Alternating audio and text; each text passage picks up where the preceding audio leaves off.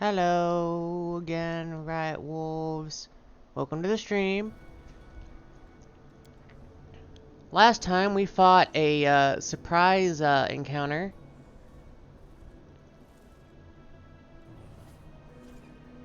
Will prove my worth.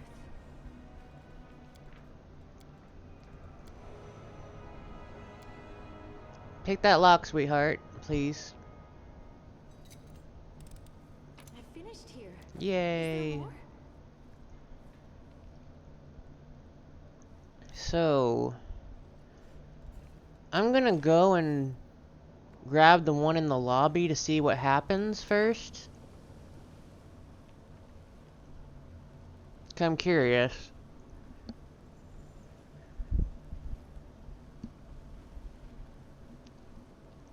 If it doesn't do anything, I'll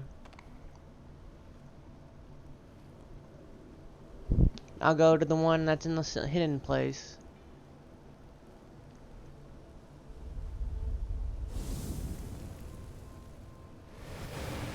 They will break against our resolve.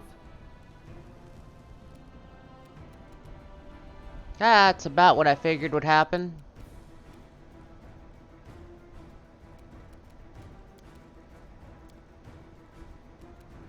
Da da dun dun dun dun dun dun dun dun dun dun dun dun dun dun.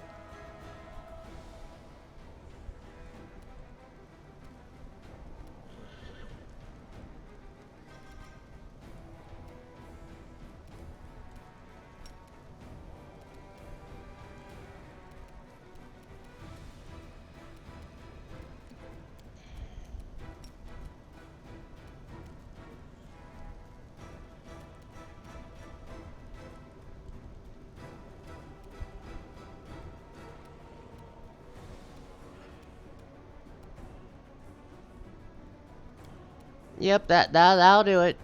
Out of my sight. Let's go.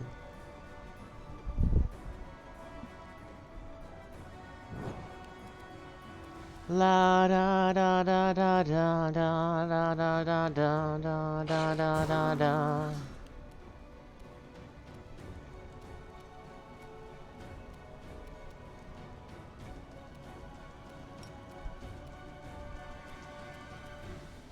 Da da da dun dun da da da dun dun da da da dun dun. I will resist. Resist.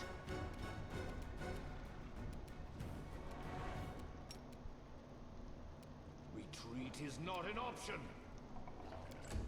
Da da da da da da da da da da da da da.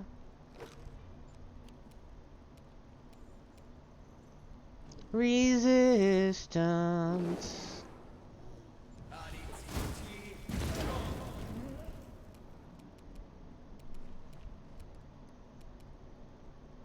Oh dear. I wasn't expecting him to get knocked out that fast.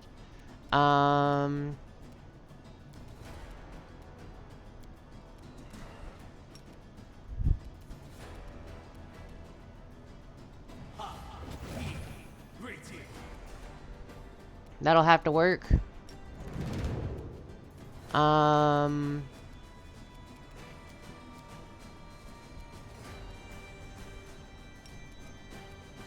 Phantasmal Killer, please.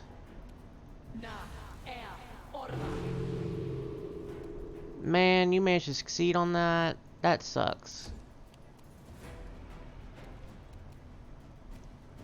Alright, so gotta buy you some time.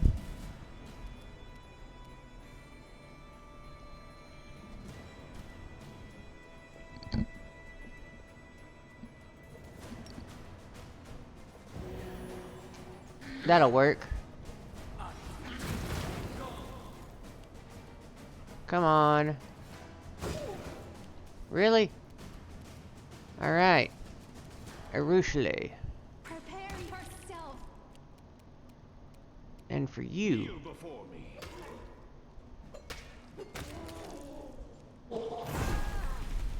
Really? You thought that was gonna work? Hmm.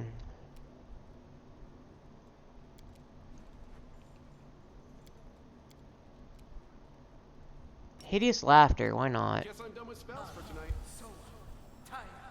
Really?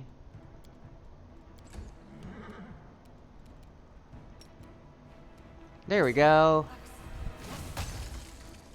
That works.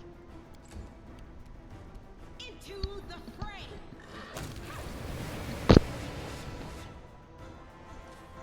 Very much not pleasant, but I'll make it work.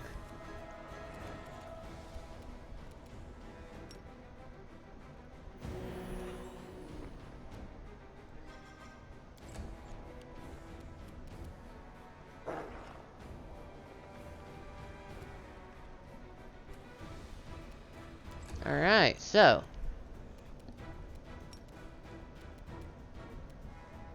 Desna, guide my hand. There we go. Full attack. There we go.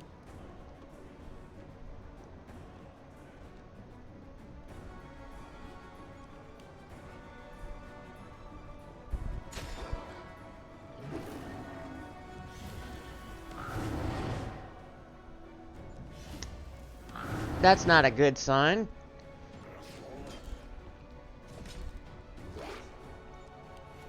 Alright, so.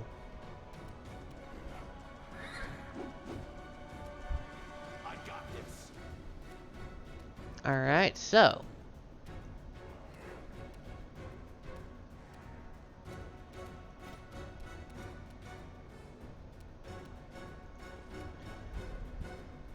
Damn you! There we go. And. Cause I'm a stubborn motherfucker.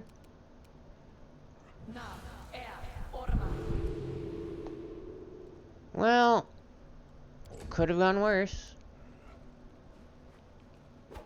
Let's go.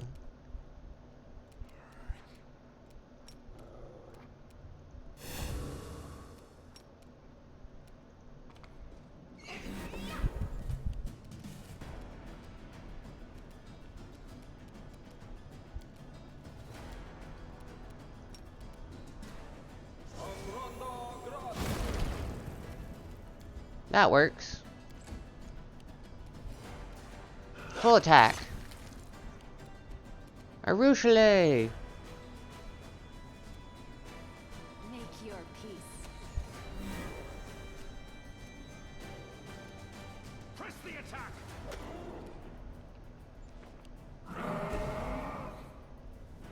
Da da da da da da da da da da da.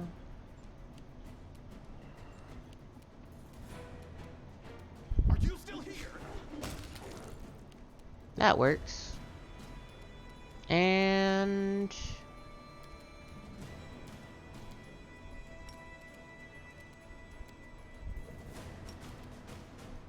fuck it.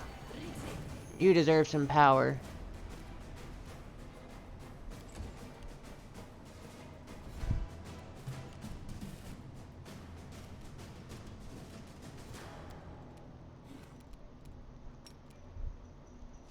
Controlled fireball.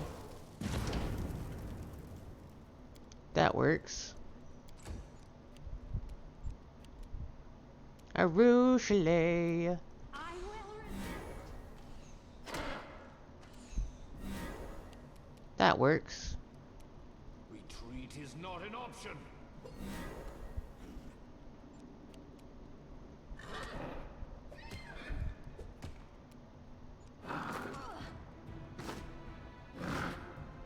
This condition, I dedicate my body to science. Come on.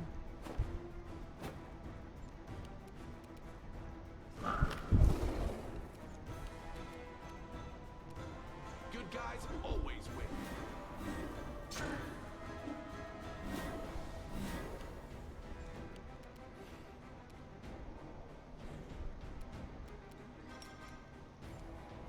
The light. There we go. Nice. I will see to your demise.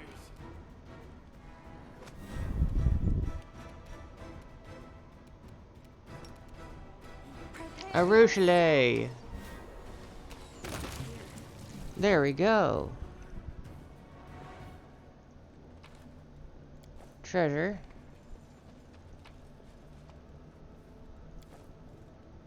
Nice, that was actually worth it a little bit. Now, before we do anything whatsoever, I'm gonna risk because our spells have been depleted a lot, and I don't know there's a boss. After I grab the actual real one. Campfire. If you do, I will consider it an attempt to flee. I don't have anywhere to run to, but I don't want to cause you unnecessary alarm. Hello.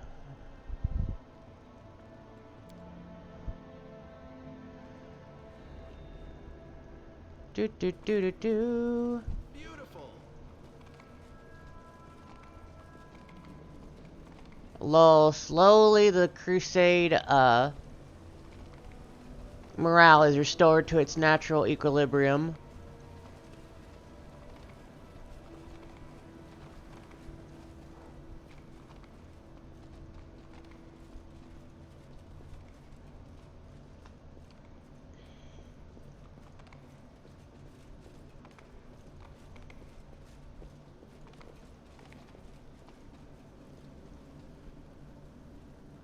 Ooh, there's a treasure chest here too? I'm saving. Unlock it. I'm glad I was useful to you. It's just a spear. That's boo. Boo. Nice, the Sword of Valor is mine now.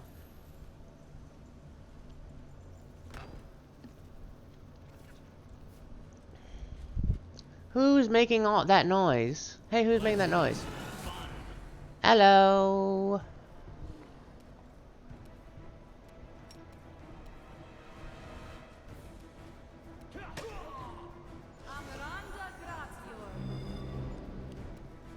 La la la da da da da da da da da da da da da da da da.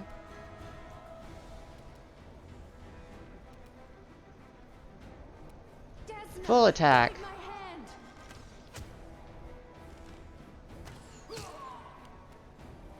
Angelos.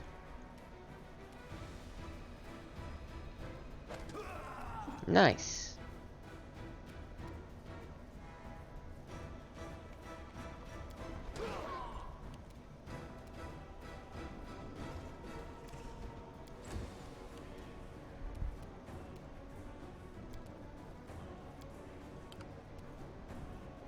Oopsie.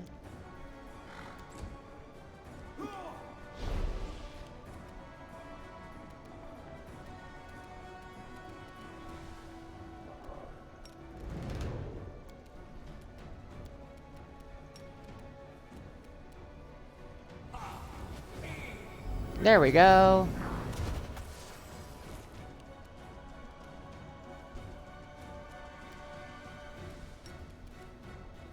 Nabisu. Aww. That would have been really funny.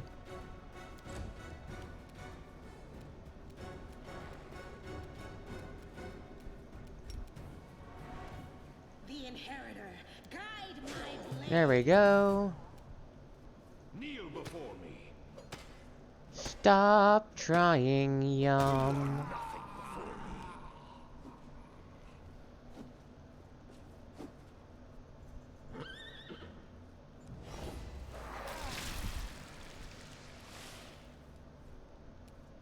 Make your peace. Die.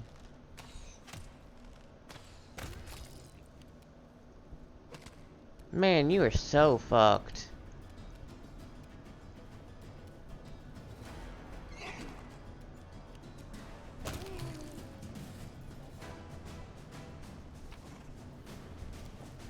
That was actually almost funny how, like, fucked that they were. let's see. Anything else here? Alrighty.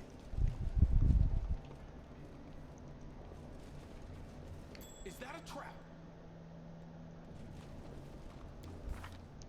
What's causing me to be weak now?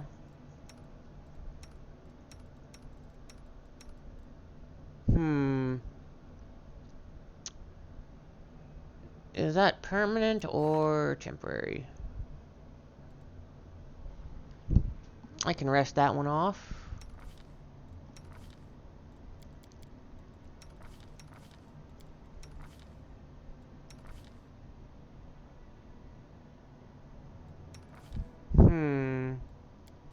Let's see.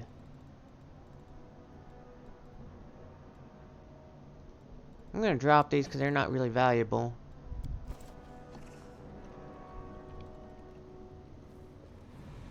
There you go. I finished here. Is there more? What's over here? Neat.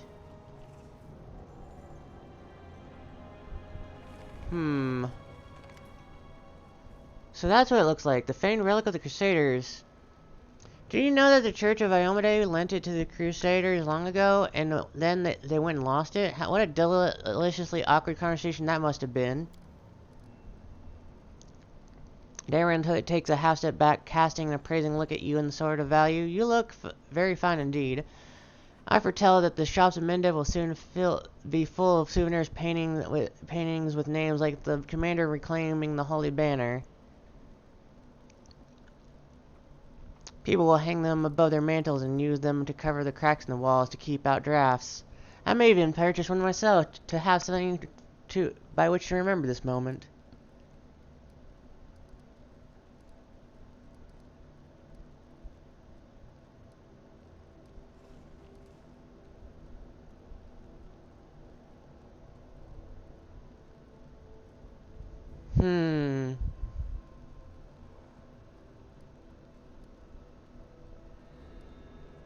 Since when are you my biggest fan?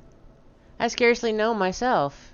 I suppose I have always been fascinated by people who are willing to take their fate into their own hands. Power and freedom are attractive, you know. Aside from that, you look quite beguiling in the light of a campfire, and you don't snore. Or do you? Anyway, I'm talking about the power of the moment.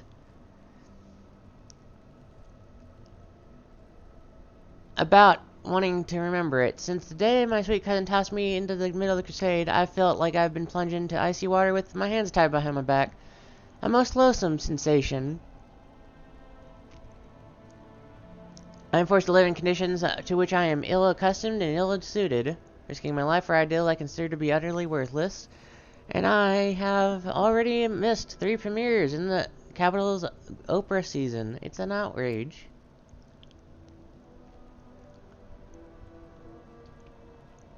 And Darren stops and drops your gaze for a moment.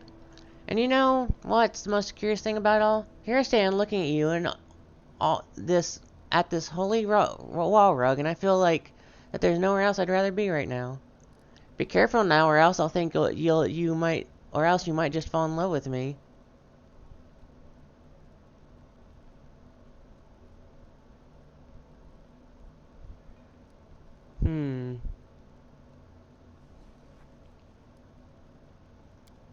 Who? Me? Me? Fall in love with you? But what in the hackneyed ballads of the provincial bard could so far-fetched a pairing come to be? Darren lowers his lashes. The corner of his mouth quirks up in a slight smile. I suppose this conversation has been unbearable long enough, but I should have known the first time we met in Canabras that I was getting myself into when I threw in with you. You are the worst thing to ever happen to me, and the most exciting.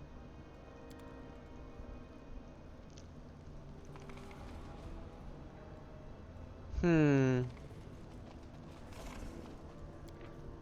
gonna save here before I go up there.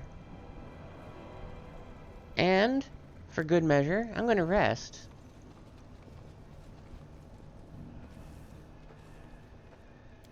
The power of restation compels me. Look at me like that.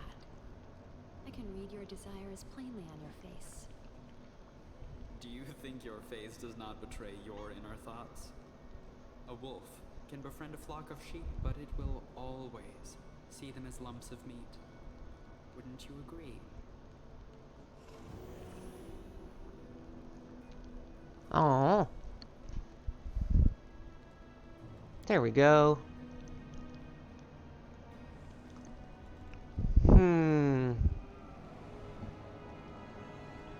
That should take care of any unwanted stat penalties. Let's go. No, I'm not gonna take any of this except for this. Leave.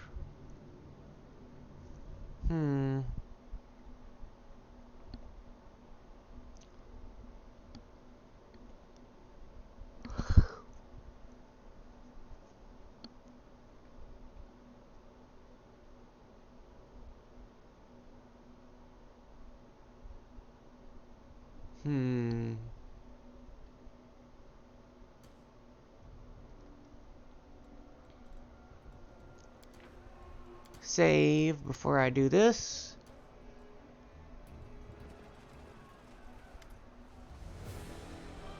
The lighter or better the Crusaders is right in front of you. A drop of blood falls onto it from where? The wound in your chest amidst of your opening is now bleeding again. You touch Iomede's holy banner to blush away the scarlet drop when you freeze abruptly. All of a sudden you are aware of your own power.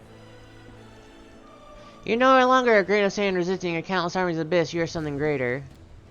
Like Iomede once rejected her humanity to ascend and to gain divinity, you are ready to take the steps to gaining power. But what will your power look like?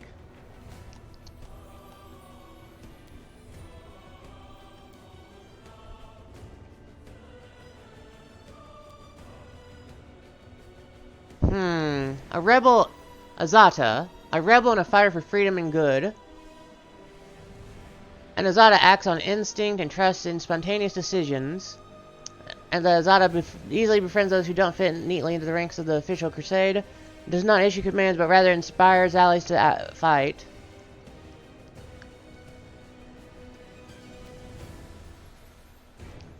Demon. The demon is the epitome of rage. A little push is all that is needed to break their self-control and turn them into a force to be feared by enemies and friends alike.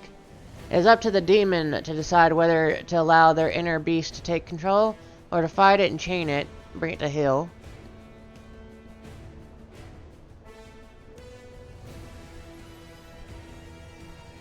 The power of the abyss courses through the demon, waiting to be unleashed.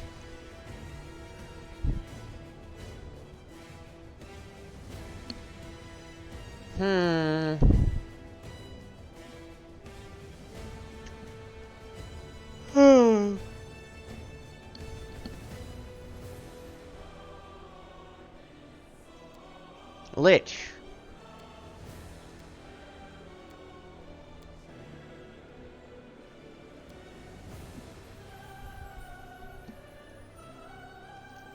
The ultimate ruler of undeath. The Lich is a being who has transcended the narrow confines of life itself. Powerful beyond imagining, the Lich can create limitless hordes of undead to remake the world in their vision. For the Trickster, nothing is set in stone, because every stone can be smashed to pieces. If one is powerful enough, with every tweak and twist they make to the world, the Trickster shatters the mundane, understanding the reality, often simply for the fun of it. So, chat, I'm going to, since there aren't many, like, compilations of how player, NPCs react to your chain decision, especially with Arushale involved, I'm gonna go through each one and then finalize after. Let's go with, Azata first. Let's go with Angel first. I'm not gonna keep it.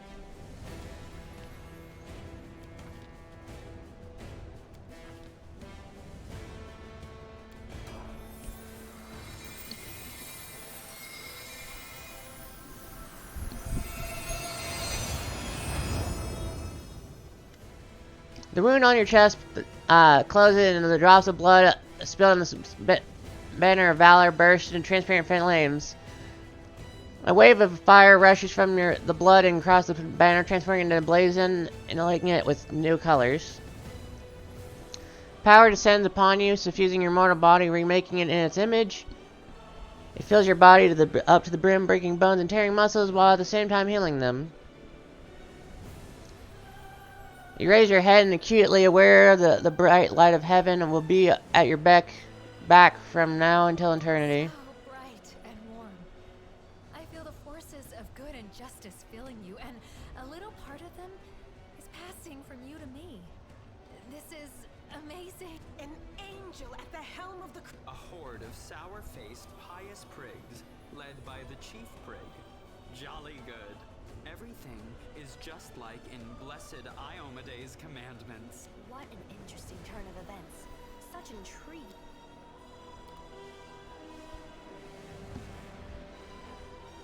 Load. I'm going to experiment with this until I find out how everyone reacts. To a degree. Da da da da da da da da. Skip to this. Azada.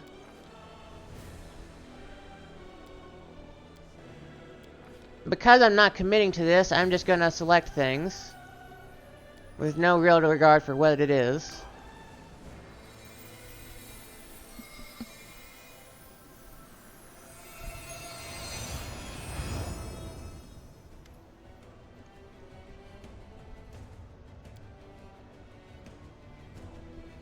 The power descends upon you, suffusing your mortal body and remaking it in its image. It fills your body to the brim, bringing bones, stirring muscles, and healing up at the same time. You raise your head, acutely aware the wind of freedom will be at your back from now until eternity. I feel a warm breeze blowing on my face. It smells like sun, happiness, and meadowgrass. I will follow you. I will follow your call, wherever it leads me. Hello, Damon. If our crusade turns into a full-blown circus, How you doing? at least it'll make me feel like a serious paladin in comparison. Well, at least you didn't turn into a heavenly angel. I couldn't live with a pious prig leading an army of equally pious prigs. I'm going through each of the individual mythic awakenings to see how certain characters react. But I'm not committing to one yet. Mind if you stick around while I go through each of them? I'd like to hear your opinion. What an interesting turn of events. Such intriguing power. Boy, if you should suddenly expire, I would be happy to dissect your remains.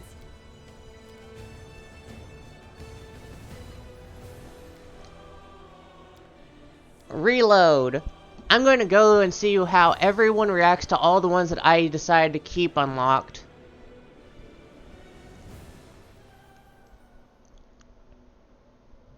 Do do do do do.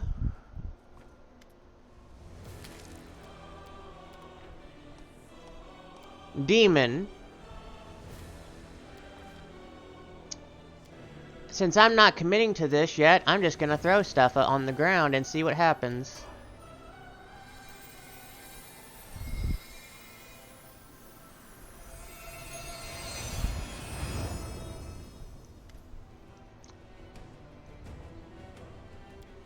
Power descends upon you, suffusing your mortal body, remaking it in its image. It fills your body to the brim, breaking bones and tearing muscles while at the same time healing them. You raise your head, acutely aware the fire of uncontrollable rage will burn in your heart from here until eternity. Feel anger. Oh no, not again. Desna, forgive me and protect me from temptation. Ruchelet wrings her hands, her lips whispering a desperate prayer. You are rapidly losing my trust. A demon leading the crusade to slake their own thirst for power? What a disgrace! What an interesting turn of events. Such intriguing power. Boy, if you should suddenly expire, I Hmm. would be happy to dissect your remains.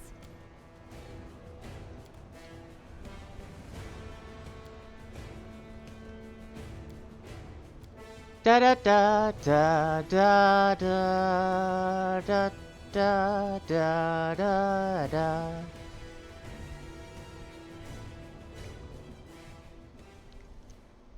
Hmm.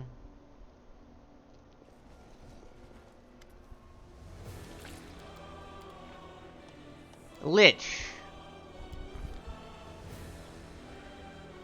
Do do do do do. Da da da da da da da da. Da da da da da da. Let's see what the Lich reaction is.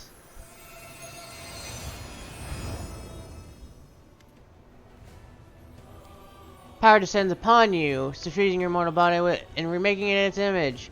It fills your body to the brim, breaking bones and tearing muscles without at the same time healing them. You raise your head acutely aware that you will have the heavy, almost palpable shadow of death hanging over you and from here to eternity. It's so cold all of a sudden.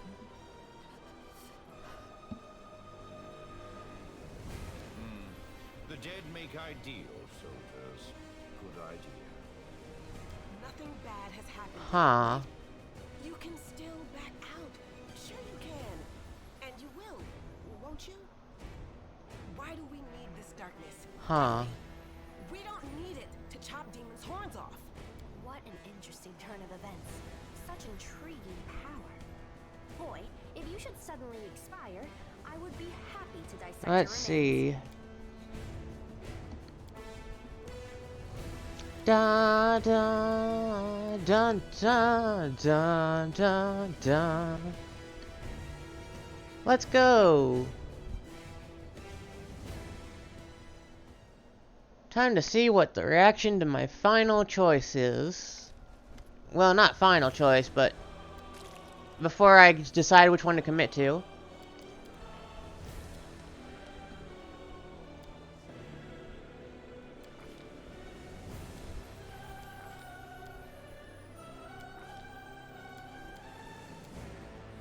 There we go. Alright.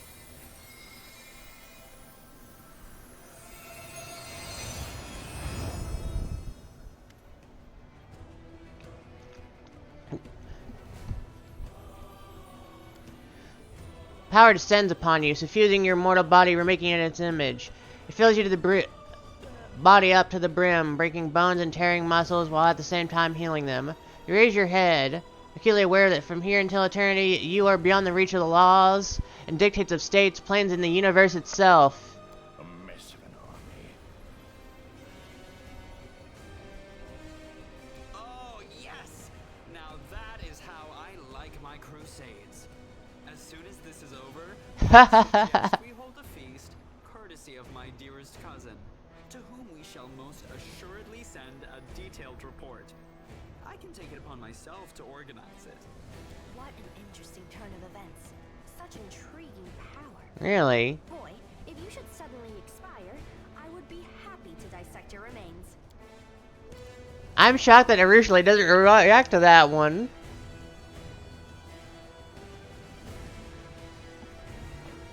Alright, now that we know how they all react.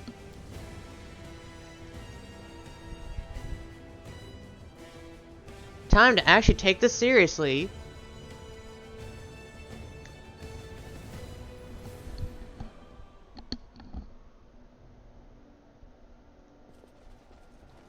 Da da da da da. Alright, so here are our three choices that I'm committing to. Azada, Demon, Trickster. Why, thank you.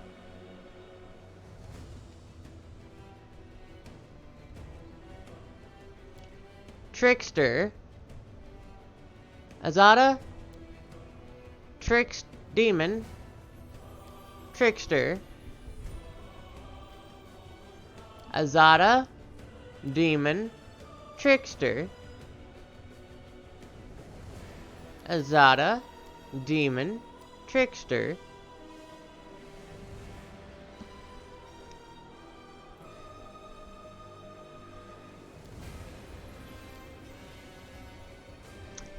I'm more inclined.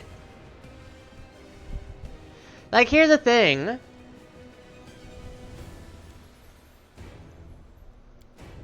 I'm torn mostly between these two. On one hand, Trickster is definitely, like, really well suited for what class I'm playing and how I'm playing it. Demon, however, has a story that most people don't do.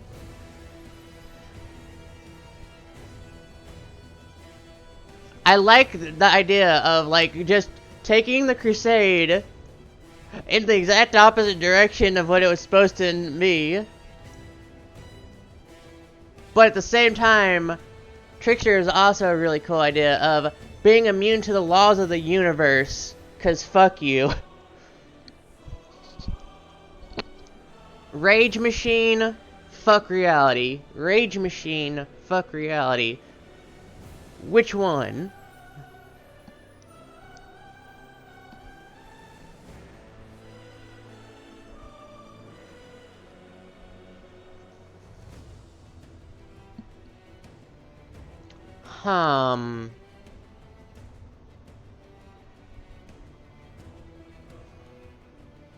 Trickster. Demon. Trickster. Demon. Trickster. Demon. Trickster. Demon.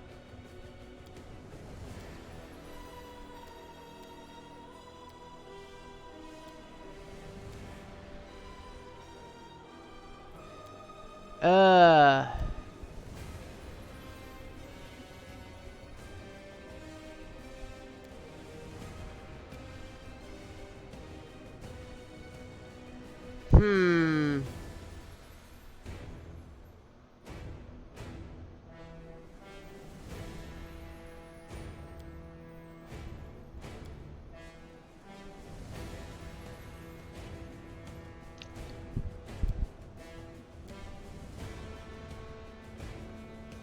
Hmm.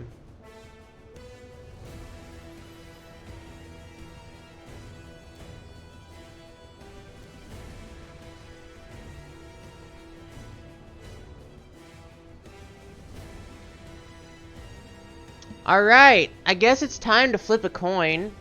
Do I have a coin around here? Yes, I do, actually.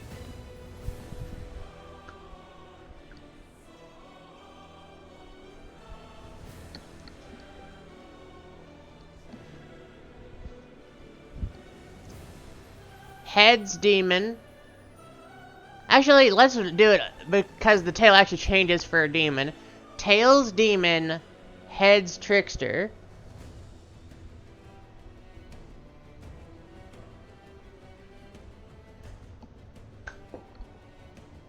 Well, shit. I flung the coin well across the room when I tried to flip it.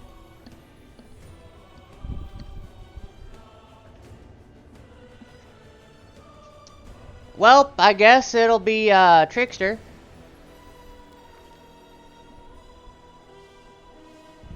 Alright, so...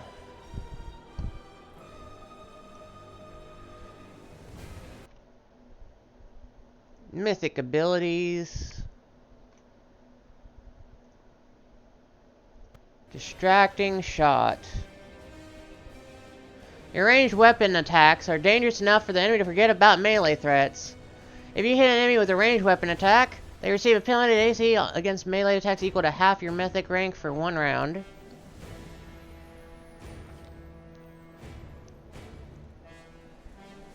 And...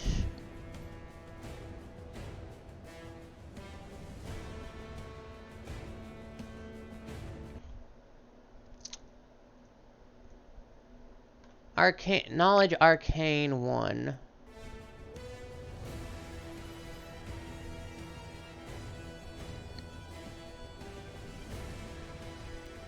There we go.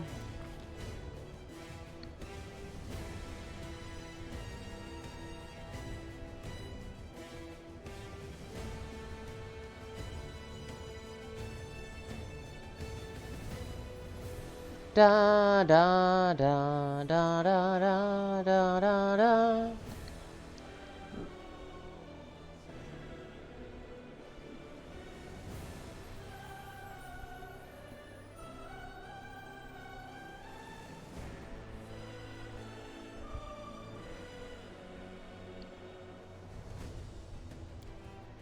This wand summons a extraplanar murder pony on your side for once per day. That sounds like a fun spell to have.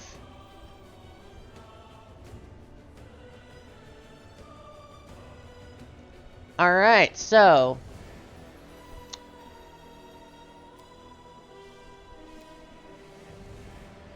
Huh.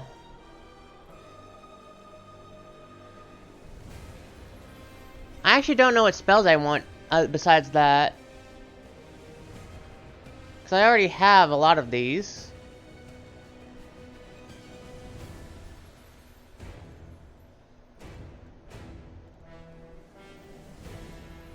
Huh.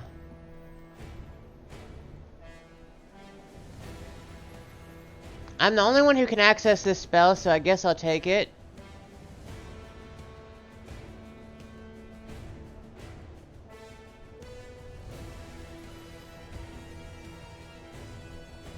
And I guess hypnotism.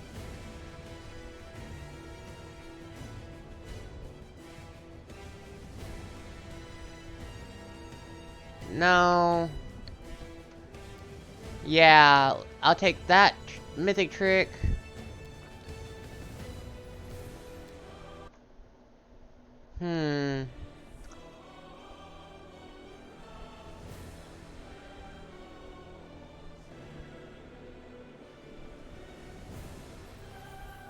Let's see.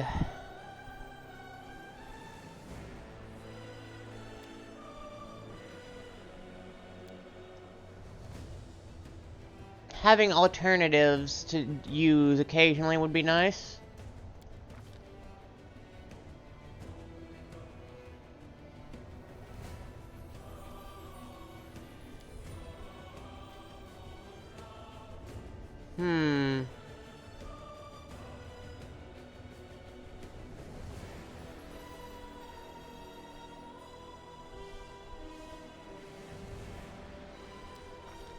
That works.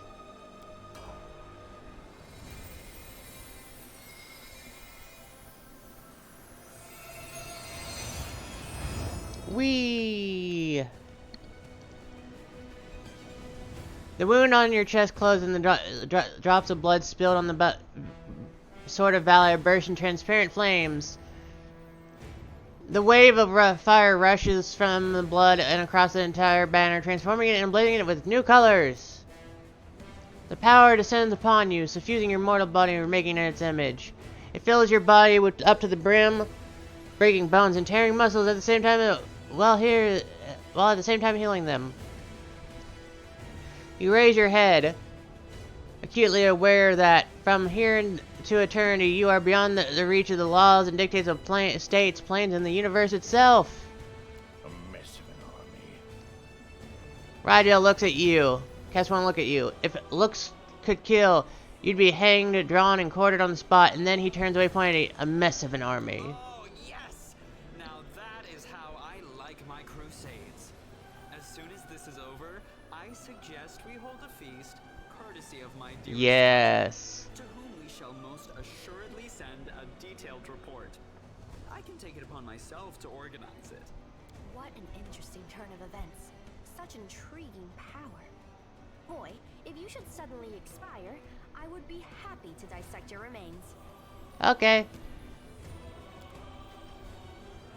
Let's see. Unfurl the banner.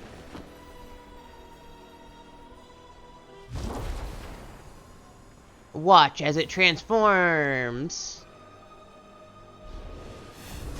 I love that the trickster banner is dice.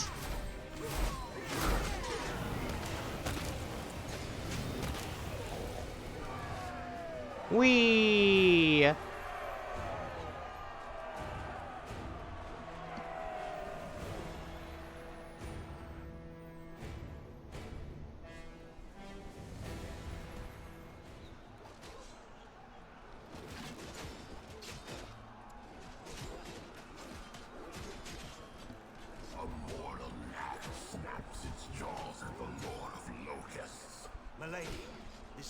Emperor's about to die.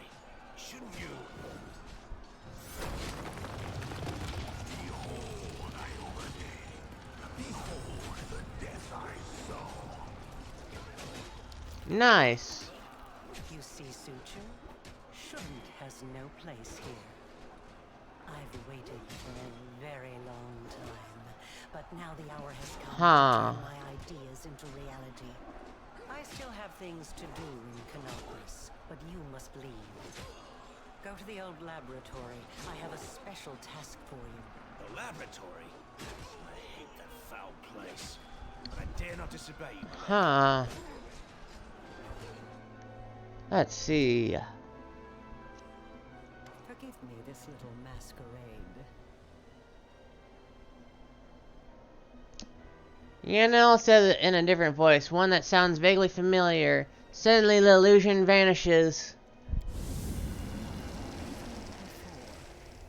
I am Arilu Vorlesh, also known as the architect of the World Wound. What are we meant to discuss with one of the key figures in our enemy's army, I wonder? Watch it. She's deadlier than a dozen demons. The betrayer of humanity. Her words are poison and lies. Oh, Lady Arilu. I, Nenio, am your most devoted admirer. Your research is an invaluable contribution to the development of science on Galarion.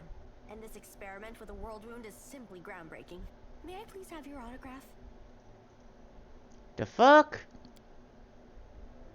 One look from Arlu and Ninio falls silent. You've handled the power of the Sword of Valor well. Such artifacts are almost like living creatures, and they react to their own kind, shall we say. The Sword of Valor once belonged to a mere mortal who became a goddess. It seems to see something kindred in you. Huh. Touching you has left the sword irreversibly changed. Now it is your banner, not Iomede's. Ha. Although perhaps it will still stop the demons from teleporting to the city as before. What happened to Yaniel?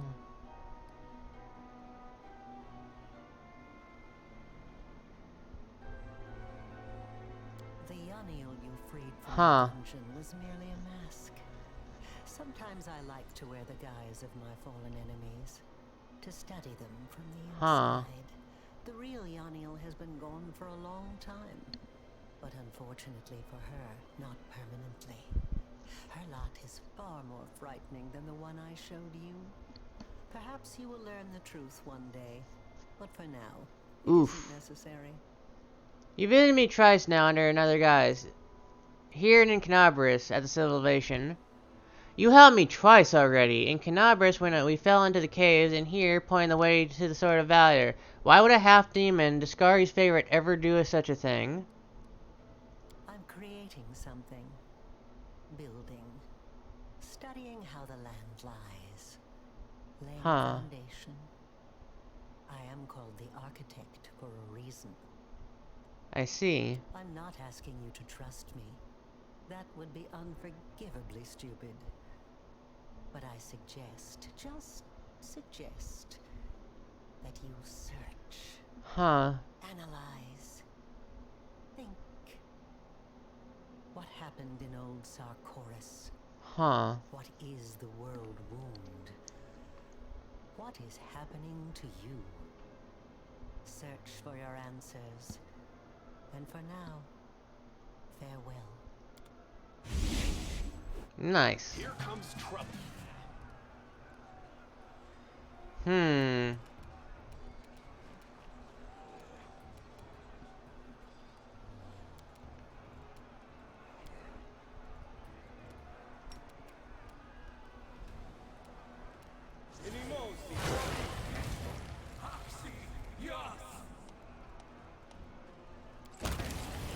Nice.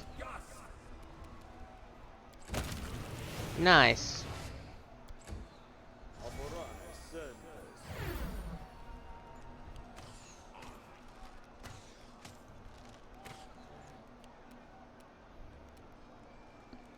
Alright.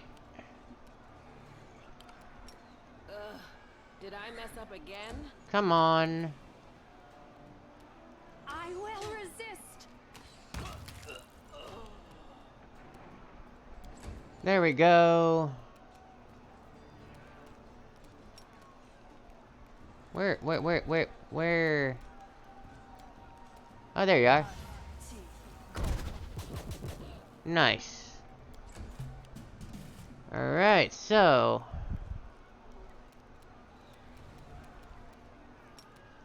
I should dismiss this spell.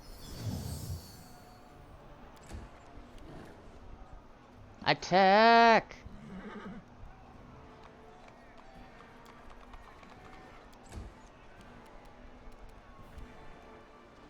There we go.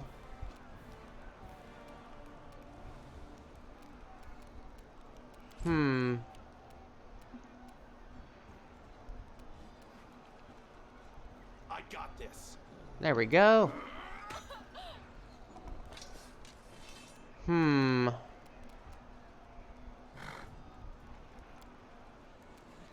Attack!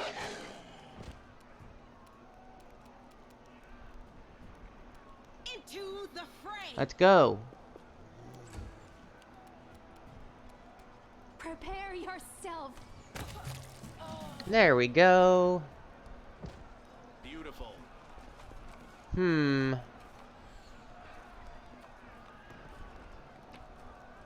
Nice.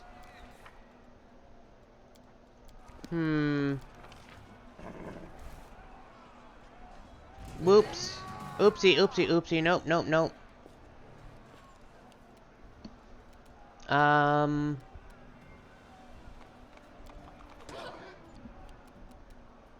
There we go.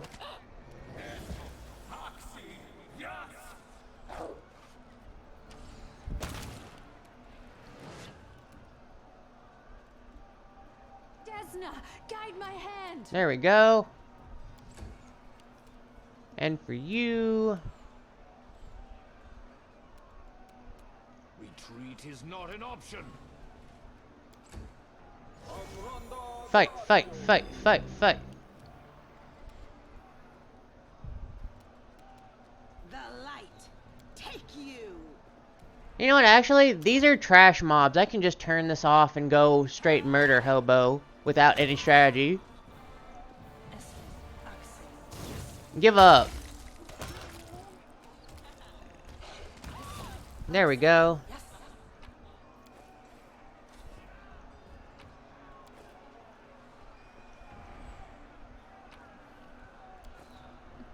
Alright, I should take care of this real quick.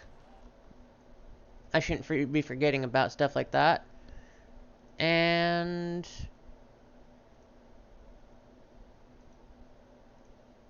there we go. It might be a moment. I have to take care of, double checking some stuffs. Let's see. The third. You. Inspirational. You're a beacon of hope for your comrades, and they perform better near you. Your allies within 50 feet of you gain a bonus to half your mythic rate to their initiative. Their saving throws against mind affecting fix and their concentration checks. There we go. You take that. Ninio, you need to take the following. Oh, nice. You got Skyrim VR. Good for you. Abundant spellcasting.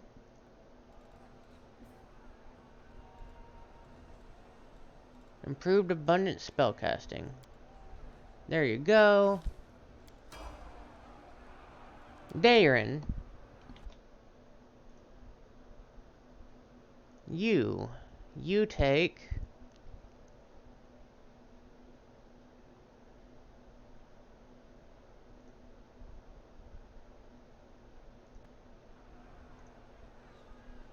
greater enduring spells.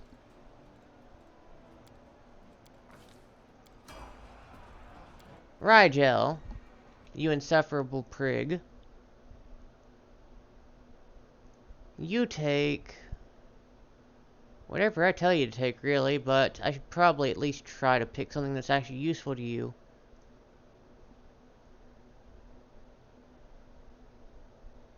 Do do do do do do do do do do do do do do do do do do do do.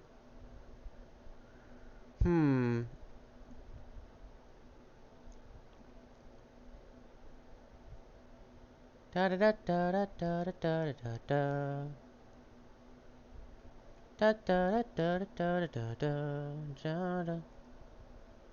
Hmm.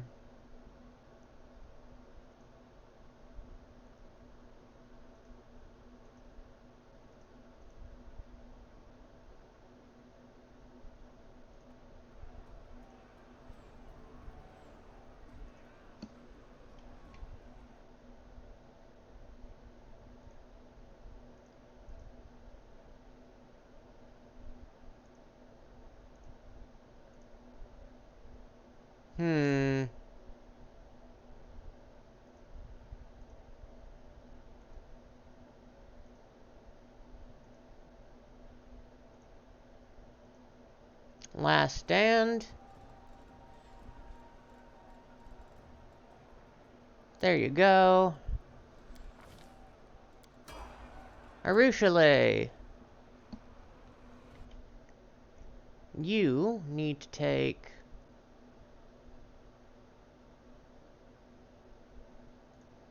the following. Alright, so.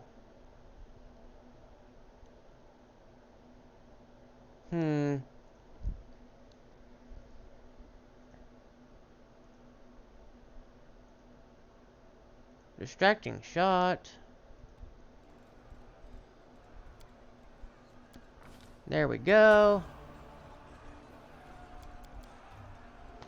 That should cover everything for a while. Let's see what we can do.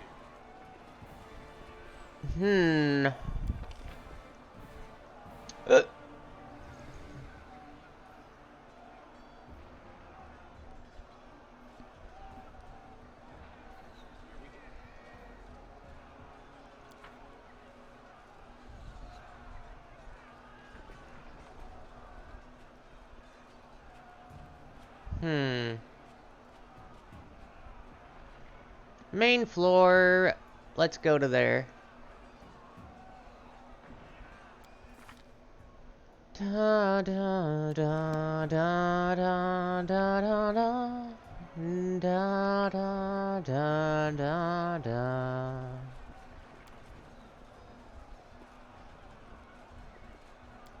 Really? Let's see.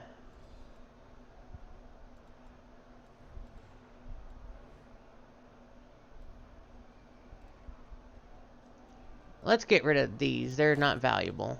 There we go. Leave. I hope you're having fun, everybody. I hope you're having fun, everybody.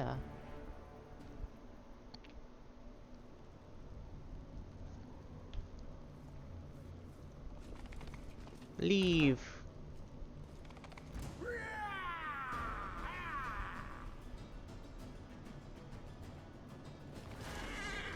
Mind over muscle.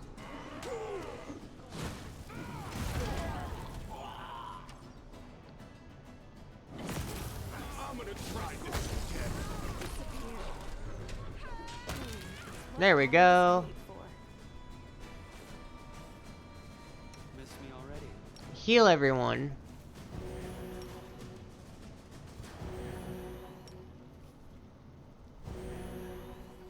There we go. Tower. Because why would I not go to the tower out of curiosity?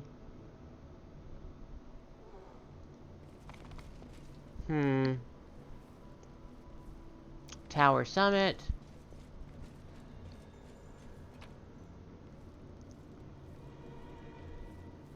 One, two, three,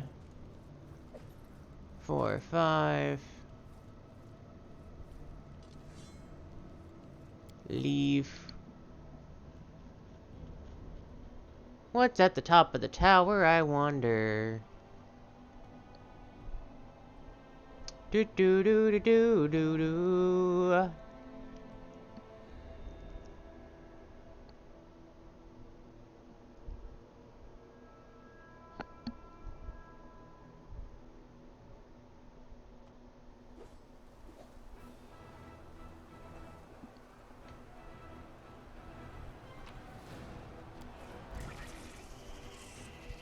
I'll remove this obstacle.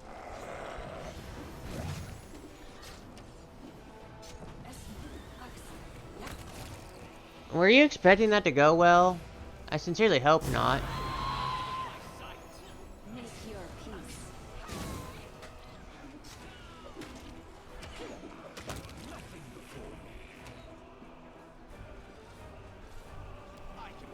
Alright.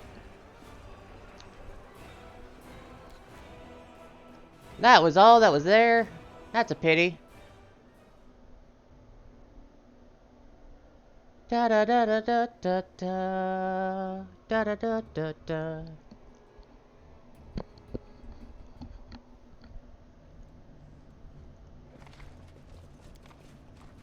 Citadel main floor.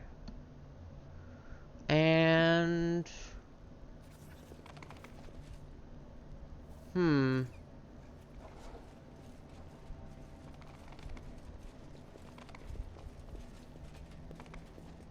Citadel's command.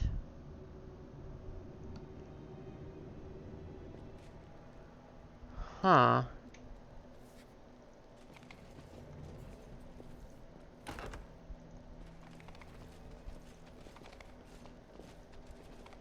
Let's have some fun.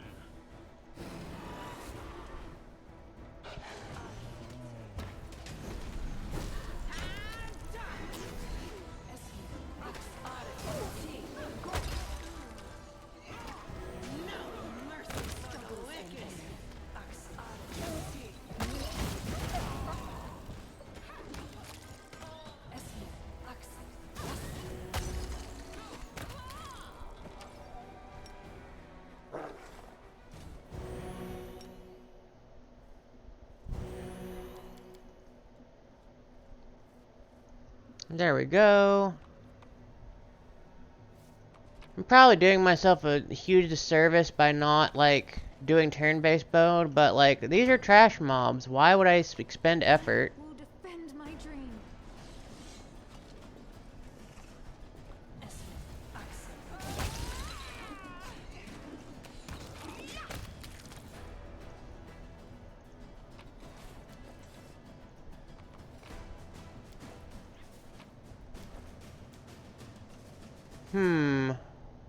Can't make the demons wait.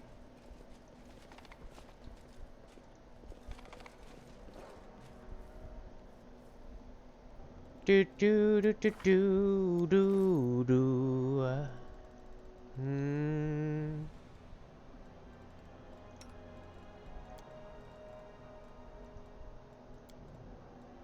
There we go.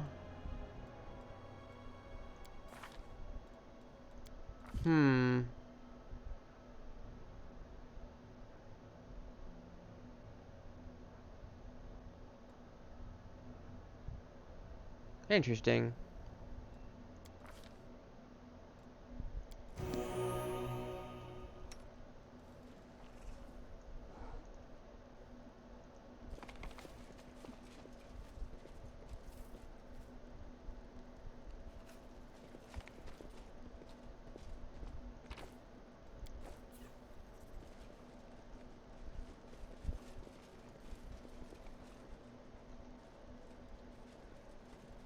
I should actually go and check to see if I didn't miss anything. 'Cause I feel like I did.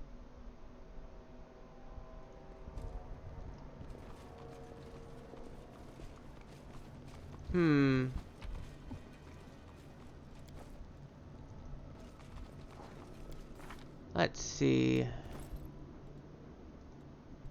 Drop those, they're not valuable. Drop these, they're not valuable. There we go. I should probably rest.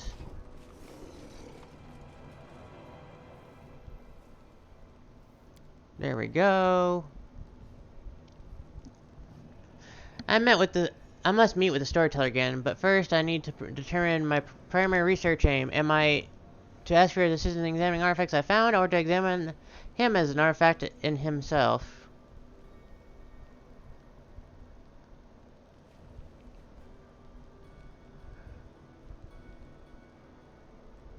Whoa, you're still talking about a living being here, and an old-timer at that. You need to respect your elders.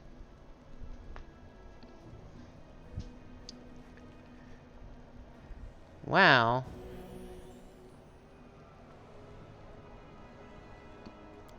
Do do do do do.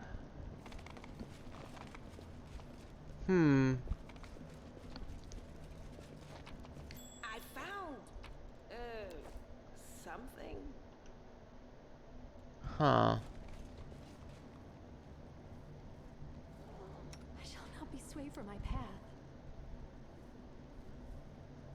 Sneaky, sneaky. Gotta. Rest after this fight.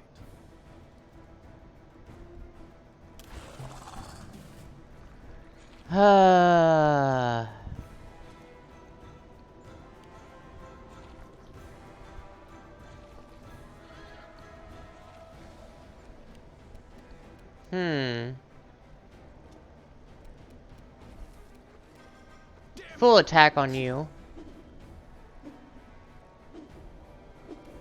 Really?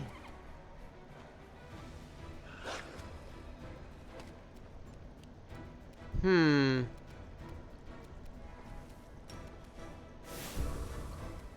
inheritor, guide my blade. Can you just die, please? That would be great.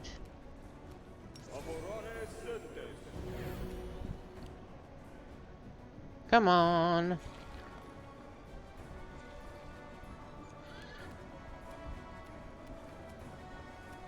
I will resist. Yikes. Kneel before me.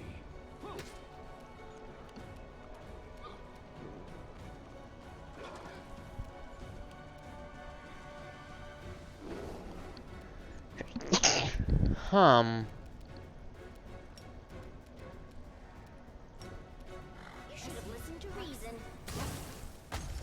Why did I do that?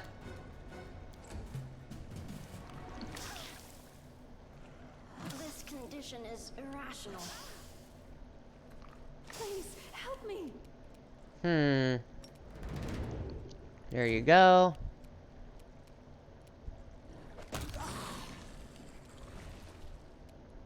No glory without risk. Well, see you later. Have a good time. Let's go.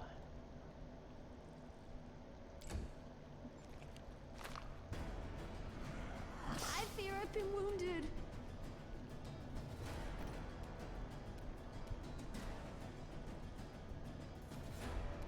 Prepare yourself.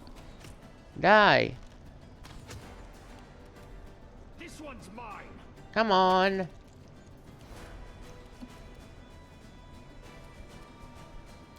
Hold up. Hold up. Alright.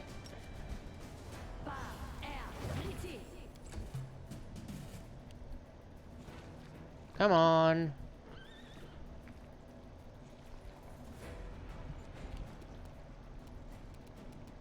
Are you still here? There we go.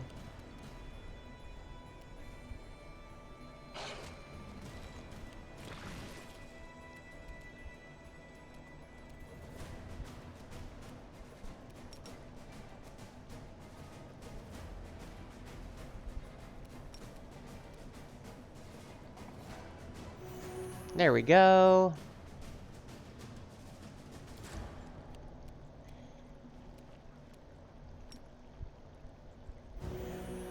Nice. That works. Aru Chalet die. The struggles never cease. I'm trusting you. There we go. I finished here. Is there more? That takes care of that. And...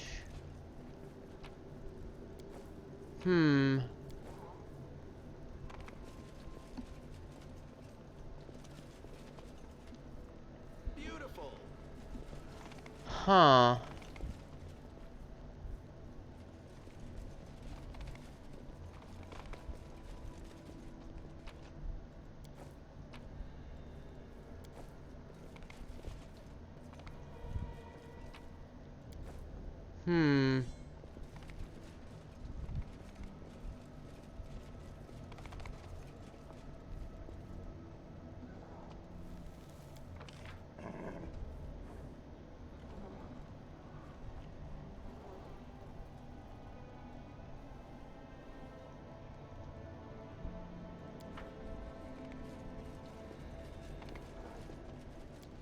There you go.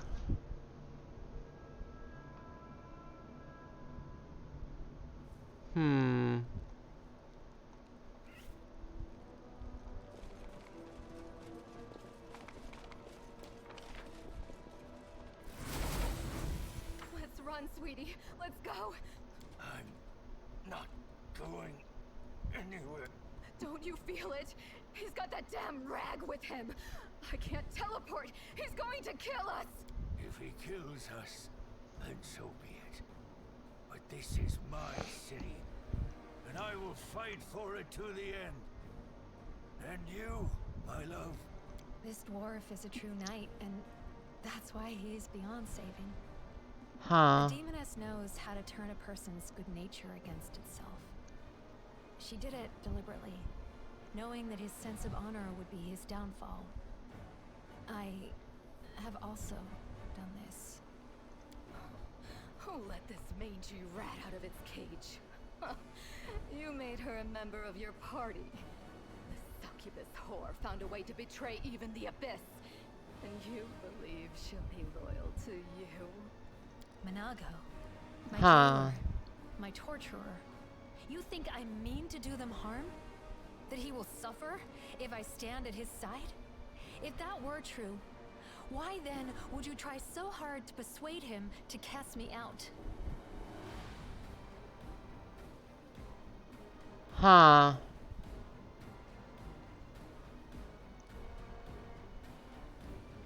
You seem to enjoy blaming others for your problems, Staunton, but you alone have forged your destiny and have become a traitor twice over.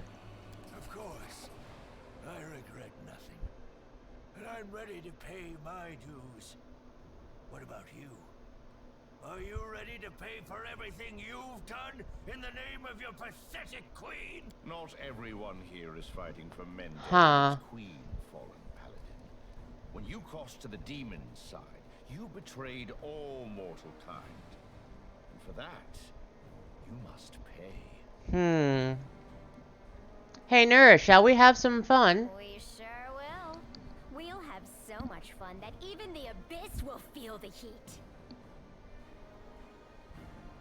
You won the respect of the traitor Nura Denderwall. What is this? What are you talking about, huh? You'll know soon enough, Lady Manago. Tell me, Staunton, why? Why do you fight on the side of the demons? You have the audacity to ask me that? I fight on this side because the other side didn't give me a chance. Yes, I made a terrible mistake and Dresden fell to the demons. The queen should have had me hanged. I deserved it. But she found a far worse punishment for me.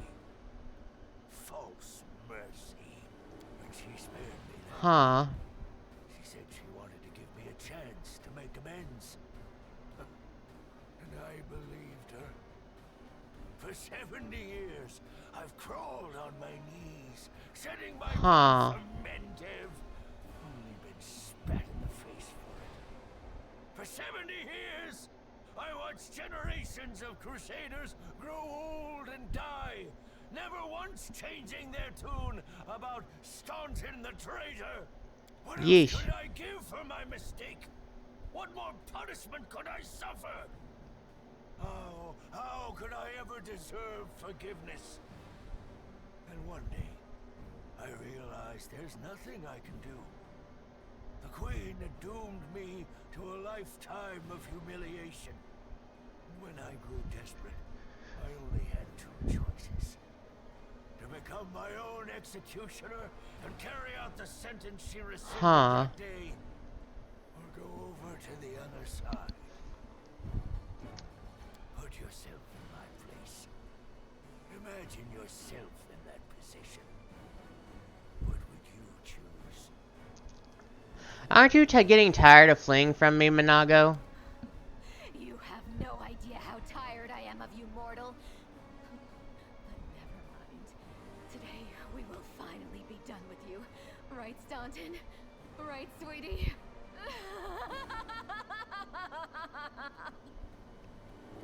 Minago, what is that on your face? That's not your concern, mortal. The Masters punished her cruelly for her failure in Canabras. As you can see, the leaders of the demons are as patient with their slaves as the Crusaders are with their commanders. Sweetie, why are you telling him this? What does it matter? What? Huh? Quiet.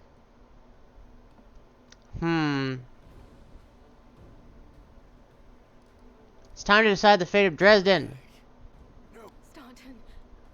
Darling. Stop whining! Didn't you swear your eternal love to me? Promised we'd rule Dresden together? Now shut your lying mouth and fight! Whatever end fate has in store for me, you will share it! Close ranks. Nice. Let's go.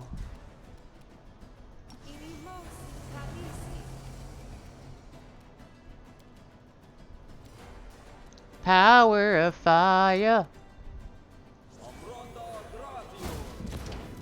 Really?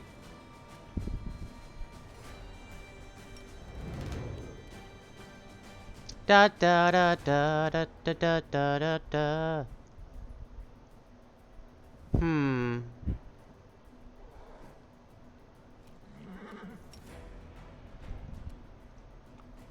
That'll work. Very well. Da da da. The light take you!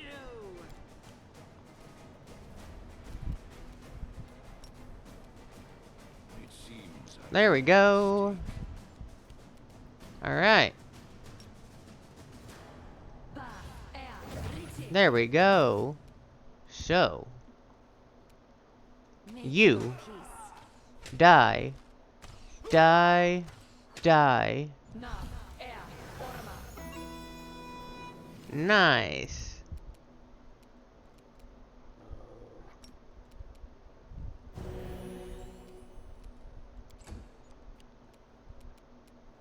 good guys always win. There we go.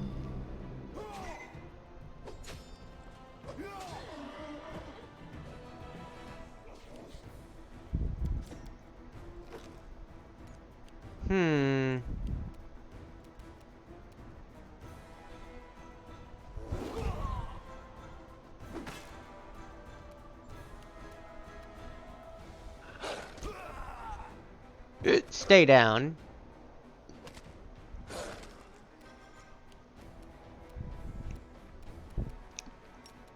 Demon. Full attack.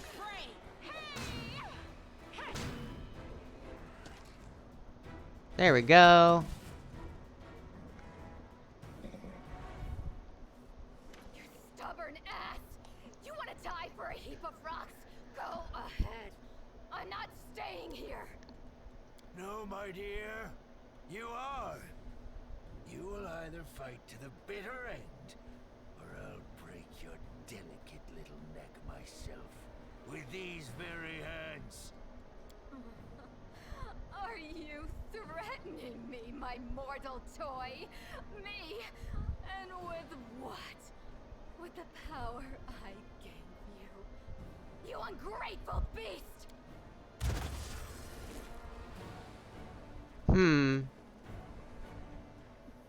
Give me back what's mine. Take him, he's yours. And Dresden too. I don't care about this fortress or this half-wit. Oh, I grow so tired of you mortals. Your humdrum little passions. Your constant squabbling. Your incessant accusations and excuses. You treat each other like dirt. Huh. Weaklings like these two into our arms. And then you have the audacity to accuse us. Come on, punish your traitors. I've seen it show countless times. Where are you going? The fun's just starting. Have fun with Staunton. You and he have similar ideas about what counts as entertainment. Take your filthy rag. Take your befouled ruins. You can make soup out of this moron for all I care. I've had enough war. We Lily two were created for tenderness and love. Stay away from me with your swords and shields.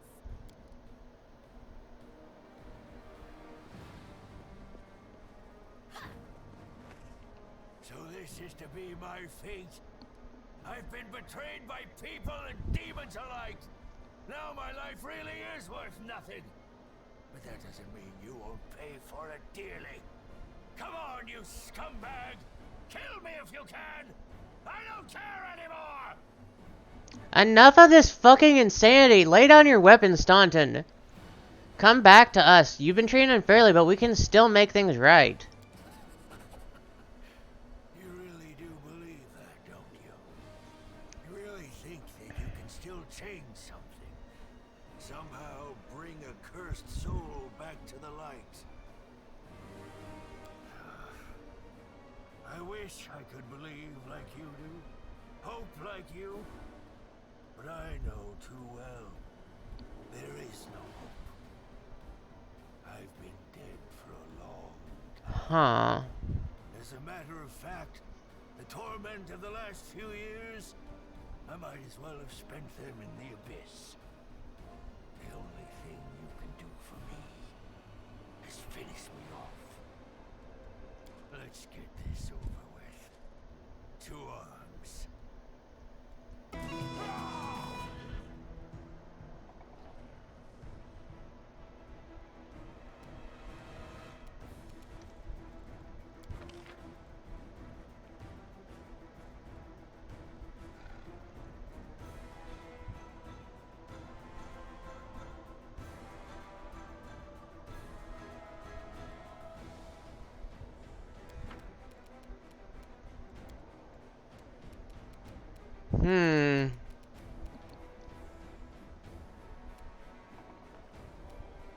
I got this.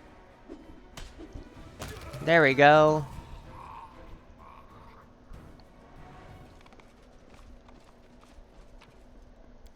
Treasure.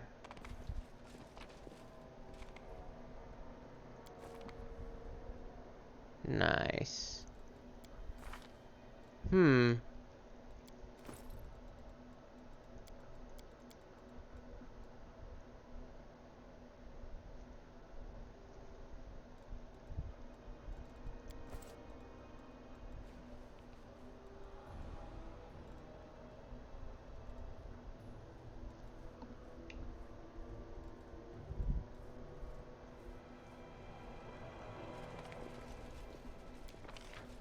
Lead on.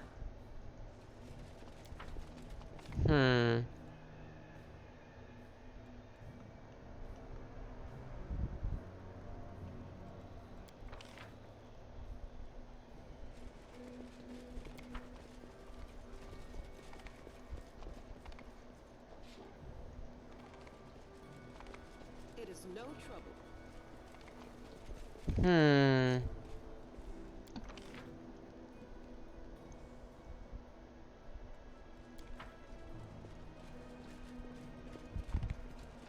Hello, Nura.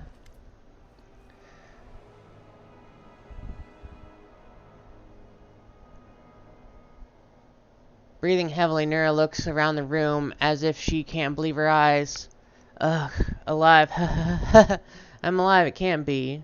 She looks at you, baffled. So what's next? For the first time, I have no plan. I felt the same way when I renounced the abyss. I had the whole world at my feet.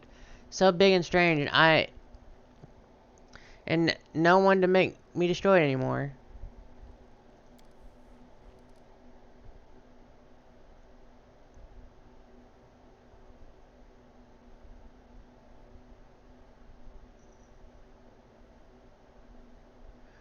Nura rubs her eyes, looking in between you and Arushale, baffled. Who is this? A succubus? On your side, saying she renounced the abyss? Haha. Well, if such a marvel has a place in your game, you must have something for me.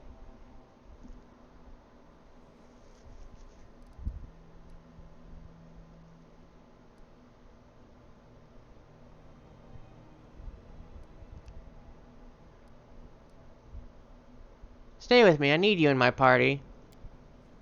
No, I can't. The soldiers saw me. They know about my betrayal. Even if you still trust me, they'll drag me out of my tent some night and hang me from a tree. And they'll be punished for vigilantism.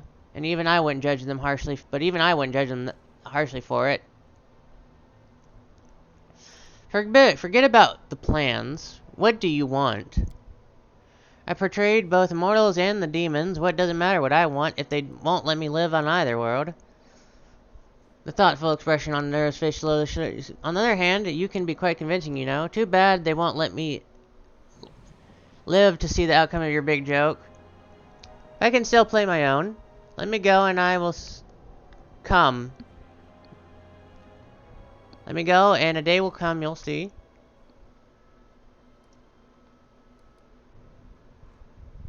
Thanks for your help, Nura. And now, I never saw you here. Go wherever you want, but run.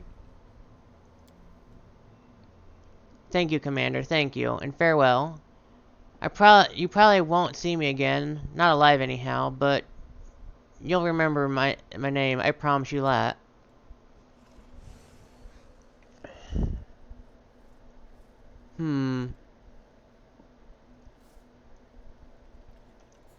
So...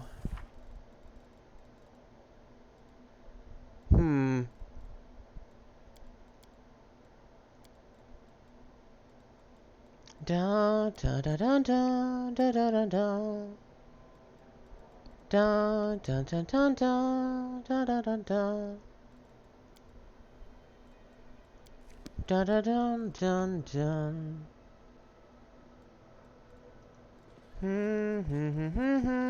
Da da da da. Da da da.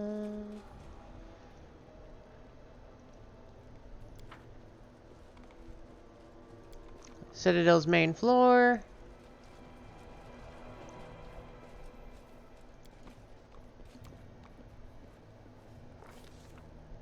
The commander of the crusade has managed to overthrow 70 years of demonic rule in Dresden and restored the Sword of Valor to its rightful place. Will the commander be able to defend the banner he has won with such a valiant effort? Who knows?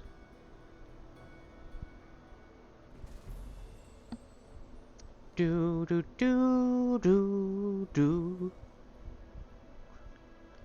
Dun dun dun dun dun dun.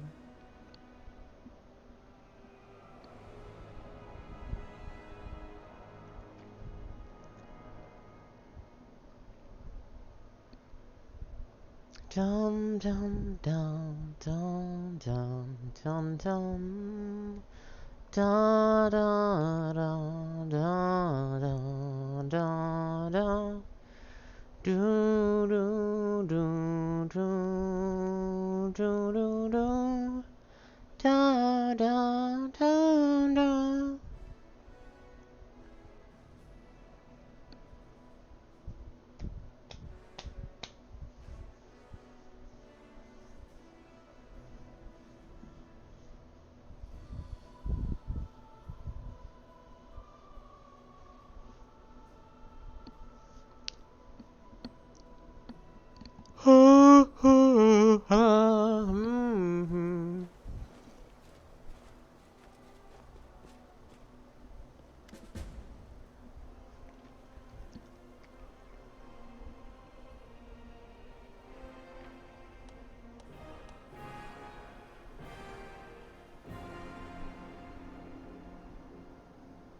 cease. Something has subtly changed in the way that the Queen of Mendiv looks at you. Respect shines in her eyes, but her slightly furrowed brow indicates a hint of unease. Urgent matters of state are awaiting my attention. My convoy will be departing for the capital within the hour. I'm afraid this is all the time I can spare you, so you do please forgive me for skipping the lengthy and well-deserved congratulations. Every death is an irretrievable loss, but considering the scale of our forces, the losses among our troops are tolerable.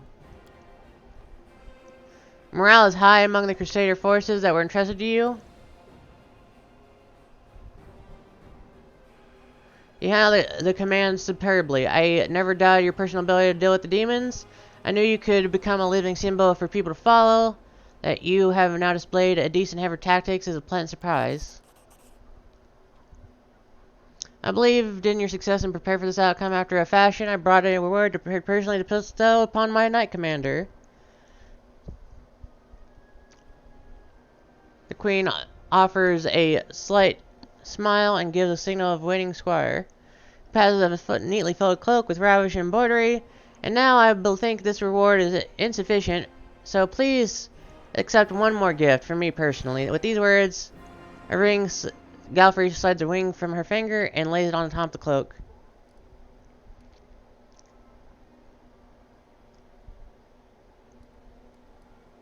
Commanding soldiers is in my blood.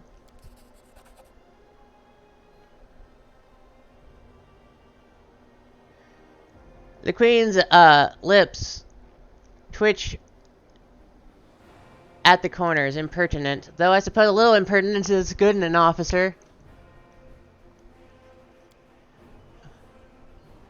The queen frowned slightly. Now, on to the main matter. The sword of valor has been returned to us. Touching it has awoken your powers.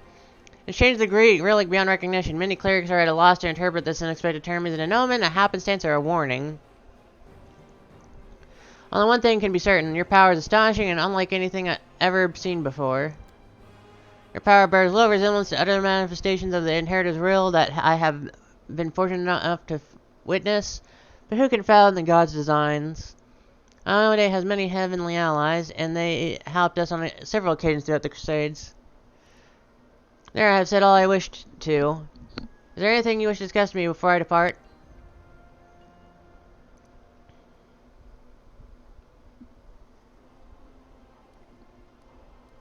There's something you should know. Orlu Vorlish appeared to me before me in Dresden. She did not explain why she had come. The queen's eyes widened in astonishment. The architect of the werewolf in her, and she allowed you to simply dispose Staunton Vaughn with and claim the sword of valor.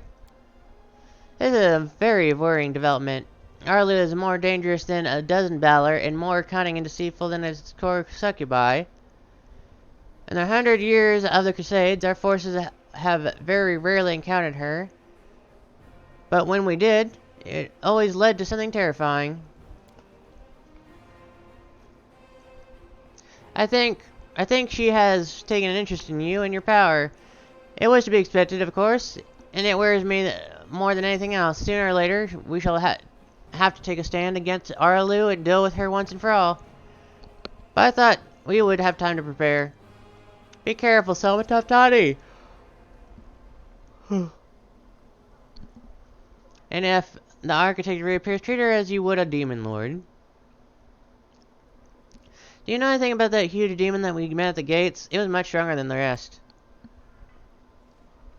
Godfrey frowns. The Baylor Darzand is one of Discard's generals. He and Hep Zamara and the Echoes of Discard are some of the most notable demons in the Abyssal forces. You will soon learn those names, and Dresden has not been cited by our scouts for a long time.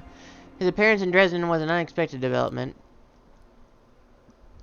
But we grow accustomed to surprises such as this.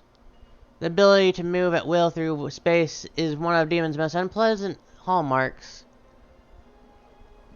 Fortunately, the Sword of Valor takes care of that problem for the area around Dresden. I have heard everything I need. Very well, I shall take my leave. Erebeth will bring you up to speed on the situation in the city and the surroundings. Together, you can decide what on the next steps to take? Good luck, Commander. Remember, this is but the first step. The road ahead is long and difficult. With not a farewell, the Queen strides off with precise military bearing. Airbus salutes the Queen, waits until she moves far away, and then turns to you. Allow me to also congratulate you on your victory, Commander. We won the battle for Dresden, but this war is far from over. The demons now know our true strength, and so we must brace ourselves for a merciless counterattack. They will do everything they can to gain control of this city and destroy you personally, and all of us along with you. The only good news is that cultists make up more than half their forces, so they will have to march the same roads as our fighters. If they were all demons, they could appear here instantly and lay siege on the city. Pray the Almighty for small mercies. The main demon forces are moving out of the city of Iz and the Threshold City Fortress. Scouts are reporting that for now, we don't stand a chance at tearing through this defense and launching a counterattack. You can only gather forces, rebuff their attacks, and wait for the right moment. Unfortunately, other hostile groups keep appearing out of nowhere. On top of that, Minago is still on the prowl somewhere out there, and Nivea is trying to find out where that Abyss scum has run off to. Maybe she's already got some leads. Luckily, we're not alone. Medivh is with us. Queen Aladel Galfrey has sent us the first reinforcements. They've just entered the city. Besides, news of your victory is spreading through Avestan. I'm sure that crowds of new volunteers will soon be pouring into Dresden, inspired by your feat. And that's very good, because you are going to need troops. Here's a brief report of the main problems we're facing. Airbus shows you a sheet of paper with a list of 4 items. Demons with special powers, secret path, missing patrol, dragon. Can you tell me about the demons with special powers? Remember that Nabasu that attacked our camp? He had powers that no ordinary demon could have. It is not the only demon of its kind. We keep receiving reports of similar monsters. All isolated cases for now, but it's possible that in future we'll see an entire squad, if not armies of them. We must find out where they're coming from, find the source of their power, and destroy it. If we don't, they'll crush us before long. Even you can't defeat an entire army of such monsters. Secret pathway, what are you talking about?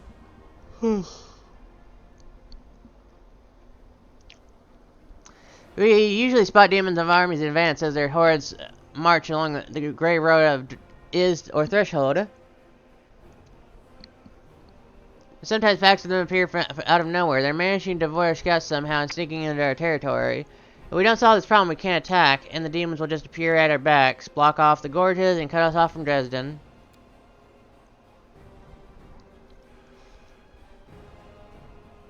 Anivia is trying to find out how the demons are getting into our territory, but she hasn't succeeded yet. Talk to her. She will tell you more about what she's doing. There's a patrol missing. Yes, it disappeared without trace during a mission.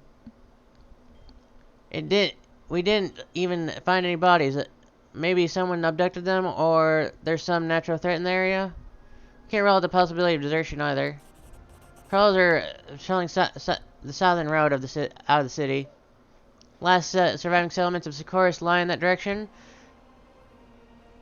But after the siege of Dresden, contact with them has been lost. Hardly any inhabitants survived once the demons invaded the area. That's where I started the search.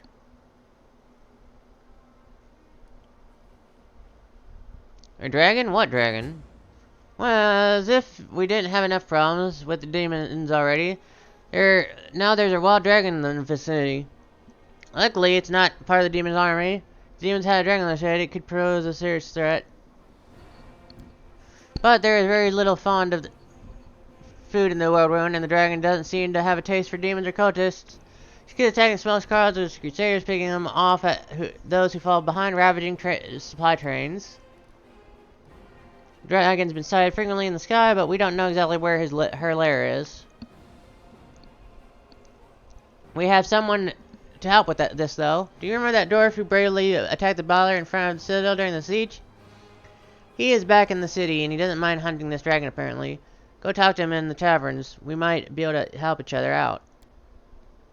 There are a few pleasant matters. As the Queen's command, the Crusaders who took part in the attack have had their pay doubled. The medals will be word of those who are particularly outstanding about her, and you know one of them, the Knight Elon from the Hound Hearts.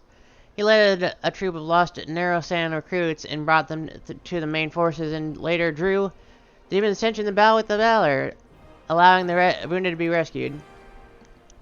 There's one more thing. As you know, there's a vast dungeon under Dresden. It's empty now. None of those imprisoned by the demons survived. We don't know, and we don't have any new prisoners. Return to the place the body of Stan and Vaughn in the dungeon. You slew him. What are your orders regarding his body? Anevia thinks we should burn it quietly and forget about it. Some want to see his corpse set in the square, but I don't think we should behave like demons and barbarians.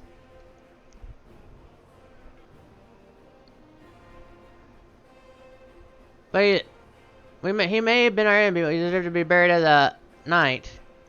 However, the decision is yours, of course.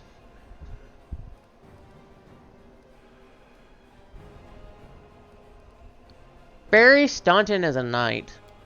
Right, you are, Commander. Arabeth is heading, and you see the struggle on her face, as if she didn't know whether she should say something or else. Commander, that day during the battle, No, my apologies. That is all, Commander. Thank you for your time.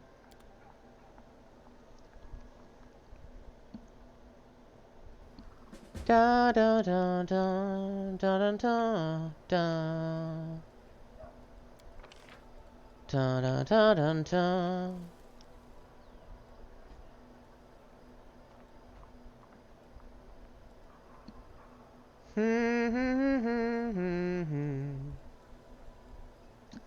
La da da da da da da da da da.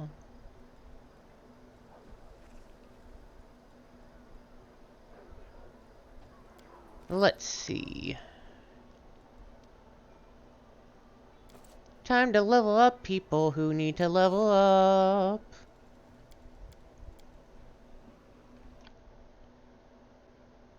Level up. Level up. Level up, yeah.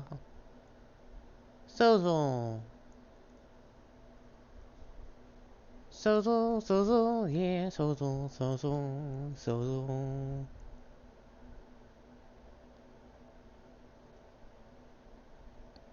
Combat reflexes, got it.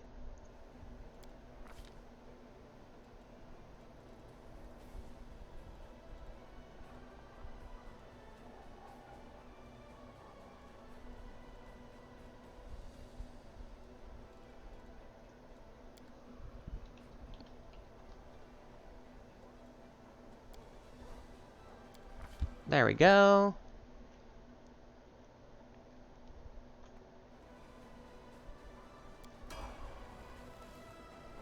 And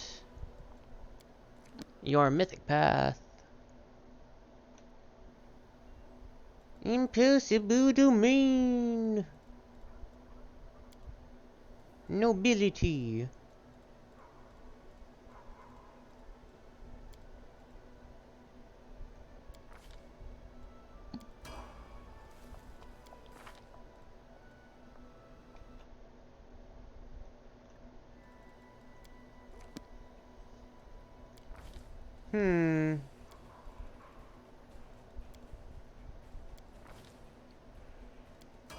There you go.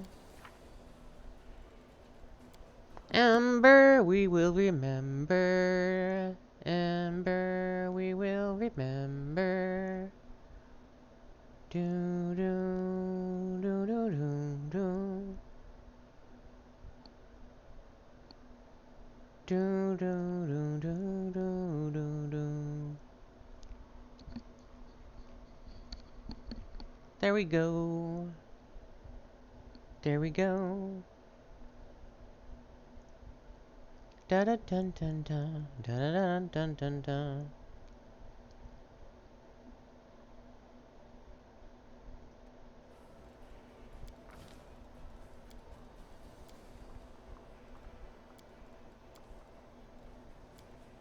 There you go. Bolster. There you go. And for you.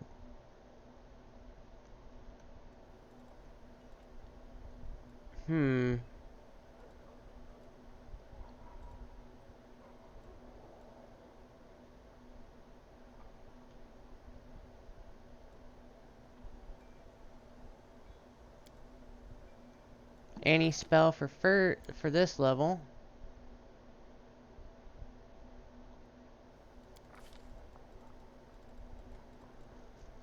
Remove disease. And Death Ward. There we go.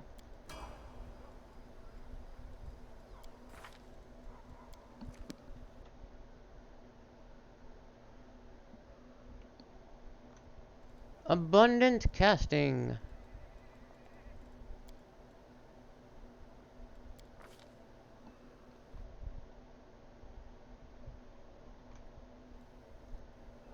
There we go.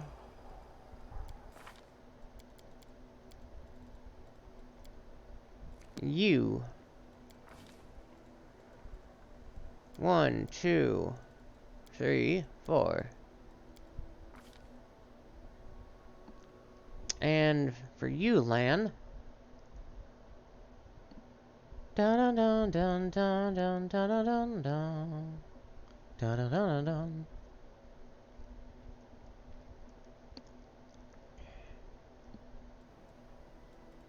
Deadly aim. And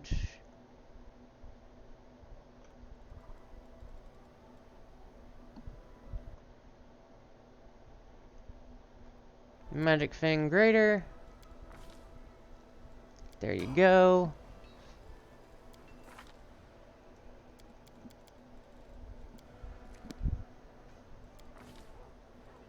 One, two. And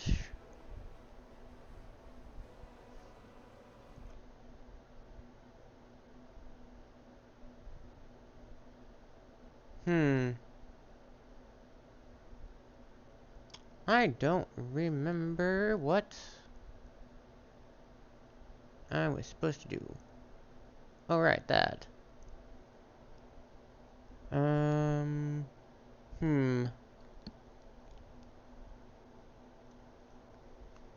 Number 9.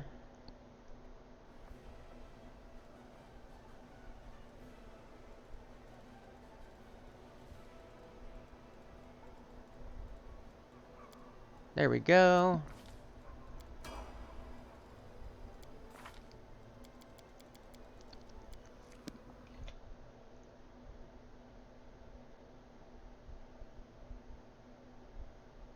Cleaving shot.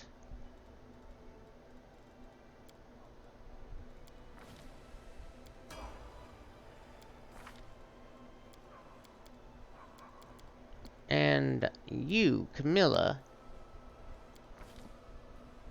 Shaman.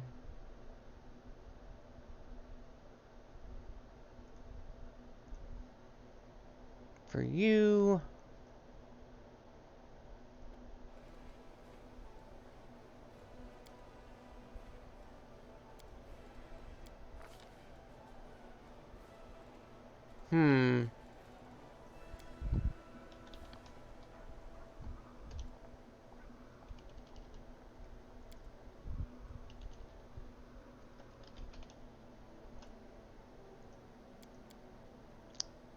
There we go.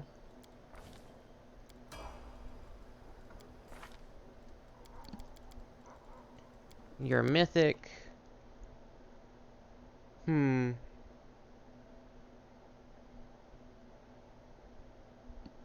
Last stand.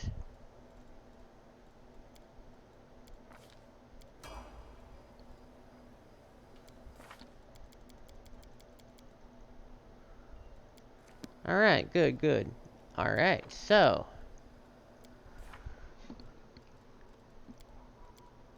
Hmm.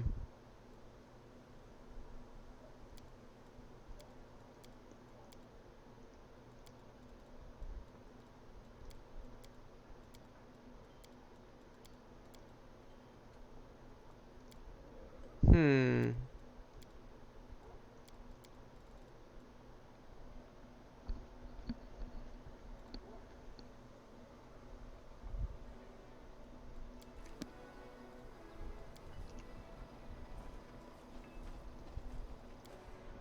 That works.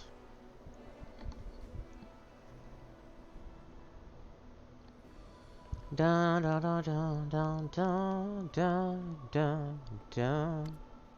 Mysterious stranger. A tall, lean man enters the hall. He has dark hair, pointed ears, and pale skin covered in intricate tattoos. At first glance, it would be easy to mistake him for an elf, but his eyes are not so were his eyes not so unusual. They are just dark, as is common among elves, but entirely black and devoid of life. As you stare into their empty nothingness, it is as if the abyss itself is staring back at you.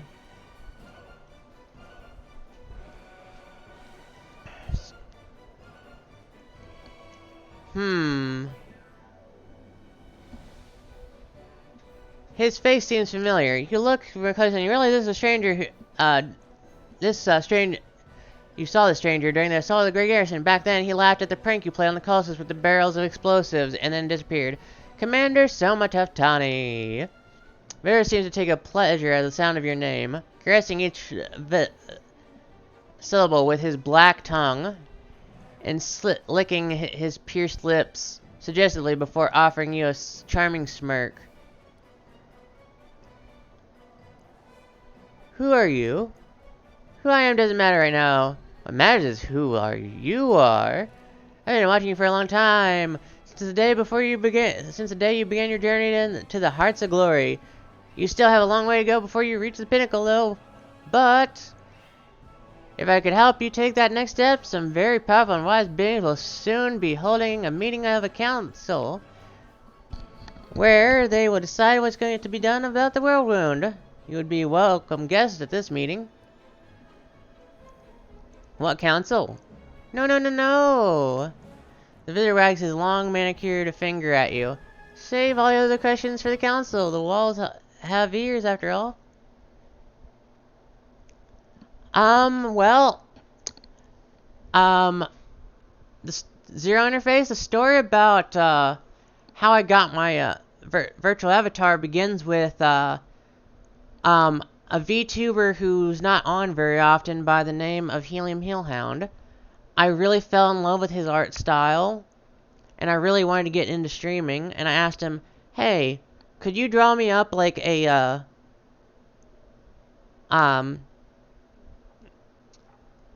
version of Soma that would be suitable to be rigged up for a,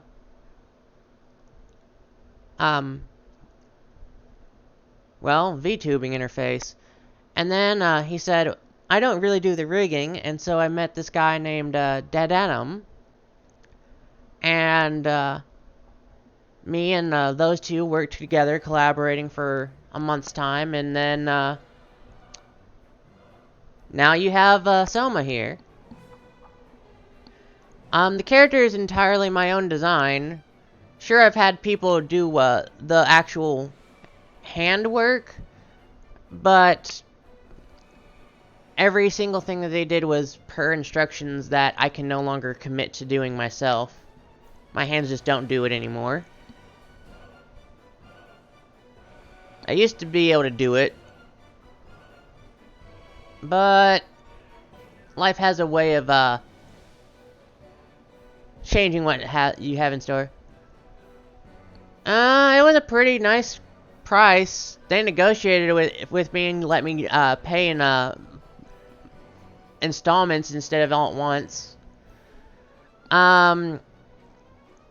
Each of thing individually cost like. Bear in mind, this was paying two people to do two drastically different tasks, so, if you probably had the one person doing everything, it'd probably be cheaper, but it was like 1,000, roughly.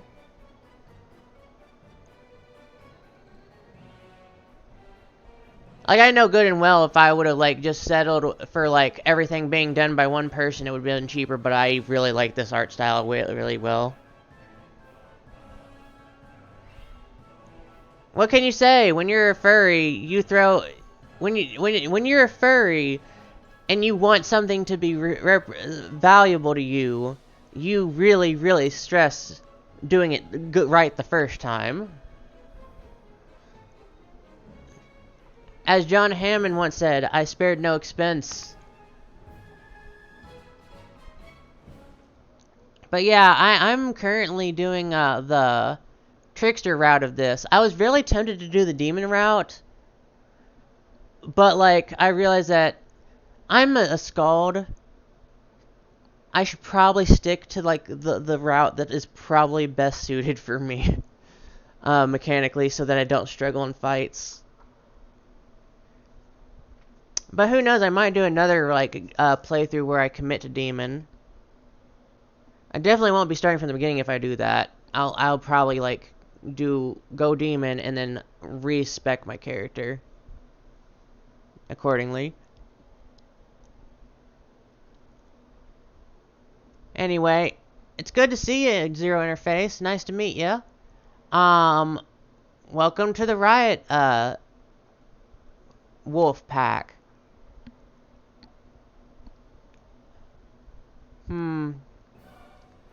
Alright. No. The visitor wags his long manicured finger at you. Save all the questions for the council. The walls have ears after all. Please join us and we will explain everything. When you're ready, look in the closet in your chambers. Bidding you farewell with a playful wink, the visitor vanishes into thin air. The fuck? Sar, a middle-aged paladin with a genial face salutes you. His sparse gray hair stands in fuzzy tufts on his head, giving him a distinct, unwarlike appearance. Ever-bright crusaders are preparing for duty. My name is Sar Kolbin, and I am at your service. King Galfrey is gathering the main attack forces in Narasan. She ordered us to replenish the losses suffered in Canabris, and come here. We will support your troops. Morvig.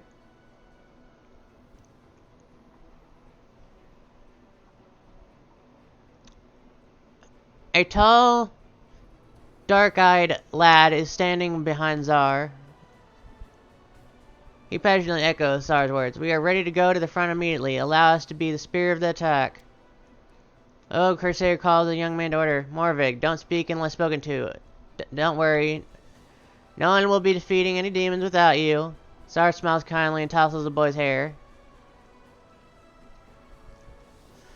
Who have you brought with you?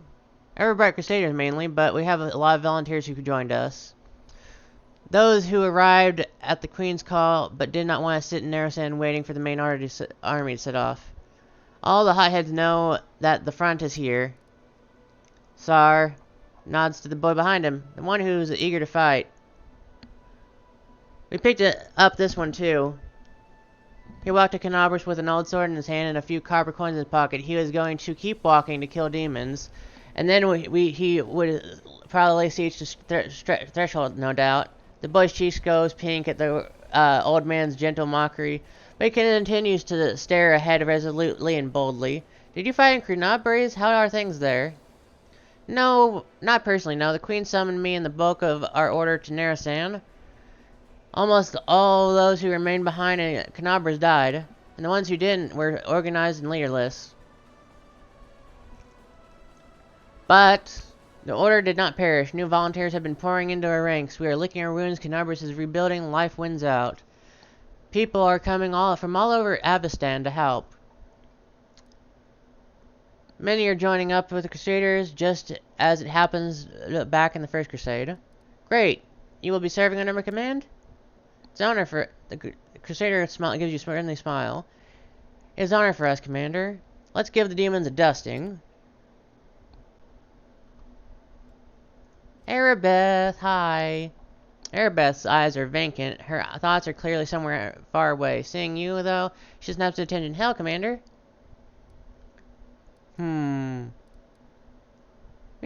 About that scar on your face.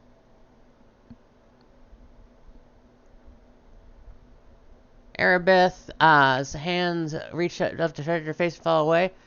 Her back straightens and determination flares in her eyes. I lost control over myself and put the entire crusade at rest. You had every right to stop me.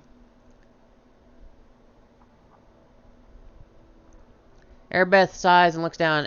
Commander, please don't bring up the subject again. I've been punished enough for my disgraceful weakness.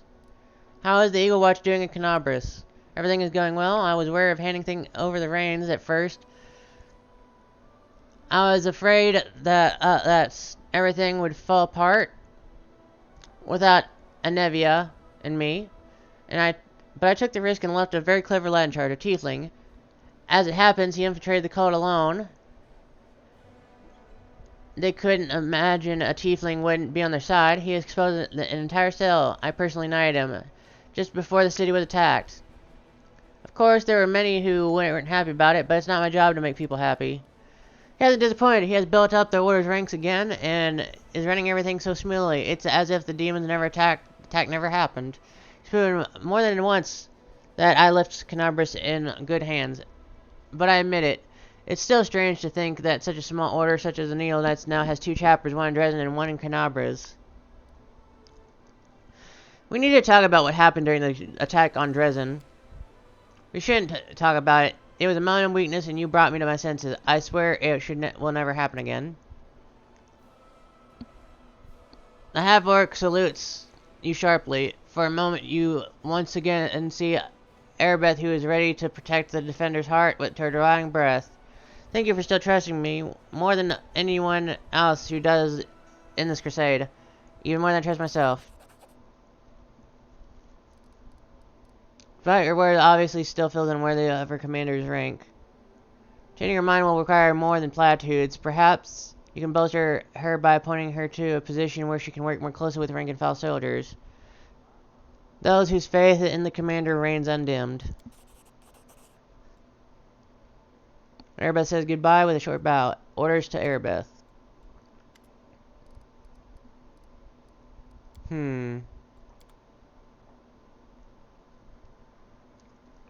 Rigel. Rigel's pale yellow eyes freeze in an expression of polite attention. Knight Commander, greetings. May I ask you a few questions about yourself? Of course. What brought you to Mendev? Demonic threat, of course. And the clearing inefficiency of the local command. I do not know if you were aware of this, but the Hell Knights owe their existence to the Demon Lords to a certain extent. Our first order appeared in response to Shellfix cult and Shellix. Chaos they wrecked could not fail to breed strict opposition. Those first knights were able to burn out the pestilence and crush the cult once and for all. I see no reason for the Hell Knights of today not to do the same to the tentacles of the world once is spreading. Without question, the task is far more difficult than anything we've encountered before, but it must be done to preserve the world order. Although more so, given that Queen Galfrey and her commanders are apparently not up to the task. The emoji lists sound rather impersonal. Don't you have any other reasons to join the crusade? Personality is a fine quality for a Hell Knight. And for the rest of the world as well. Personal motives, strong emotions, they are weaknesses that your enemies can use against you. I am an effective officer with years of service. The demonic invasion of Galarian obviously demands the most qualified response. That is why I'm here. It's simple. You seem rather skeptical about King Galfrey. My memory doesn't fail me. The current crusade is currently called the fifth crusade, and with all the support of the Church of Amadei and multiple other allies provided Galfrey, no progress has been made in resolving the crisis of the world wound. The best they can manage is create a chain of ward stones, and even they turned out to be inaccurate. I suppose that should be reason enough for my skepticism.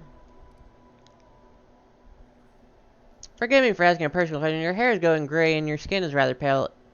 It's the bleaching, right? Of course it's the bleaching. Are you doing anything to fight the bleaching? What do other races do to fight old age? Rigel allows himself a brief smirk. I know what made you ask this question. My kin have earned a certain reputation for their vain attempts to stave off the inevitable.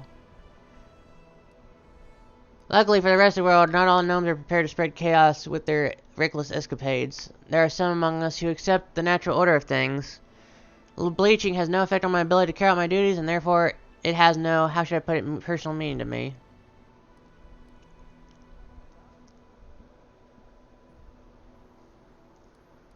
Do you have any family or friends? I've never wondered at the fate of the former, and never had interest in the latter. If you allow me one piece of advice, Commander, never put too much stock in so-called friendship or camaraderie. Any bonds are based on a simple affection are temporary and unreliable. Happier smelling commanders certainly consider you their friend for the present, but will break and betray you the moment you do anything that troubles their happy expectations. Place greater value on respect based on rational evaluation of your companion's merits.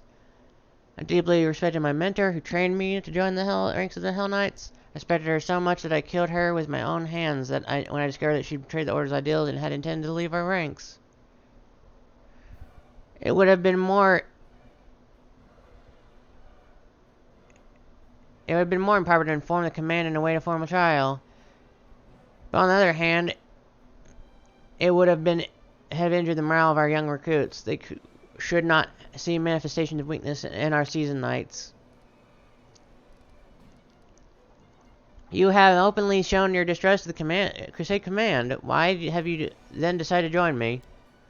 Do not misread my behavior as distrust of you personally. Like every Hell Knight, I have watched everyone closely.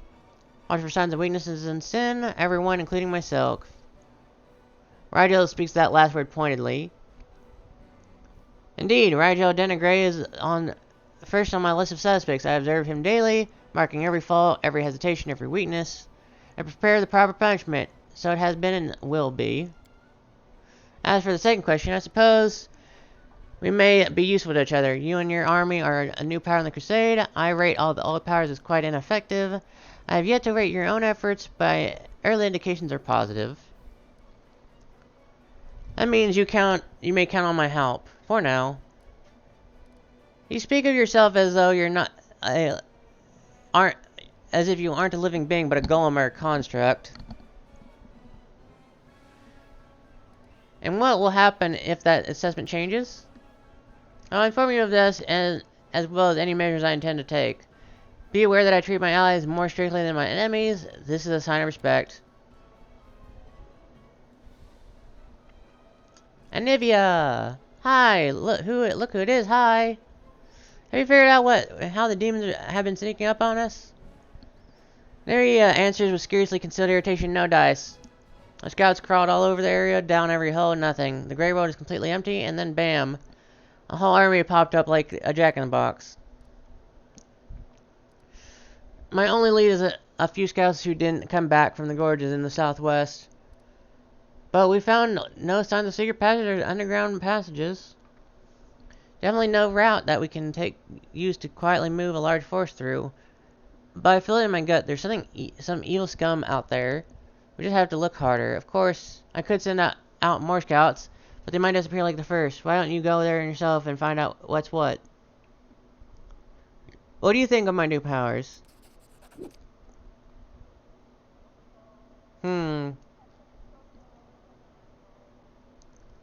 Maybe gives you a long look and her lips quirking up at the corner. I don't know what to think about all this. You're a total mystery to me, and I usually don't like mysteries, but you're different. Your crazy stunts somehow made me think that maybe just this whole nightmare might suddenly end by pure fluke. On a positive note, I'm no expert in these things. And I think that's what hope feels like. Did you find out anything about where Monago is now? Anivia shakes her head sharply. Nope, zero zilch. A whole lot of nothing. The scum melted into thin air. Soldiers saw her jump out of the window, run through the square in front of the citadel, and suddenly disappear. We haven't heard anything from her since. I don't like it. I'm telling you, this is bad. First of all, her kind don't just give up. If we can't see her, it means she's setting a trap for us somewhere we won't expect. I mean, it would be great if the demon lords would just gobble her up for all her failures, but I think that's too much to hope for. But that's not the worst of it. Part.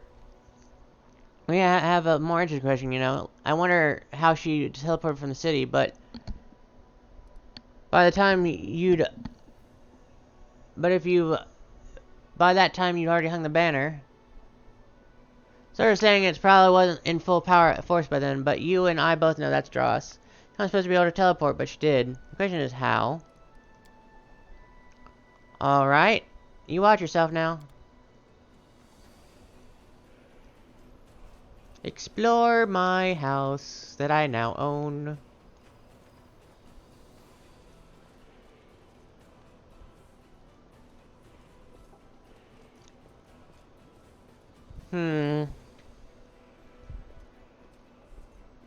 Nope. Let's go.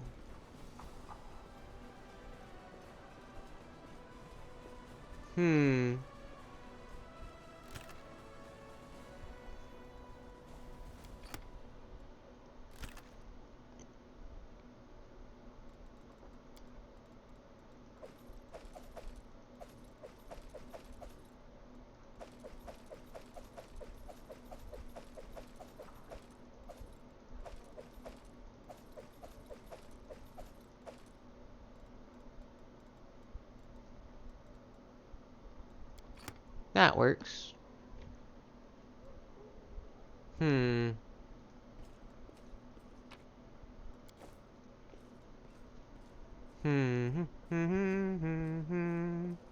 Let's see. Manage Crusade Affairs.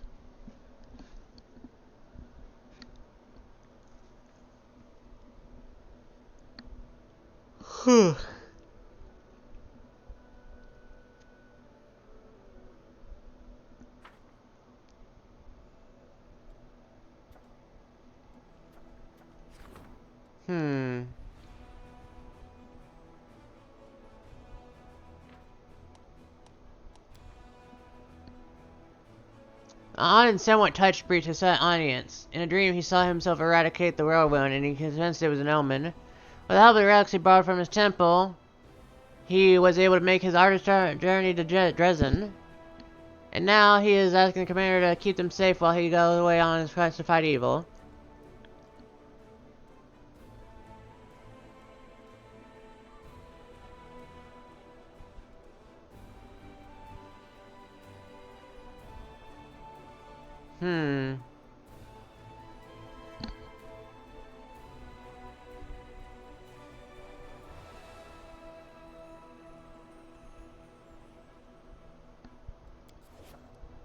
The runaway. It has been revealed that one of the Crusaders is a criminal on the run. 1 year ago, the knight murdered a noble in Narrowsand and escaped justice. The killer repented and joined the Crusaders to atone for his sin, but the daughter of the murdered aristocrat wants revenge and requests the criminal be arrested and tried.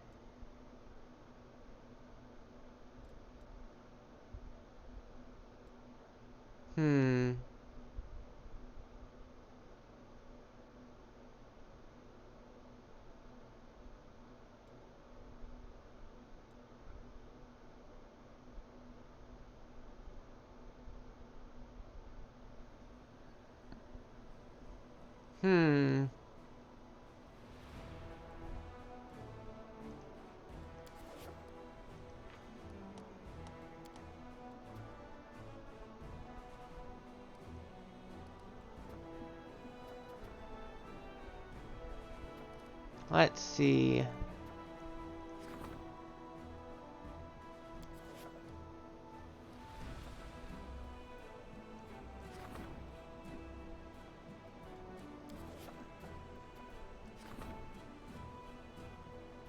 Huh.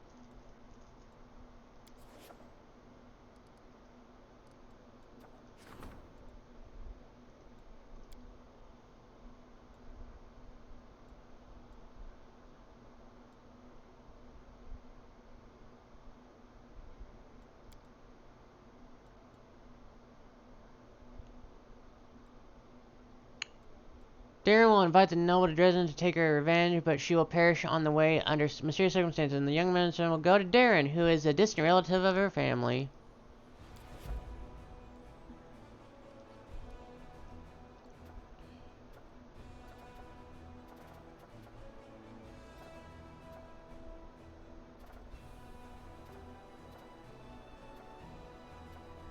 Hmm.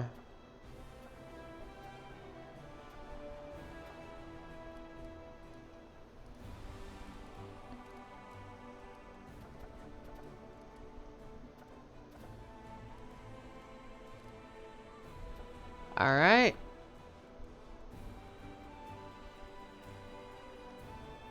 Hmm.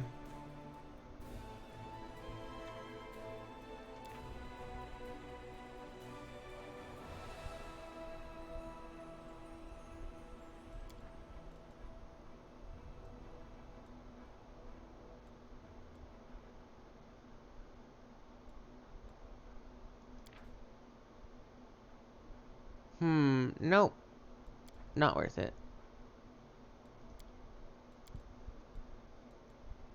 Originally, was able to convince the priest that he had interpreted the dream wrong.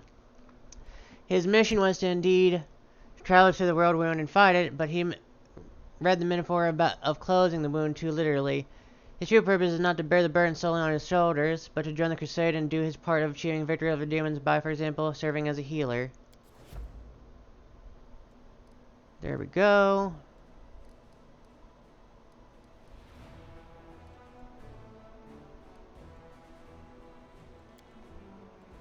Hmm.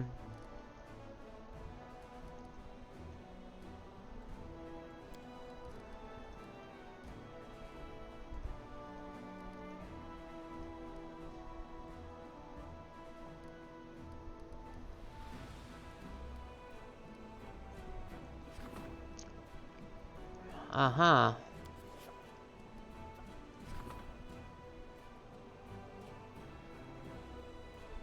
The success of a military action depends on a regular supply of everything troops need and a logistics council made up of...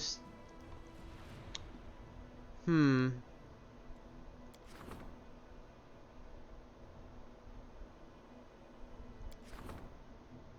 Huh.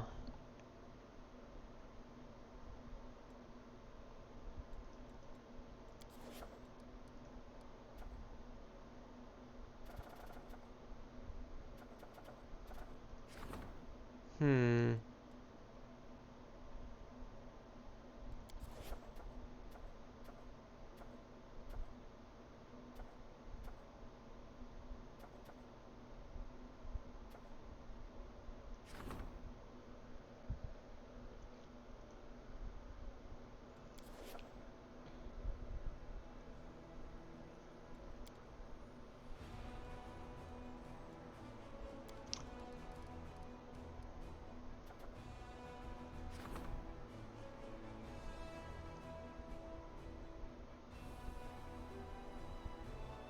Huh.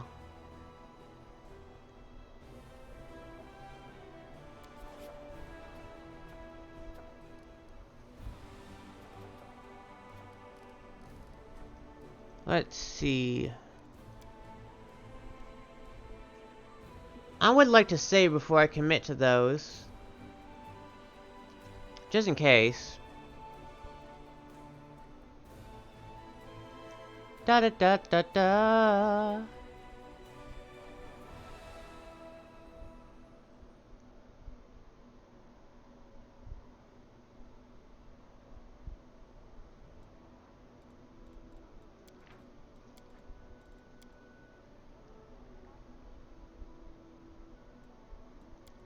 Da da da da da da da da da da da.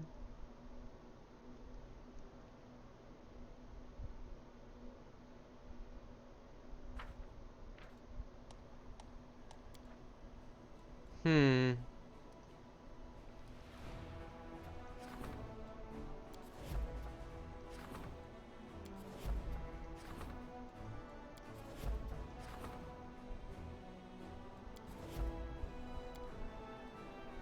Hmm.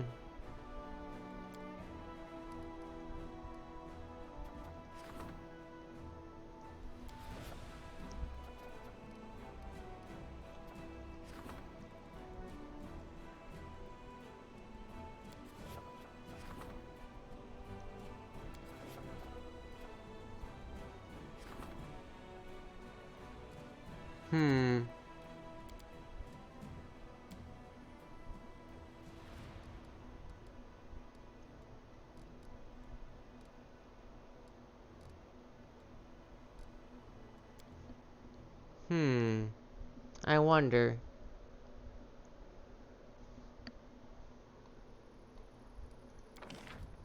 Hmm.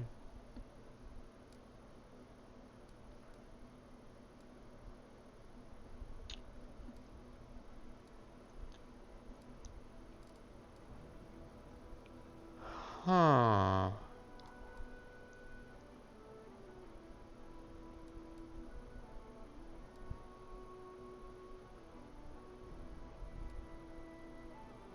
Neat. Alright.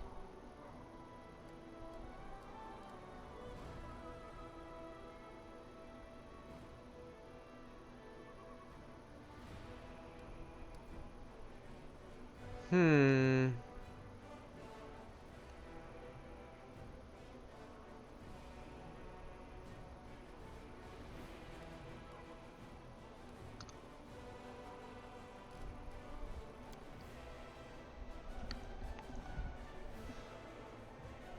Huh.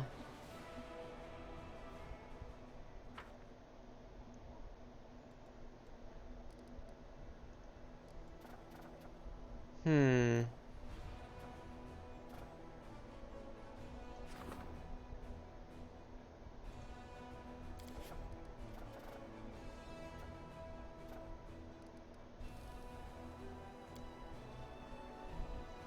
Alright.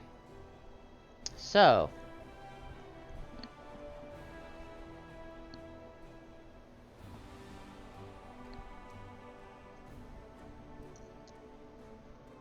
That should help.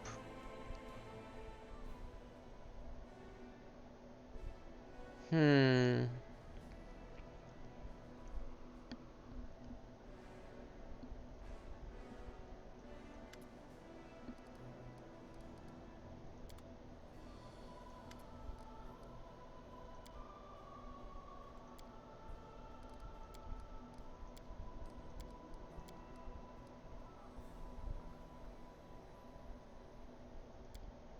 Huh.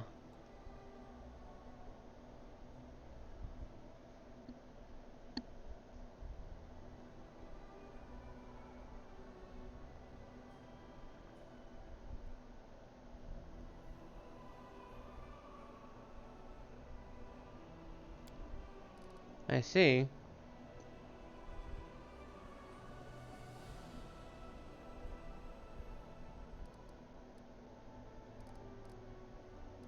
Hum. There we go. Let's go. Time to go on a little exploration.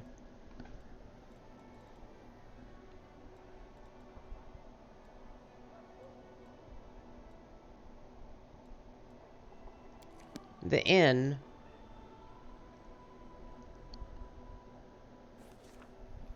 I can handle it. I demand the ability to explore stuffs.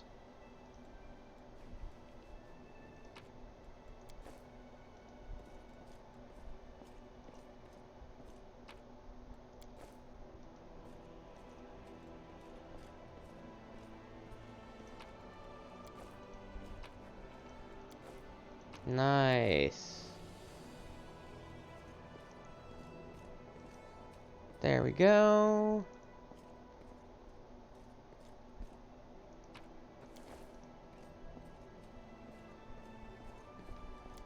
Second floor.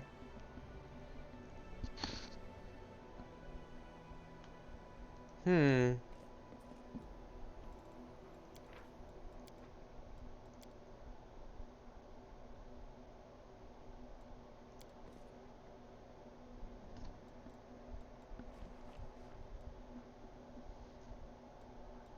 Thank you, Arlie Chalet.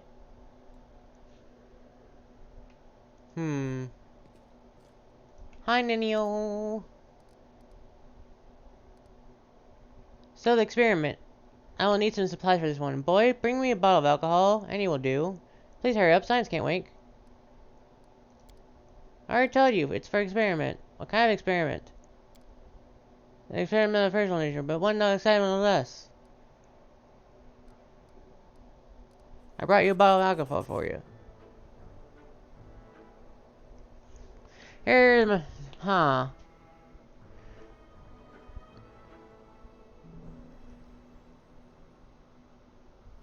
Nenia snatches the bottle out from her hands and stares at it with the covetous of a seasoned alcoholic. Here it is, my path to learning the true values of humanity from the perspective of the lowliest man on the streets. She retrieves the corkscrew from her sleeve and looks up at it in embezzlement. Then to the ball, and then the corkscrew. Open it! This experiment won't work if we don't open it. Why? Do you always carry a corkscrew up your sleeve? Don't be preposterous. But I always been particular when it comes to preparing for my experiments. I plan for every eventuality. Alright, I admit it, that's not true. But I have truly prepared for this particular experiment. What is the experiment going to be about?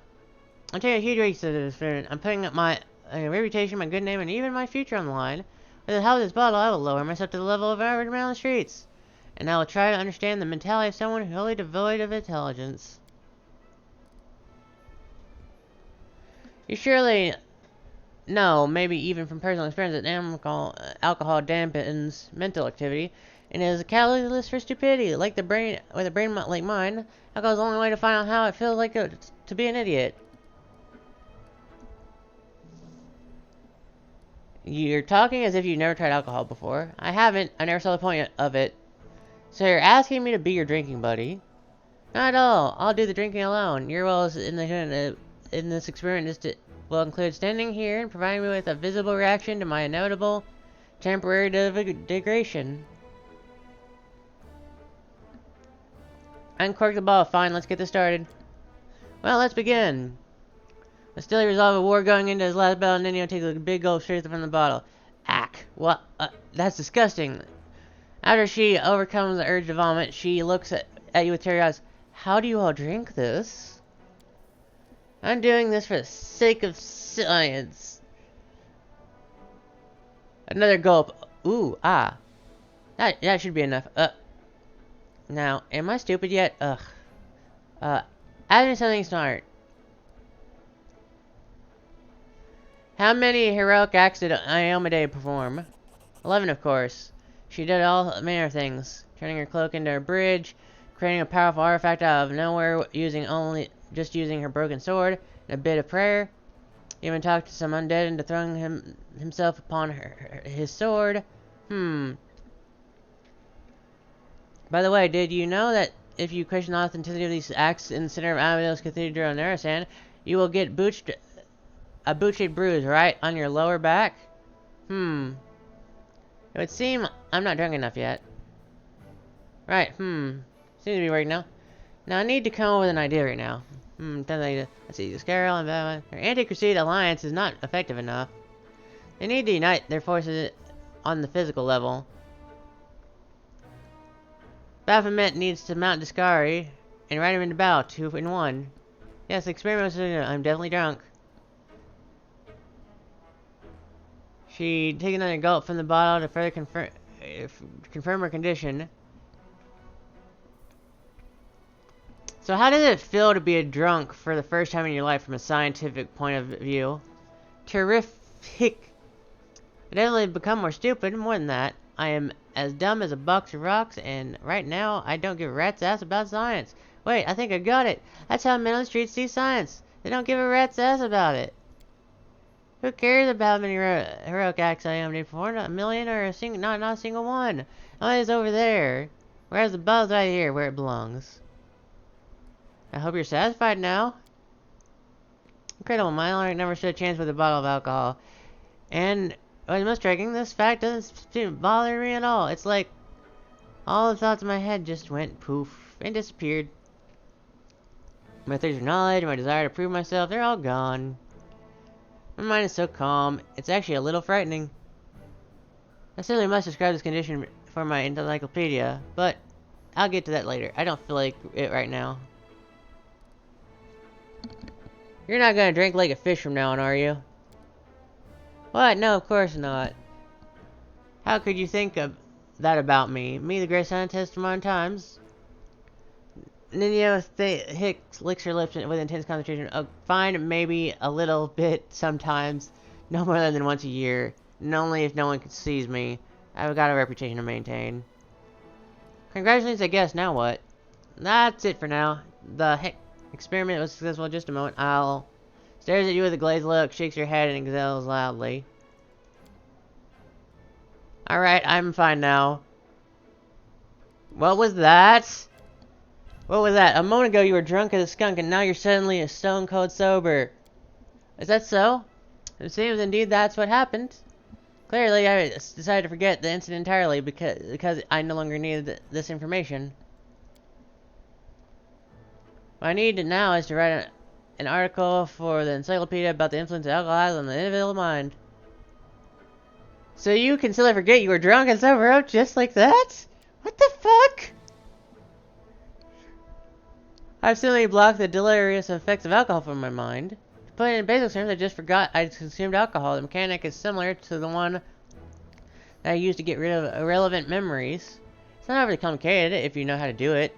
Your abilities are just amazing. What? What were we talking about? Alright, happy I could help. On behalf of future generations, I formally thank you for assisting in this momentous experiment. Now I have time to answer your questions. Come on, ask away. The fuck? You have the power of anti-drunking yourself? That's fucking cool, and also really weird. Like, extremely weird.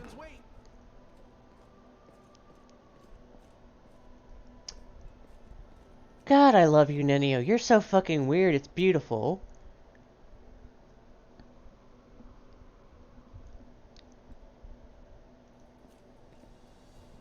Outside. Let's go.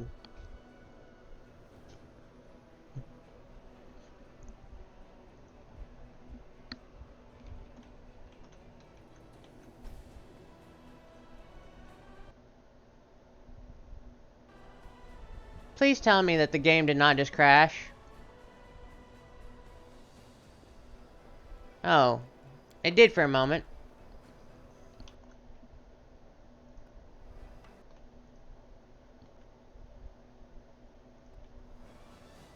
Hmm.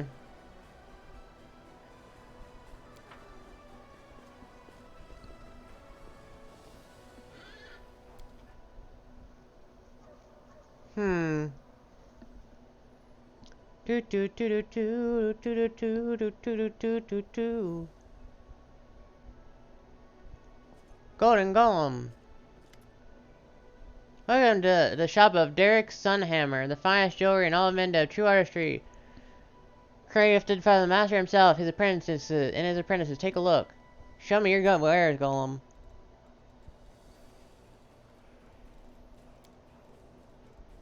Hmm.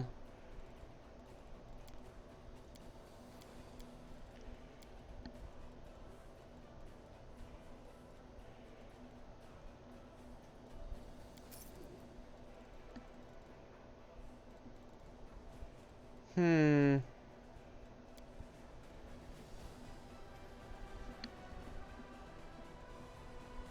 Beautiful. Neat. I'm gonna explore this city because I earned the right to.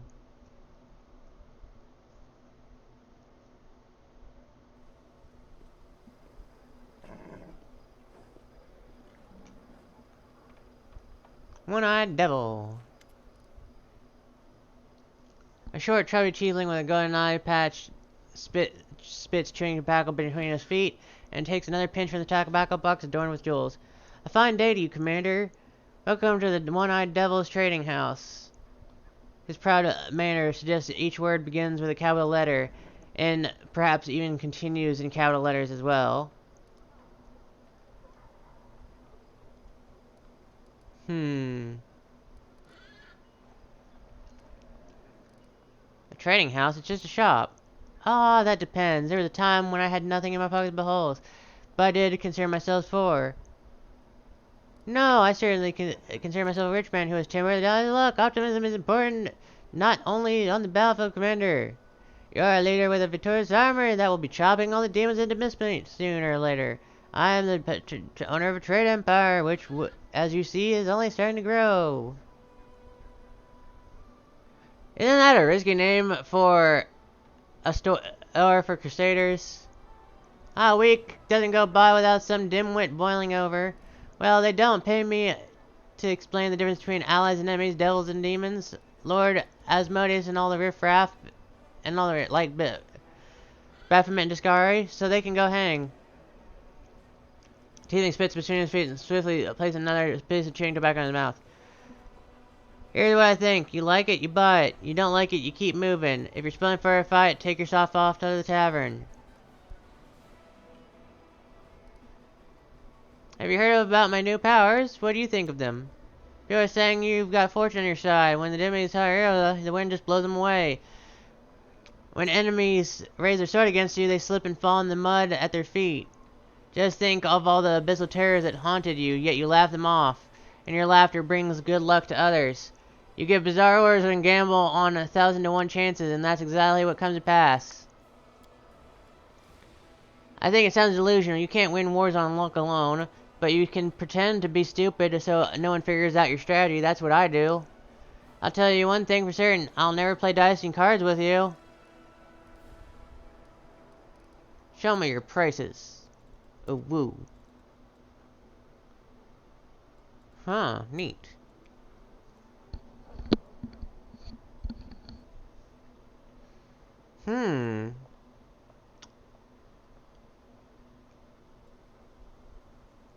Neat.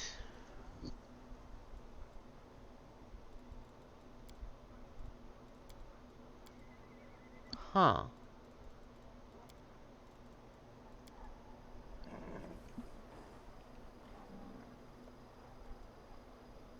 Thank you for satisfying my curiosity. Hello, you asshole. How you doing?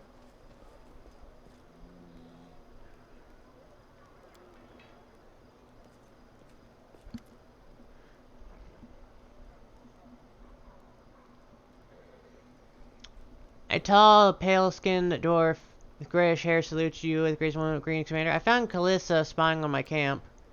Then you should be on the lookout for her accomplices. Her demonic master must have sent her to plot against you. And since she's already made her way into the camp, she will strike soon. I hope you weren't as merciful with her this time. I let her go. She's not a threat to the Crusades. Then she has deceived you once more. Good fortune to you. Stop trying to get people murdered on your behalf, you lazy git.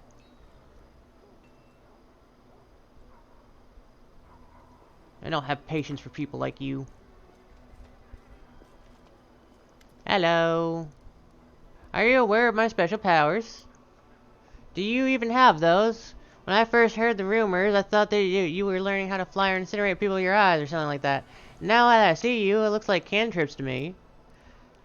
There are a lot of preposterous rumors circulating about you around the city. They say that Lady Luck favors you in a special way, that no matter what nonsense you say or do, you always come out on top. This doesn't indeed sound like a useful skill if you're the ringmaster of the traveling circus, that is. In my opinion, a true marshal needs something a little bit more impressive. Fuck you. Hergus Squirm. Let's see what we can do. With your goddamn goofy ass name. Gworm. Gworm. Gworm. Hello, Morvig. Dark-eyed young man. He looks like the typical kill lad that greets you politely. He has a differential look at Sar, his mentor standing next to him. A simple straw figure in the shape of a wolf hangs from the boy's neck. How can I help you, Commander? Who are you? My name's Morvig. My family used to live here in Sycoris. The whirlwind forced us to flee and made us homeless. Most of our clan died of starvation and disease. We've been wandering the river kingdoms. begging and losing people, but we never forgotten who we were, where we came from. When I heard another crusade had been declared, I came here to fight the demons and claim vengeance for the homeland of my ancestors. What do you think of Sar? A boy looks at the old man standing next to him and with sincere gratitude. He got a big heart. He picked me up, gave me food and clothes, took me on as an apprentice. Though I was no one to him. You know, us vagabonds don't often come across generosity like that. Sorry, it was kind of me, but my natural nature is too soft. He doesn't understand that it's impossible to keep yourself pure when you fight demons. We killers of Sikoris have learned this bitter truth.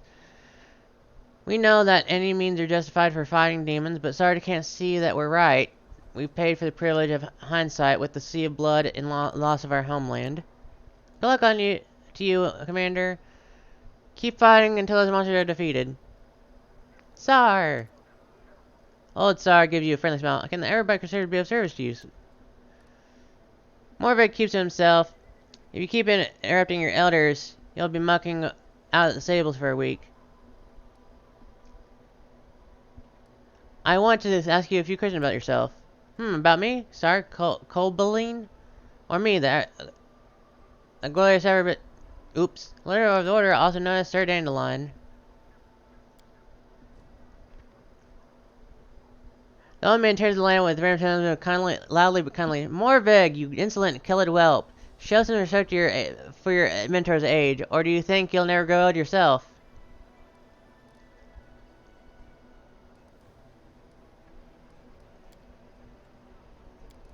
I don't actually care enough about you to actually read these. There you go. Bye.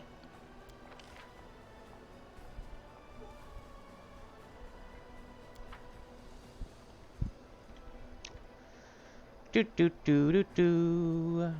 Hello, Sozel.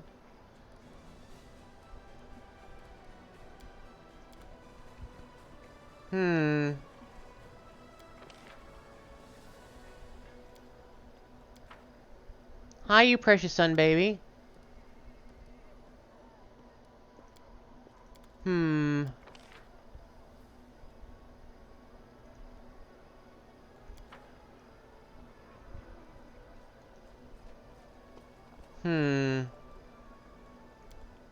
I wonder if there's anything out in here now that it's empty. Da da da da da da da da da da da da. Nice.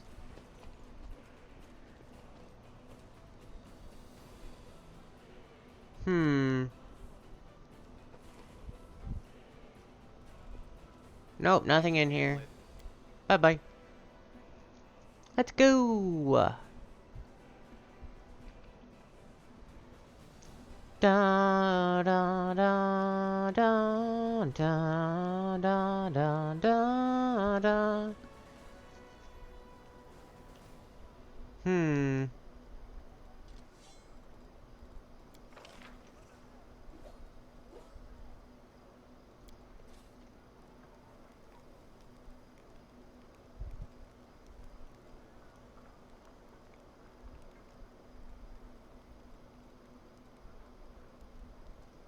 Lan.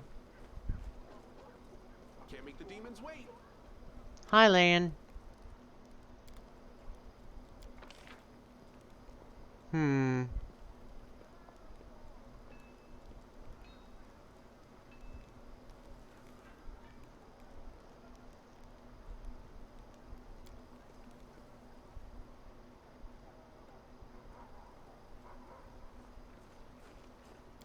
Let's go over here.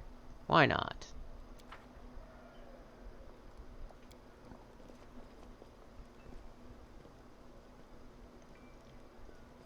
Wilser Arms.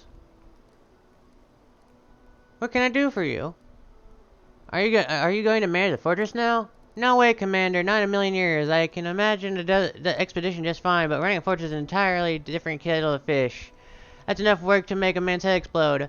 But it is why they sent an expert from Marosand. Her name is Dorlinda Stranglehold. I've seen how she handles things. She knows what she's all about. That one. I want me to bless her. She'll be managing the fortress. I'll be I'll keep to taking care of the soldiers like I've been doing.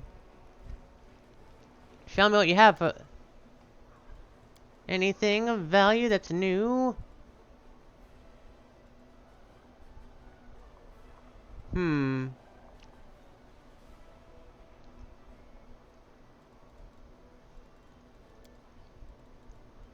Huh.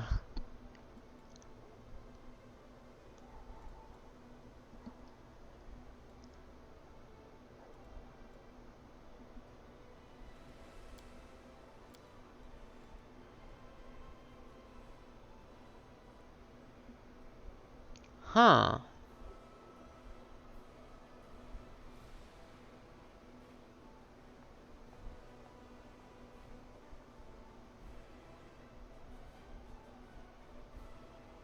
That's really cool.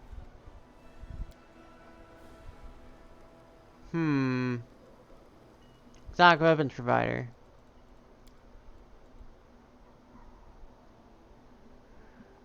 Eh.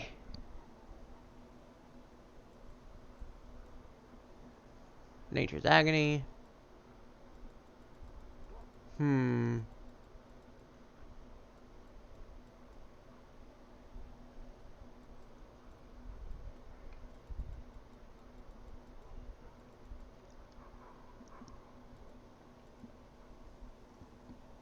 Huh.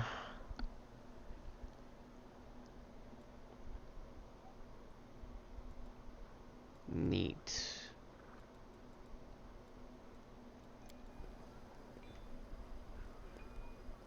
Blacksmith. And...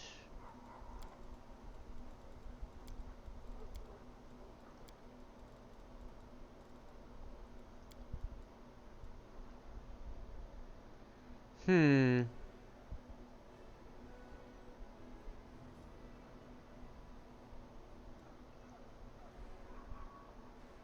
Neat.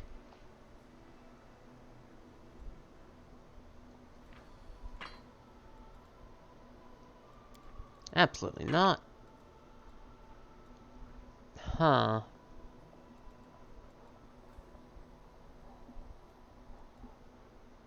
Hmm.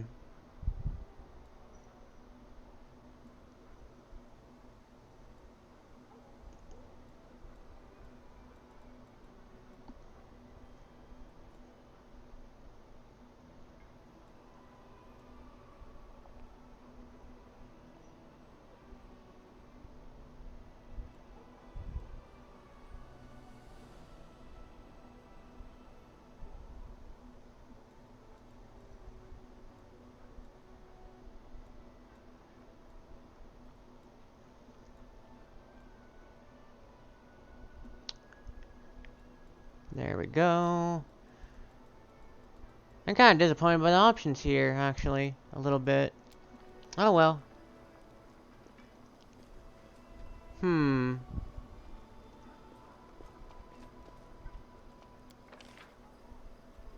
Oh. Treasure.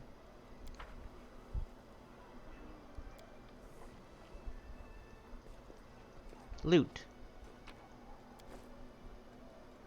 Hmm.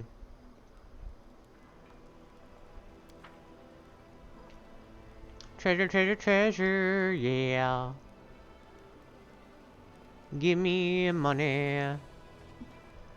Hi, you guys. Grandma Grin.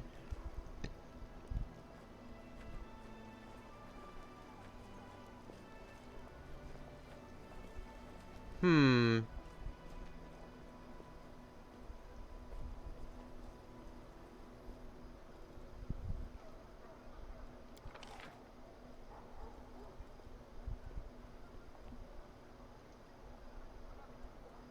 There we go, over there. Investigate all of the things because I have all of the time.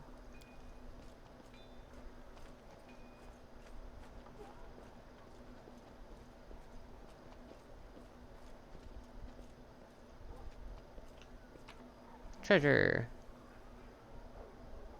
Hmm.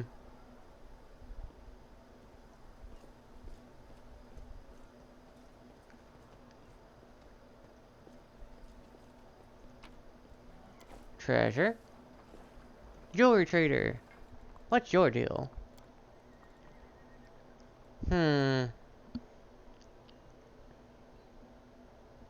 Neat. Huh.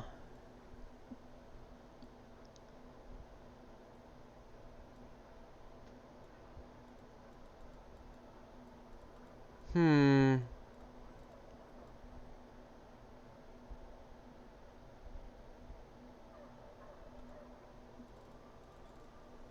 Noted.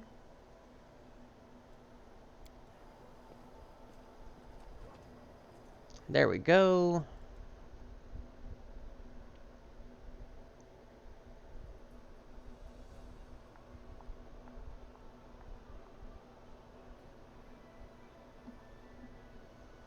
Huh. That's neat.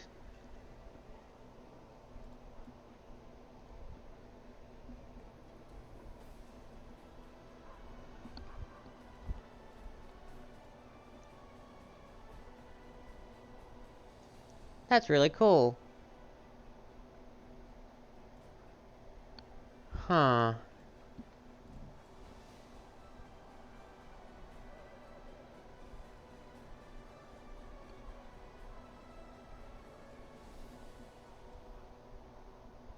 Uh-huh.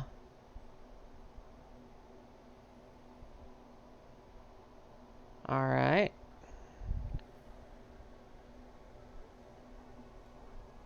Hmm.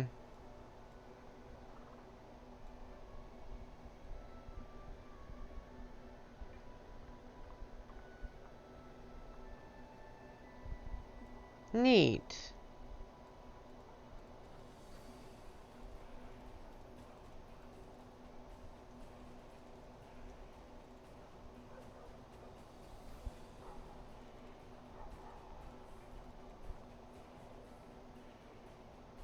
Well, I now know about some things.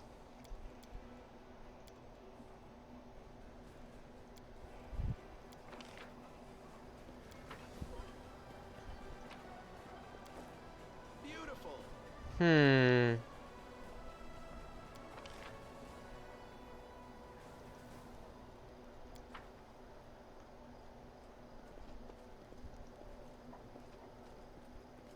Hello, Darren. You know what? Darren asked, not bothering to greet you probably. I've noticed a certain cylindrical pattern in my life ever since I met you.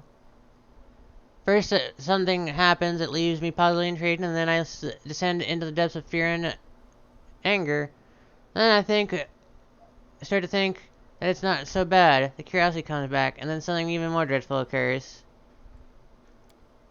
The demons attacked my home, and the city surrounding it was unpleasant enough already, but I thought I could compensate for that by striking up a curious acquaintance and having some new experiences. Then my dearest cousin threw me right into the middle of the crusade, and just as I was starting to see some positive in my current situation, the guerrillas kidnapped me.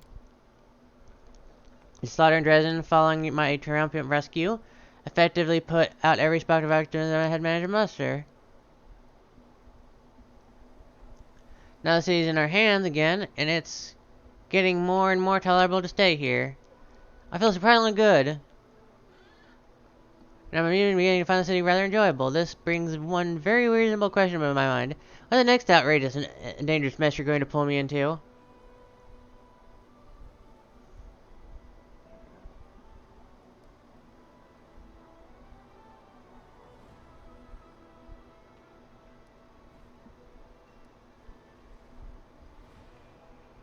I have a couple more perilous trials and insurmountable challenges in store for you, just for you. Does that include the ordeal known as the trial of the cold elk mill? If not, then it's nothing to be afraid of.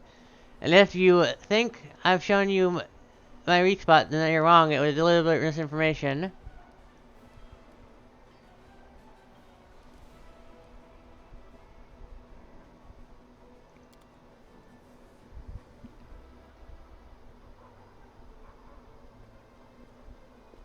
Hehehehe. I like you a lot, Darren.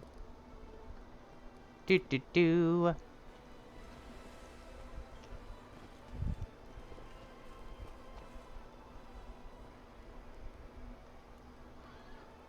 How you doing, serial killer?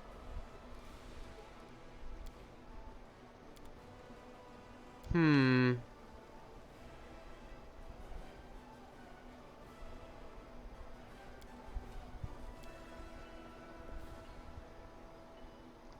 Over here. Do do do.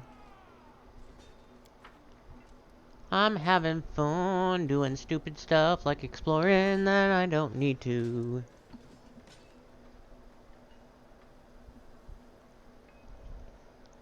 Where are you? Hmm.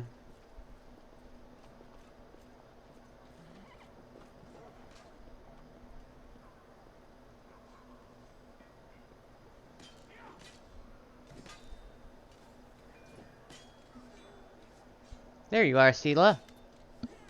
Good day and clear skies, what do you say? Where are you off to today? Hmm. Let's see what we can do.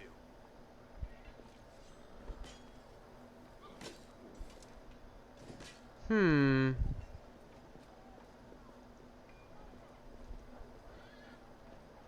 Do do do do do do do do do do do. Huh. Arushale! How you doing?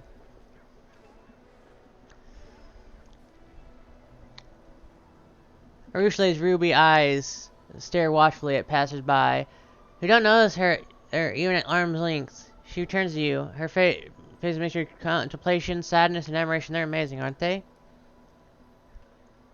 Hmm. We were being attacked by demons with unusual powers. Do you know anything about them? Back in Alusinaria, there were rumors about terrible experiments of Baphomet and Discard performed on their troops to make them stronger. Here on the material plane, these rumors were embellished with lots of deals, like some say that demons undergo rituals acquired from Zon-Cathon. Others say they feed on the blood of angels or Kaipas or demon lords. Still, others say that there's no experience law. Baphomet is just bringing back fires from the future in which the demons have already taken all Calarian. If there's grain of truth in any of these ramblings, there is no way of knowing. Naturally, none of these rumors give any indication of where these demons come from. I'm sorry I can't help you. The only thing that's clear is that the lowly fires of the army of the abyss are as puzzled by this as we are. What are you doing here? I'm watching. She nods at the city dwellers as they hurry past. I'm listening to their conversations, studying their faces. I'm trying to understand what they truly are.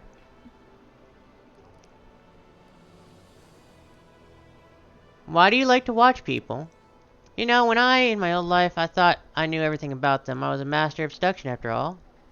I knew how to tempt a mortal into doing anything I acquired. I could trap them in a lie, or lie at myself, and never get caught. It's disgusting, I remember. But that was a life for my life for many centuries. Now I see I knew nothing. A demon warrior probably also consider himself an expert on mortal because he killed so many of them. He certainly knows where to thrust a spear for a quick death, and where to thrust it for a long and painful one. And he thinks that's enough. My knowledge, it was kind of the same. I ran so many mortals without learning the first thing about them. Now I watch them to understand. This won't give my victims their lives back, of course, but still, by growing closer to these mortals, it's like I'm paying back some part of my debt to my victims' memories. Don't you think you're being just a little bit creepy? What? The subject was surprised. Really? I didn't mean any harm. Have you learned anything new about mortals? They love cats. Ursula speaks in a very serious manner, as if sharing a very scientific and important discovery with you.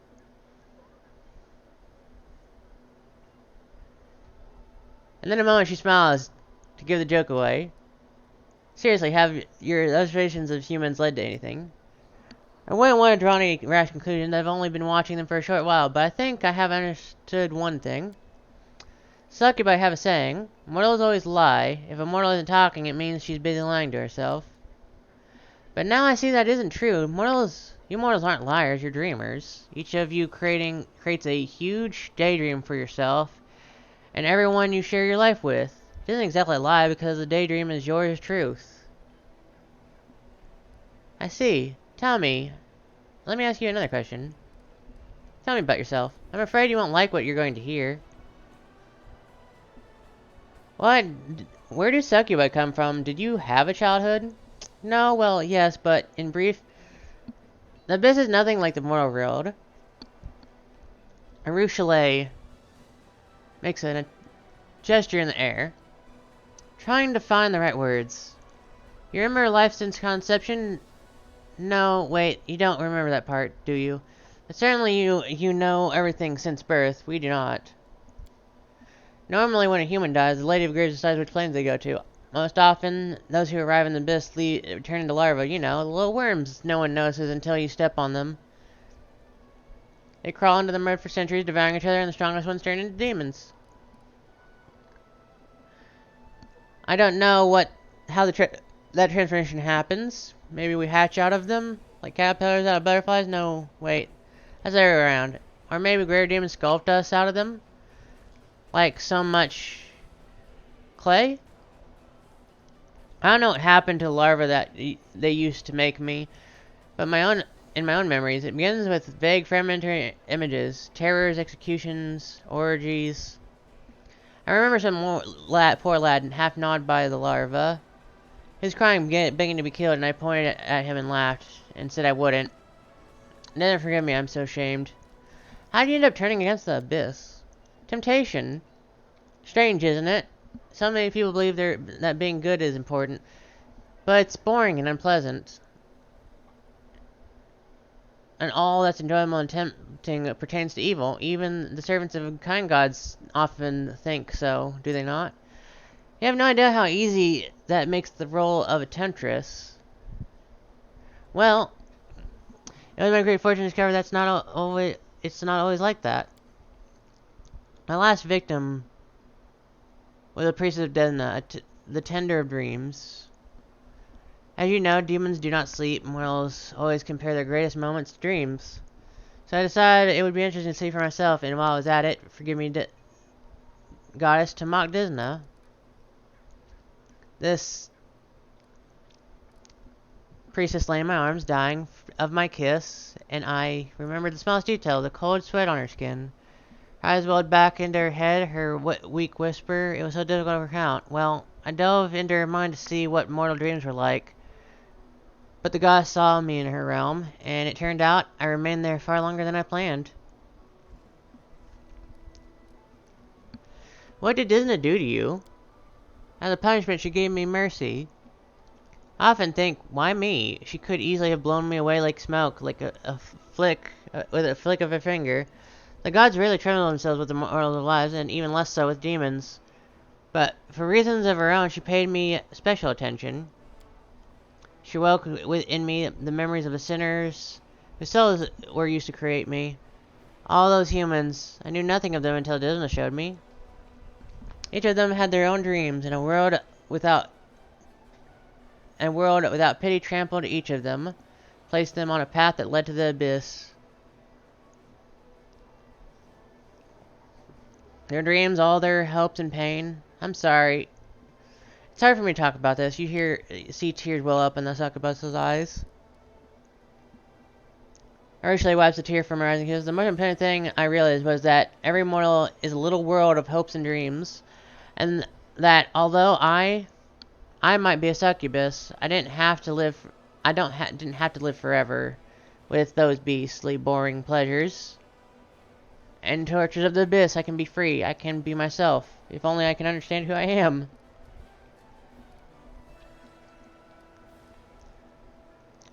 You don't know who you are? What of you? Do you know who you are? There are many mortals who can make that claim. Before returning me to the mortal realm, Miss Desna whispered something to me. I can still hear her words. She asked me, and what do you dream of? And I don't know. I still don't. You see, dreamers are simple creatures. He's guided by 2 or 3 strong sins. By my conversion. Before my conversion, my sins were all I was. A ball of desire without anyone behind them doing the desiring. Desires for sex, desires for flattery, and food. But now I have me. And me, it's amazing, and it's so complicated. Arisha makes a apologetic gesture and smiles. What did you do after Disney converted you? I traveled. In the beginning, I thought it was wise to keep away from demons and their temptation, and ran off to Absalom, or perhaps even further, to another plane. And then I realized that I didn't deserve freedom yet. The abyss was still in me. It called to me, tempting me, seducing me. If I ran away, I would soon return to my old habits. Ruchelay forced the word from her mouth. That is why I came here, to join the war, to remember who my enemy is, to defeat the demons, not just for the mortal world, but for myself as well. Because if I don't kill my past, it'll always be reaching for me. I'm a wonderful liar. I'm no longer proud of it, but it's true. The demons never suspected my treason until the very end. I lived as a spy, and regularly reported back to the priest that doesn't know whatever I learned. Naturally, I concealed my identity from them as well. I would never have been caught, and when I learned that Discovery was planning an attack on Congress, there was no time for caution. I risked everything to warn you and pay with my freedom.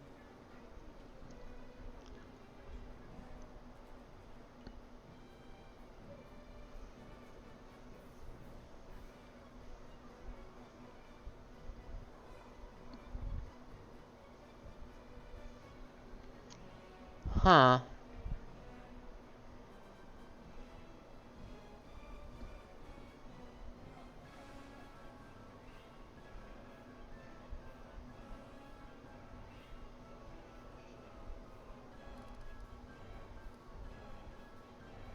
Amazing. The anarchy of the abyss was slavery to you, but you found freedom in the army. Well, I'm not exactly marching in the infantry, Arushale smiles. Your operations bear little resemblance to battle by the laws of warfare.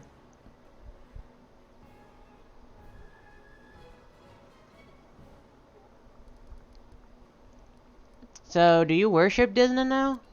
The goddess did a lot for me, more than I ever deserved. Asking anything more of her would be impudent. I'm grateful to her, but I try not to trouble her with my prayers. Thank you for your answers. May I ask a personal question? The kind of question a mortal might ask a succubus. Do you want to talk about sex? Arushale looks at you in the eyes. Ask me anything. I'll not keep secrets from you, but don't expect to hear anything lighthearted or pleasant. The kiss of a succubus is deadly, isn't it? Not just the kiss. Any caress of any kind sucks the life from mortals. There's nothing I can do about it. Arushale touched her lips ever so slightly. For mortals, tenderness is tenderness and violence is violence. I don't know what it's like to kiss and not inflict pain. I just hope my observation of mortals will help me to understand young lovers, old spouses, even when mortals condemn as promiscuity. To me, it all looks like something amazingly human. I'm not saying that. Wait, you mean you don't just watch people during the day? Wait, you mean you don't just watch people during the day out on the streets? Well, I never touch anyone. I never harm anyone. I just watch and listen. Is that bad? No, it's not bad. It's just don't ever get caught. Trust me, you don't want to get caught. I can promise you that, the succubus smiles. What is sex between demons like? Everything demons do is a sort of cannibalism. Each devours mortals and other demons in their own way. Some enjoy literally tearing off pieces of flesh with their teeth. Others like to subdue and turn their prey into slaves and living tools. Some feed on others' humiliation. It comes in different forms, but the essence is always the same. Another being is a set object to be used for your own pleasure. Demon sex doesn't differ from any other type of violence. In my former life, it was something I did to others, or others did to me. Only one person received pleasure, not the other. Do you still feel desire?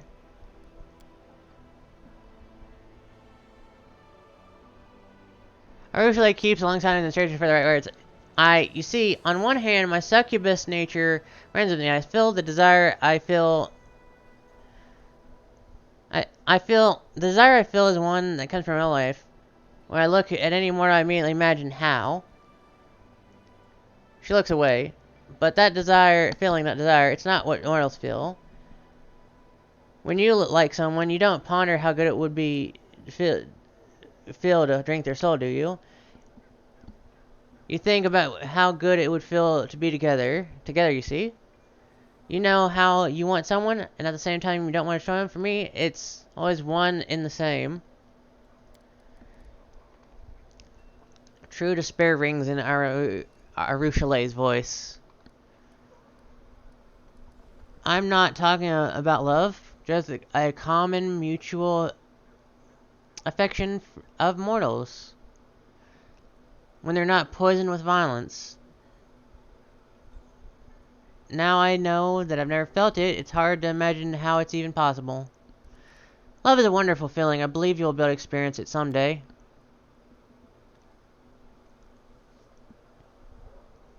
I hope so. It's just that I don't deserve it. Who would dare love a predator from the abyss who, by our very nature, is not able to return those feelings? Gently touch Arushalei's fingers. I believe in you. I can help you if you let me.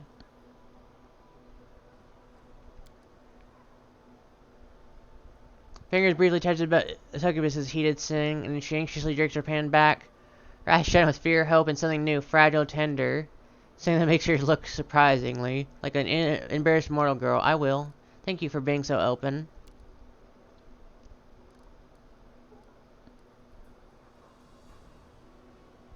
Tell me about life in the abyss. I can't tell you all about the abyss. I've only seen a small part, if you like. I can tell you about the Midnight Isles in Oceanera.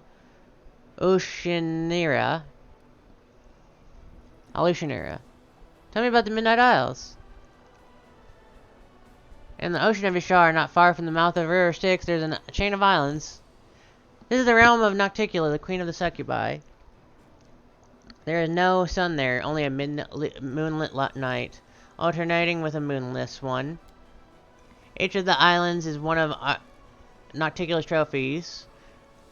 The remains of the powerful entity that perished at her hands. As you can see, you cannot take a step in the beast without treading on corpses. Tell me about Alushanira. The porphyry city is Nauticula's capital. There's no city like in the Moor realm. Absalom is a village in comparison. Millions, don't exaggerate, millions of demons and mortals live there. Some come voluntarily, not only from Galarian, but from other planes as well. Nauticula keeps an open boundary and enjoys having many guests, merchants, and travelers in the city. Some arrive in chains. The slave trade is the most thriving business in the city. From afar, the city may seem a merry place. Many of its dwellers do enjoy themselves until it's their turn to become someone else's toy. It's a city of suffering, Soma Tuftani, of cheerful, festive torments that everyone in the city inflicts on those around them. What are the places of interest in Ashalinera? The heart of the city business quarter is the flesh markets, where the slave trade takes place. I grew up in the mansion of Lady Vexilia. Her house was always full of guests doing their best to entertain her. Those whose performance was not to her liking risked remaining at her house forever. The main attraction of the succubus city, of course, is the brothels, the 10,000 delights. I need not tell you what they offer. If you can imagine someone is selling it. Not far from there, you can find the harem of ardent dreams, which serves as the sort of city hall. Shamira, Noctila is the right hand of Mayor of Lucina, receives her visitors there. For those who prefer billiard sports, there are many arenas in the city. The most famous of them is the Battle Bliss. Battles run continually without breaks and without rules. It doesn't matter what trigger you use to win. It only matters how much fun the crowd is having. And above it all towers the House of Silken Shadows, Nocticula's palace. Hundreds and thousands of towers and domes, adorned with jewels, There are legends of what happens inside. Many have striven to experience the delights of the succubus queen's palace. Forgetting it was built for her pleasure, not theirs. What can you tell me about Nocticula? She's called the Lady in Shadow. They say that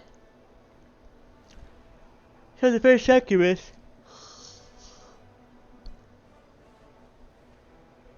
She's far from the most powerful of the demon lords, but this hasn't kept her from being the ruin of many creatures significantly more powerful than her, even building her kingdom upon their bones. They say that, like Lamashtu, she strives to turn herself from a demon lord into a tree goddess. She enjoys killing, but her favorite tools are seduction and deception. She only stoops to crude violence when there are no other games to play. And even then, she backstabs from the shadows. Her favorite weapon is a crossbow, though a silk gret would suit her better. If you should ever meet her, do not believe a word she says, do not fall for her provocations, do not try to beat her at her own games, and most importantly, remember, the worst mistake anyone can make is to underestimate her. Thanks for the information. I'll be happy if it helps. What do you think of the powers I gave you? It's a great temptation. I don't know if I should be trusted with such power. I certainly wouldn't trust myself with it. When you have so much power, it's easy to decide you're a god and the mortals are your toys. Perhaps I should wait until after we defeat the Force of Abyss. But that's precisely what these powers are for. You take a great risk. I'm not sure I can handle the temptation. It's hard enough as it is. I have to go. I'll be watching you. Let's go to the temple. See what's going on over here.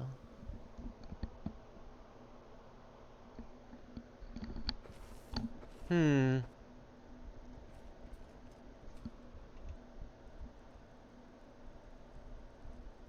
we go.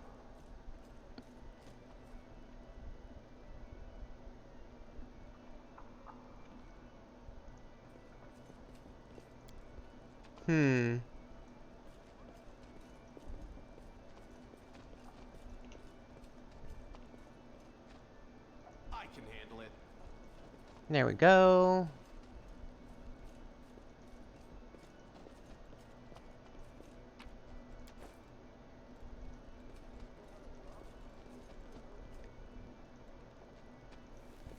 Boo.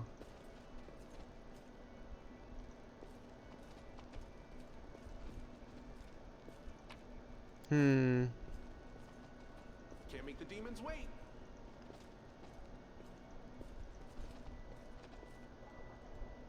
Boo.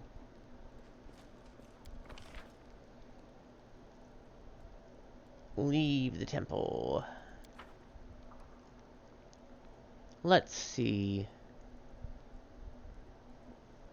We can do a lot of things.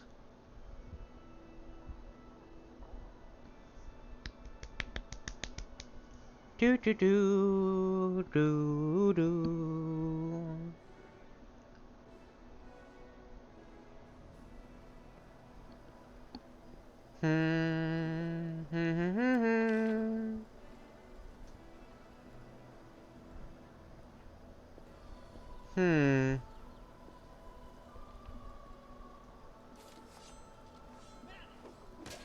Let's see what the barracks is all about. Door.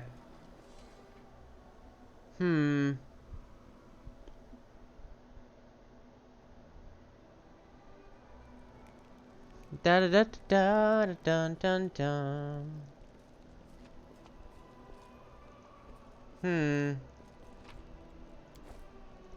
Yeland of the Hound Hearts. Hi there. Beautiful.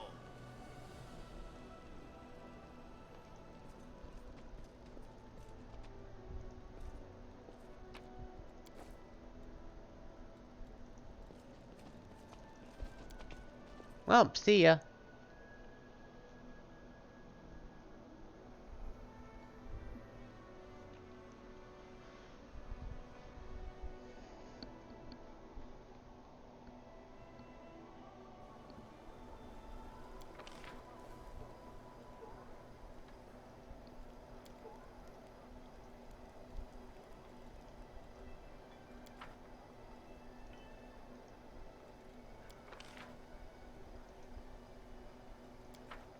Huh. Wait, what? Oh, yeah, that would probably do it. Let's go. Da da da da da da da. Here we go.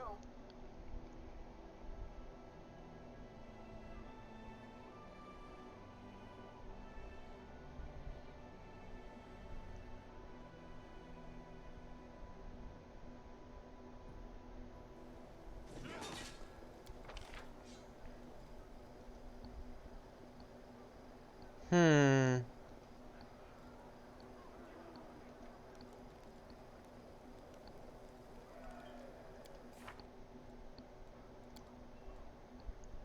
Da da da da da da da da da. Da da da da da da da da.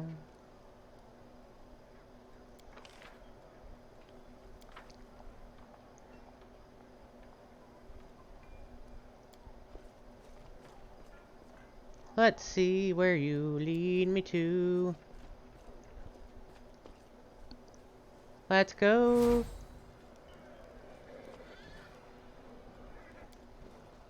Da da da da da da da da. Hmm.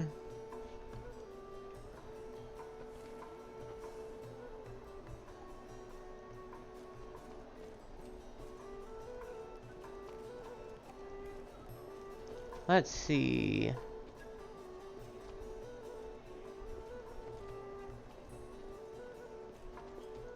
Fry, the tavern keeper. There's a boy sitting on the counter. Looks about 18. He salutes you with dignity, and his eyes scarcely rise from the tavern's ledger. Tonight, Commander, in my son, what a honor. My name is Phi Keto. I'm the owner of the Half Measure. How should I address you? I ask because I don't like to. Some don't like undue familiarity, while others scoff at the tedious of ceremony and titles. You can call me the Armored Armadillo for all I fucking care.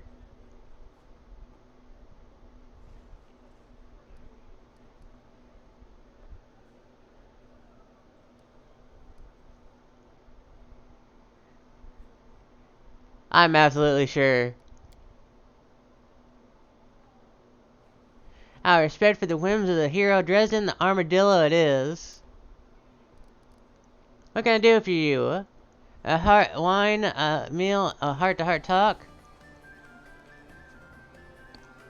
Let me see what you have on offer.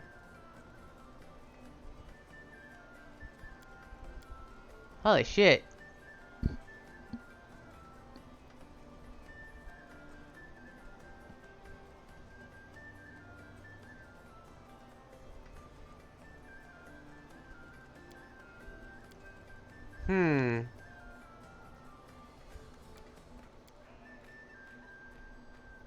Goggles of Malo Cheeto. The hologram, rare plus 10 perception.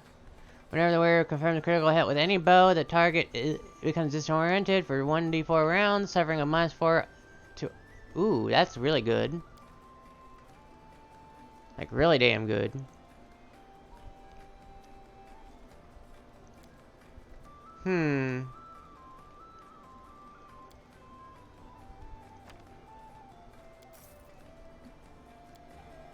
Mulled wine.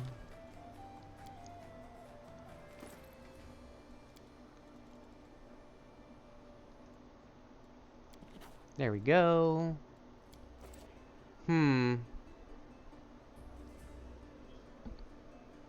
Hello, Fry. How does let such a young lad owns a tavern? Before the seat of Dresden, the half mayor belonged to a distant relative. I wouldn't bore you with the details of how his family died. Just 3 words: demon worshippers and sacrifice. Should be enough. Now the city has been liberated, the authorities in Io districts will be returning what remains to the lawful heirs of the deceased. They take these things seriously in Mendev. Fry suddenly slaps himself in the forehead. We started talking about the inn, and I remembered. I wanted to thank you for personally defeating the demon in the very tavern when the city was liberated. Without you, who knows how many glasses would have been smashed before the Crusaders got to him. So, please, accept my thanks from the bottom of my heart. The Half Measure is a strange name for a tavern. Oh, that's a family story. It's not for the faint of heart. And you're not... But you're not one of those, are you? One day, before the whirlwinds were erected, a peasant family got lost on their way to a fair. And up near the borders of the whirlwind, they stumbled upon a bored demon who killed the father right away. Yeah, and then asked the mother if she'd prefer him to take all her children or only half of them.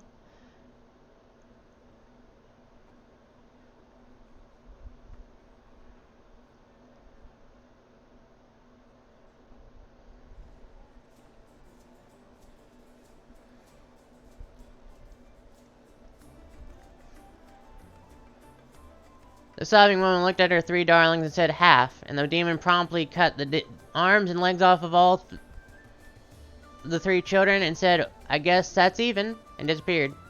People crashed in and heard the story, and after the family found shelter at the local temple in Valde, for many years they saved up for a regeneration spell so the children could be made whole again. They eventually scraped together enough for just one spell and decided to give the youngest child a second chance of life. He soon became the tavern's first owner.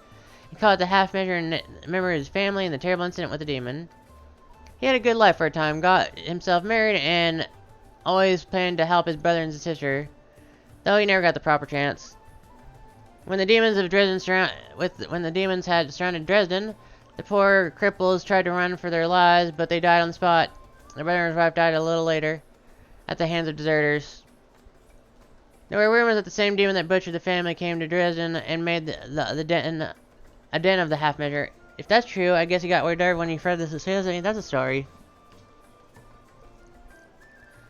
Why do you like sitting on the counter? For 2 reasons. Dresden isn't the biggest city, but it still has a few taverns and pubs. To compete with others, I need people to remember my style and myself. That's the first reason. A tavern keeper who sits on the counter definitely sticks out the ones who prefer to stand behind the bar, all dignified. Believe me, I'm not the first. You're not the first one to ask. Sooner or later, every customer does. Second reason is the place's atmosphere. People should feel relaxed here. Life near the whirlwind is hard enough. Folks don't go to taverns looking to cause each other trouble, so I allow certain liberties, including myself. I'm even thinking of hosting an invigorating brawl here on the 5th of every month. I'll let my favorite customers break glass and swing on the chandelier.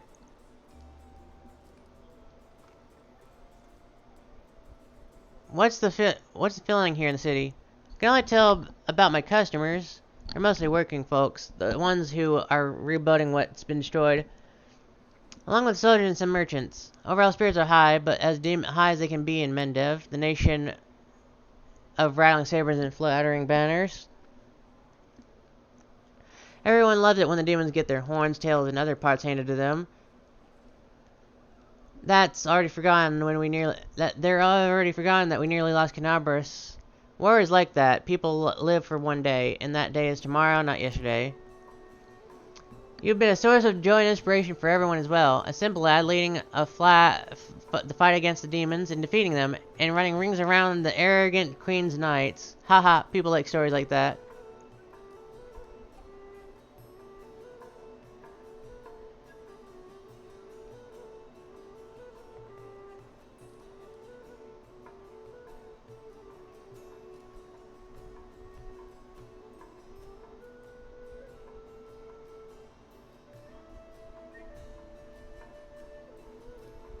That's me, alright. Just a simple guy. You must have people with fur and tails commanding armies here all the time, I take it. I don't remember that. But who'd be surprised by the sight of fur and tail these days? You look pretty cute, Commander, and you're not arrogant and standoffish. So everyone thinks of you as one of us.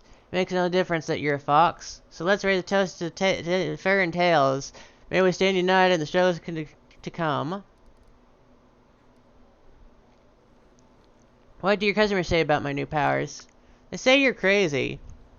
The boy without batting an eye. They write songs about other military leaders, and then they tell jokes about you. Yet, they also say that you always come out of the battle unscathed, so do the folks who follow you. They may laugh at you, but it comes from a good place. People believe it's your luck, and everyone wants a piece of it. Of course, there's a lot of superstitious chatter. Some say that you're a fae, maybe even one of the Ellis side of mortal. Others say that you're the son of Desna, or perhaps Cade and Kaelin. One crusader from Zantian swears that your son Wukong, the Monkey King himself. I have to go. So long. Come again, you're always welcome here.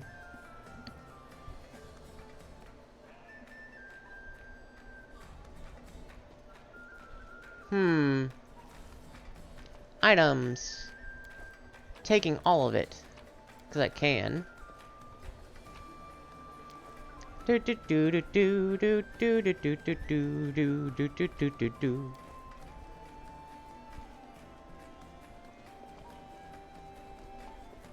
Oh right, the original reason I came here. Hi, Grey Boar. Before you stand the dwarf, he has a stern, rugged features and looks to be well armed. He fills his pipe with tobacco from Garan and lights it. Blows out a cloud of smoke. Finally, he addresses you in a deep, dignified voice. How can I help you? Who are you? Don't you remember our last meeting? Still, smoke pops. He throws you a cursory salute. The name's Grey Boar. I'm assassin for hire, and I suspect you're not here for small talk. Are you in need of my services? You tried to kill that huge gym in the Battle of Dresden, but you failed. What happened? The guard crows. Yes, that was a failure. It was supposed to be a clean job. I want to hire you for a dragon hunt.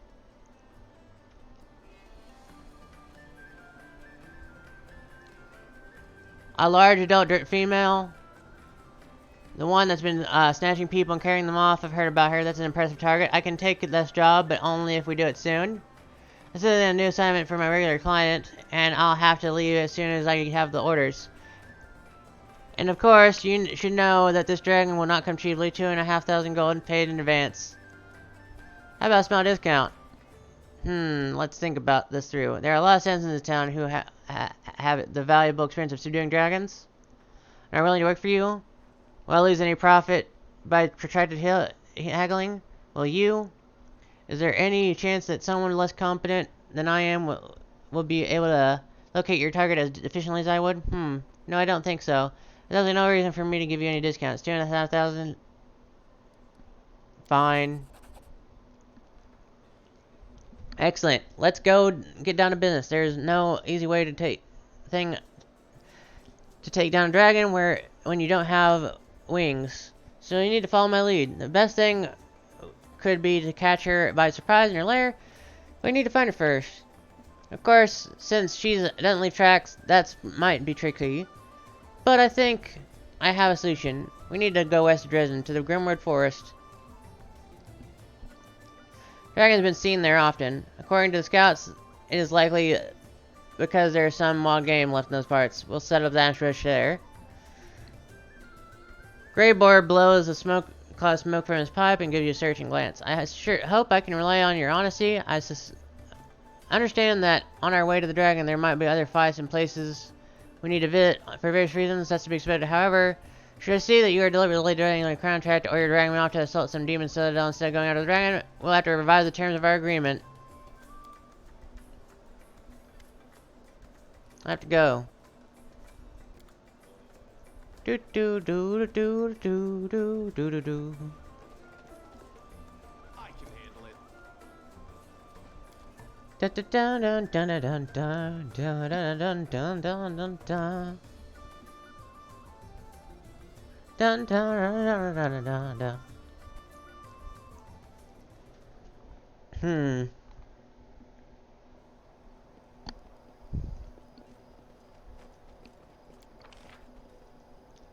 Let's go back to where I belong. In the Citadel.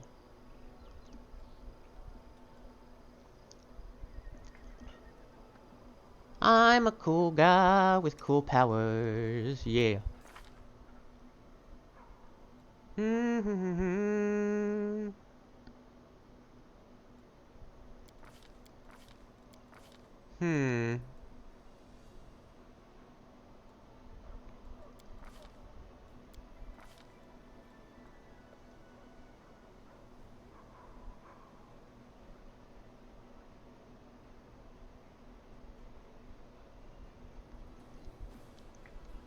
Huh.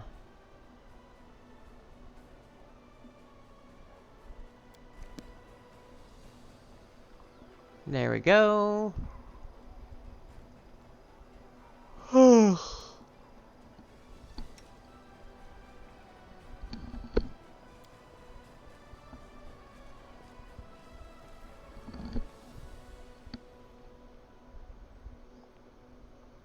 I need to go to the Council of Uwu. The best place. Can't make the demons wait. Gotta go to my bedroom to go meet with the council.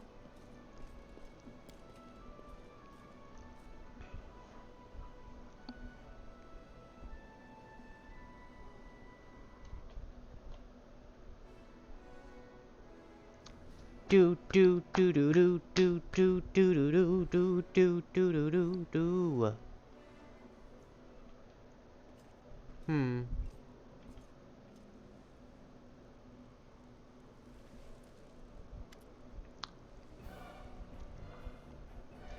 The spacious room is immersed in darkness, and the only source of light comes from a round table in its center. The strange visitor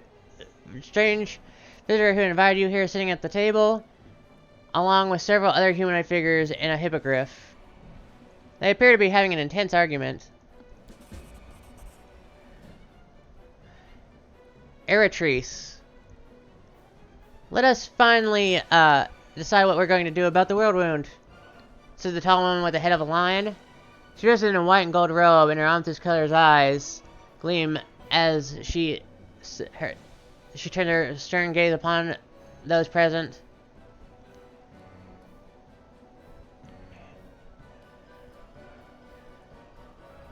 What are you all doing in my closet? I was sitting at the table, so engrossed in their debate that they pay no attention to you. Only a stranger who invited you to this meeting gives you a warm smile and gestures for you to come closer.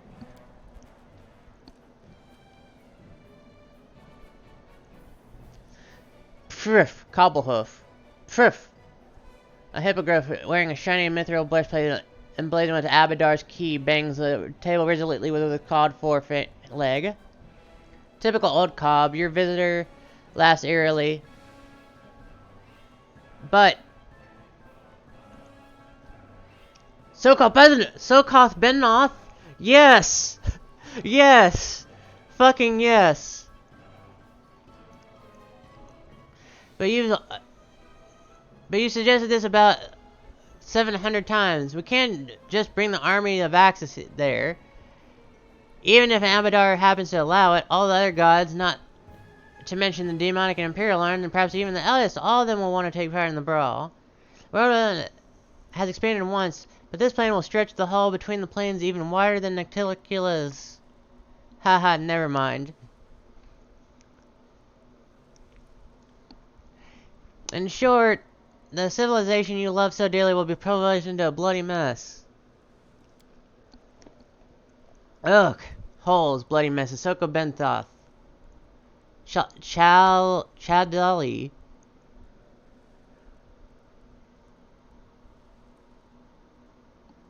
Why do you always need to say such horrible, nasty things? The dark-skinned Voldrani woman pursed her lips. She draped in a yellow silk and white flowers that nestled her shiny black hair. Look at things with more optimism. Why are you so certain that this will happen? There is a chance that things might change for the better. We must not lose hope. I think I agree with Shad Ali. Even if representatives of the different external planes from heaven to hell do come to the battle, it will be a great opportunity to sit them all down at the negotiating table. Then we can find a reasonable, peaceful solution to this old source of strife, as civilized beings should. I'm afraid, my dear Eretrice, they won't be in the mood to talk. Oh, look who's here! Tattooed man turns to you with a warm smile. Look, we have a guest. This is the one I told you about. Commander Somatoftani, leader of the current crusade. Don't you think it's time to listen to what the morals have to say about this mess? Go on, speak, share your opinions with us.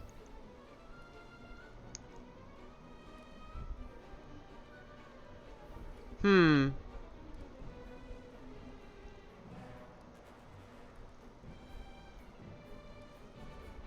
Until now, we've been trying to overpower the demons without success.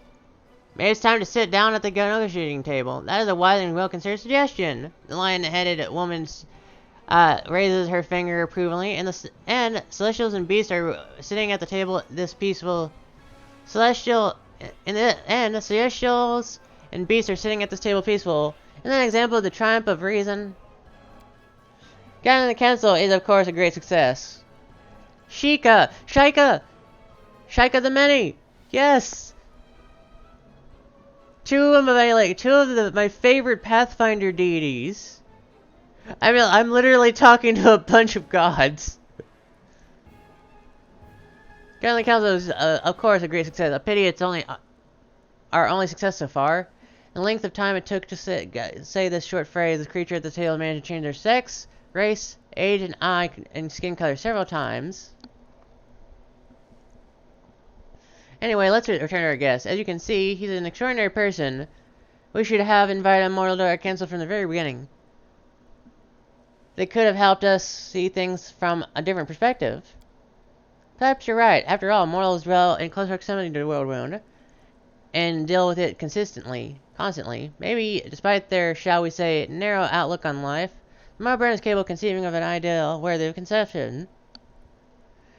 What does it matter if he has ideas? Just look how cute he is! He will be our lucky charm and bring us good fortune we have surely been lacking. Hehehe. Each chuckle from the shape-shifting creature sounds different from the last. Yes, we can already see you've brought him here for a reason. Over the last few years, our discussions have become somewhat repetitive.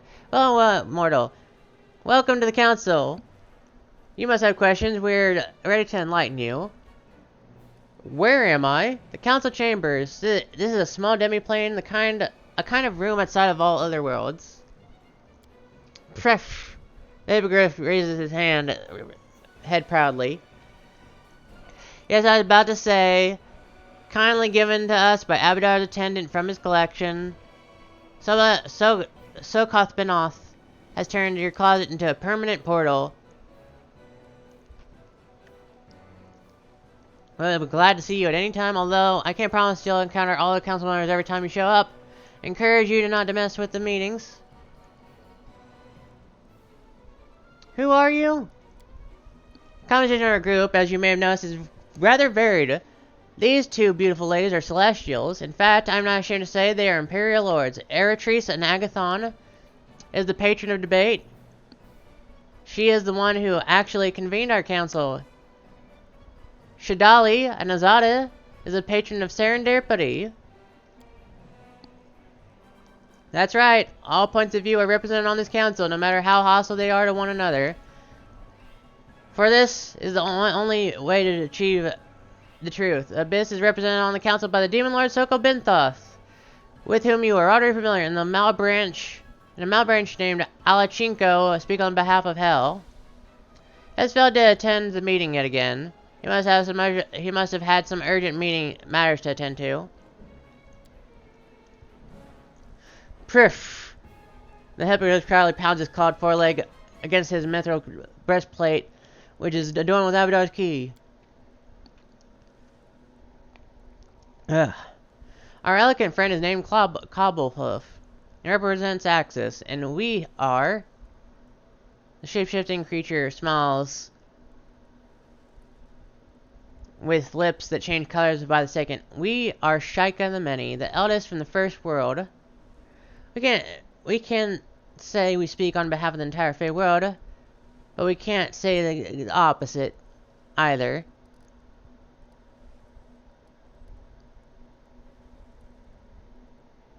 What does your council do? I convene the council of truth to... Wait, isn't it the council of deliverance? We voted and decided on the council of truth. No, we didn't. It was a tie. For the love of everything unholy, would you stop this already? You are confusing our dear guests. I'm telling you, my sweet, this council, whatever its name is, has a single purpose. Find a way to get rid of the Galarian of the world wound. The council was first convened shortly after the wound was opened, and Generally, the fact that you have to lead another crusade, it has not been successful so far. But we are working on it. Sooner or later, we'll triumph or not. Perhaps it'll be. It depends on which version of the future you perceive. Huh. What have you accomplished? Well, we discussed the situation thoroughly. Proof. Why did you ask me to join the council? We have a common goal. Just like us, you wish to overcome the whirlwind and have already achieved some success. Soko Benthoth is right. It is most appropriate for your voice to be heard on this council. We don't expect you to serve up a solution to us on a silver platter. For now, I simply brought you here to introduce yourself to the council and for you to and to bring you, so to speak, into our circle. Wonderful vibrations emanate from you. I feel our fate turned for the better. With a lucky charm like you, we simply can't help but win. I have no more questions.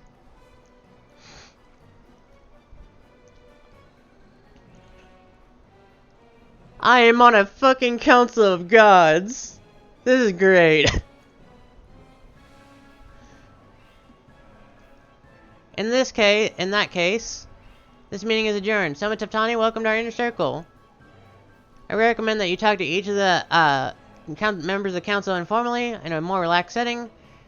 When it's time for the new meeting, we'll notify you. Soko Benthoth's penetrating stare seems to see straight through you, into your very soul. The Demon Lord chuckles, as if he just heard a good joke. I'm so glad we met. Yes, indeed. All these years, I've been looking for someone just like you. And now you're on the council. Ah, the things we're going to do. Soko Benthoth's enthusiasm is contagious. You feel free, playful, unstoppable, capable of changing the world.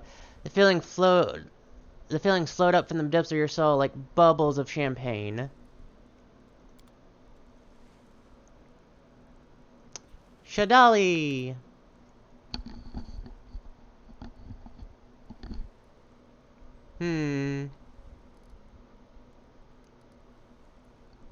Tell me about yourself. I'm Shadali. Mortals say I'm an Imperial Lord, and some even worship me, and I try to, as my best all I can not to disappoint them. I heal some, make them stronger, but in truth be told, I can't compete with the gods. Shadali gives you a sweet smile. I was born because of a lucky chance. When a yellow aura, a lunar eclipse, and a meteor shower happened simultaneously on Elysium, and I liked it so much, existing, that is, that now the only thing I do is share my happiness with others. Eat a cookie. The sweet, fragrant cookie melts on your mouth. The taste of unfamiliar spices linger on your mouth. Gentle sunny morning filling you with hope and joy. What are your thoughts on the world wound? The terrible calamities are due to fix it. The Voldrani raise their plump, dark fist, and a thick bracelet clinks together delicately on their wrist. We haven't succeeded yet, but you will definitely bring us luck. Do you believe in chance? I believe in chance. I create chances. I am chance. The woman smiles broadly, revealing healthy white teeth. Whoever you are, whatever you do, this world wants to help you. Your main task is to trust it and not stand in the way of your own luck. So, I don't need to take responsibility for what I do anymore? Do I just do what I like and chances will clean up after me? Of course not. How can you say such things? Surely one has to take responsibility for their actions, but without losing faith in chance. Although cleaning up after oneself is mandatory. The world wants to help me with whatever I do. For example, if I dream of setting an orphanage on fire and eating all the children. No! The Volder interrupts you mid-sentence, raising a plump finger adorned with a white gold ring. Not like that. Do you mean if a brick falls on my head in the streets, it's my fault because I didn't trust chance enough? No! Shoddy shakes her head, earrings clinking. Accidents happen too. It's not your fault. The world wants to help you. It just doesn't know the other to help you. And you have to hope for the best anyway. And stop asking me these odious questions. You've ruined my mood. The Voldrani dives into a parcel of cookies and begins chewing furiously. I have to go. One moment. I'm going to save before I do that check. There we go. Cobblehoof brings bad luck to the council because he doesn't believe in it. I feel negative vibrations coming from him. This is true. Was hoping he'd come to his senses, understand that shouldn't stand in the way of chance. Their luck can change, even surprise us. But now that a lucky charm is with us, his negative influence could have terrible consequences. It's decided I must stop him for his own good. Don't worry about him. When he understands why it was necessary, he'll thank me. Eretrice. The lion-faced woman gives a stern glance. Her amethyst eyes seem to pierce right through your soul. Welcome to council, Commander. Who are you? Eretrice. I am what you must call an Empyrean Lord. My element is truth. The eternal truth, shining through the endless lies. Insights born through honesty. Honest, thorough debate.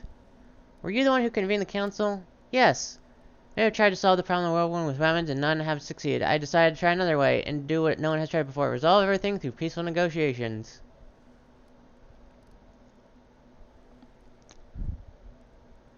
If you're an Imperial Lord, why don't you fight Discari and Baphomet openly? Victory obtained through force doesn't prove anything, and the more blows you deal to the Discari and his followers, the more convinced they are of their rectitude. No true victory can only be achieved through honest, unbiased debate.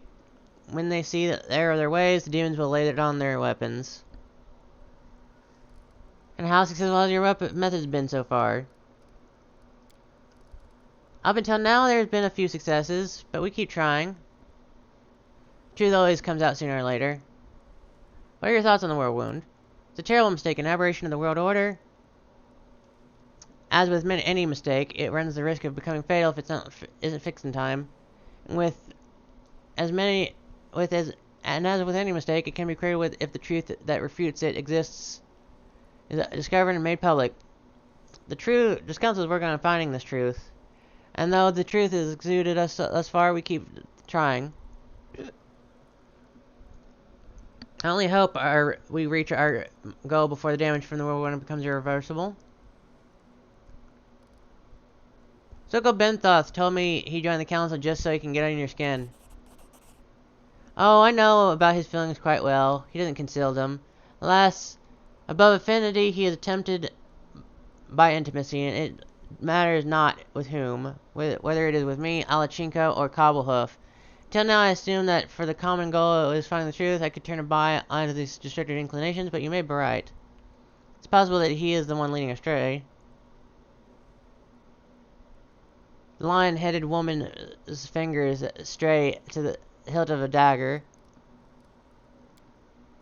Go, and may your path be lit by unfading eternal light. Soko Benthoth.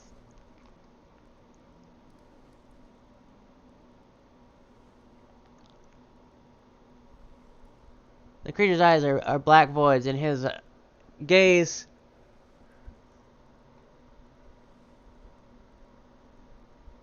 holds the promise of both incomparable pleasures and endless suffering.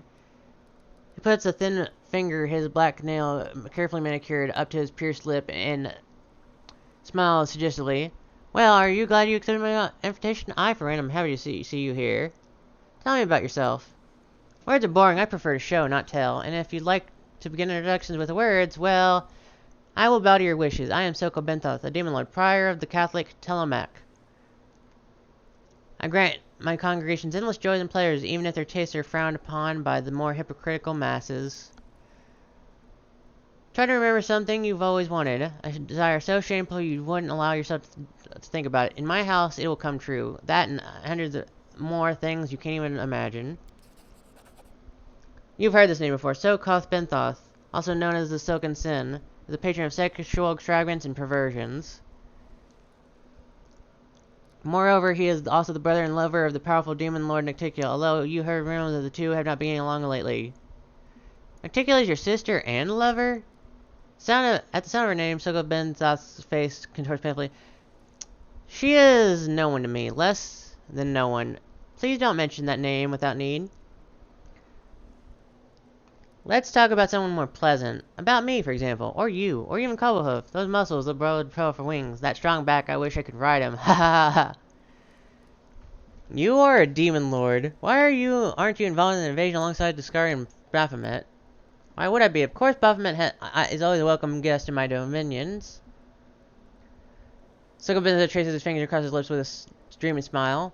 But the fact that he is a great lover does not mean I'm eager to participate in any of his schemes. Fighting, conquering, seizing my force, blah.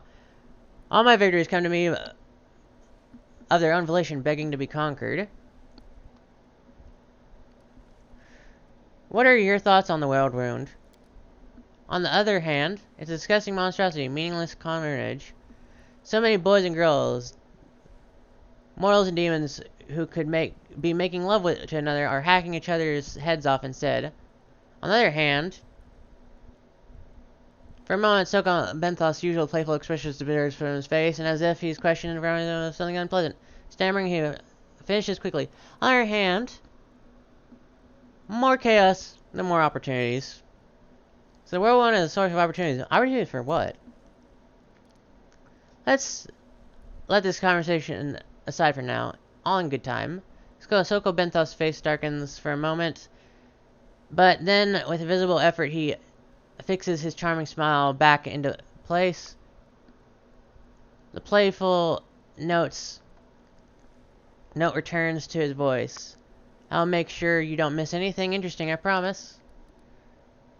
Why did you invite me to the council meeting? You can be sure that I have plans for you, but now is not the time. When the moment comes, I shall share them with you. I'm certain you will like what I have in mind. For now, though, go mingle. I did introduce you into high society of a sort. You are handsome. How about spending some time alone with me? Tempting the tempter, Soko Benthoth reaches for your face, but his fingers stop a hair's breadth from your skin. With a sigh, he reluctantly draws his hand. Believe me, I've been dreaming about it from the moment I saw you. But if we rush into this, it might interfere with my plans. Let's refrain for now. Dream of me. It'll make everything sweeter once the dreams come true.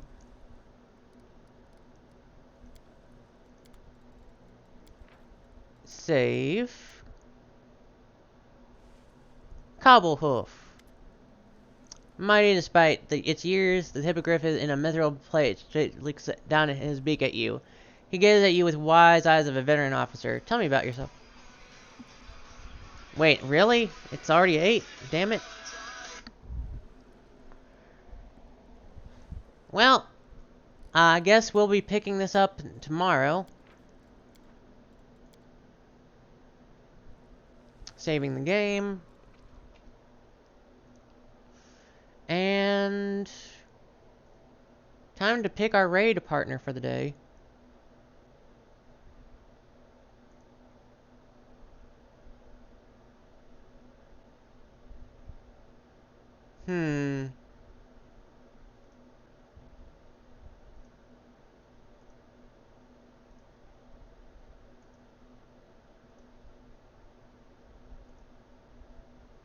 Let's raid Iceberg. I haven't seen him in a while. Let's go. Do do do do do do do do do do.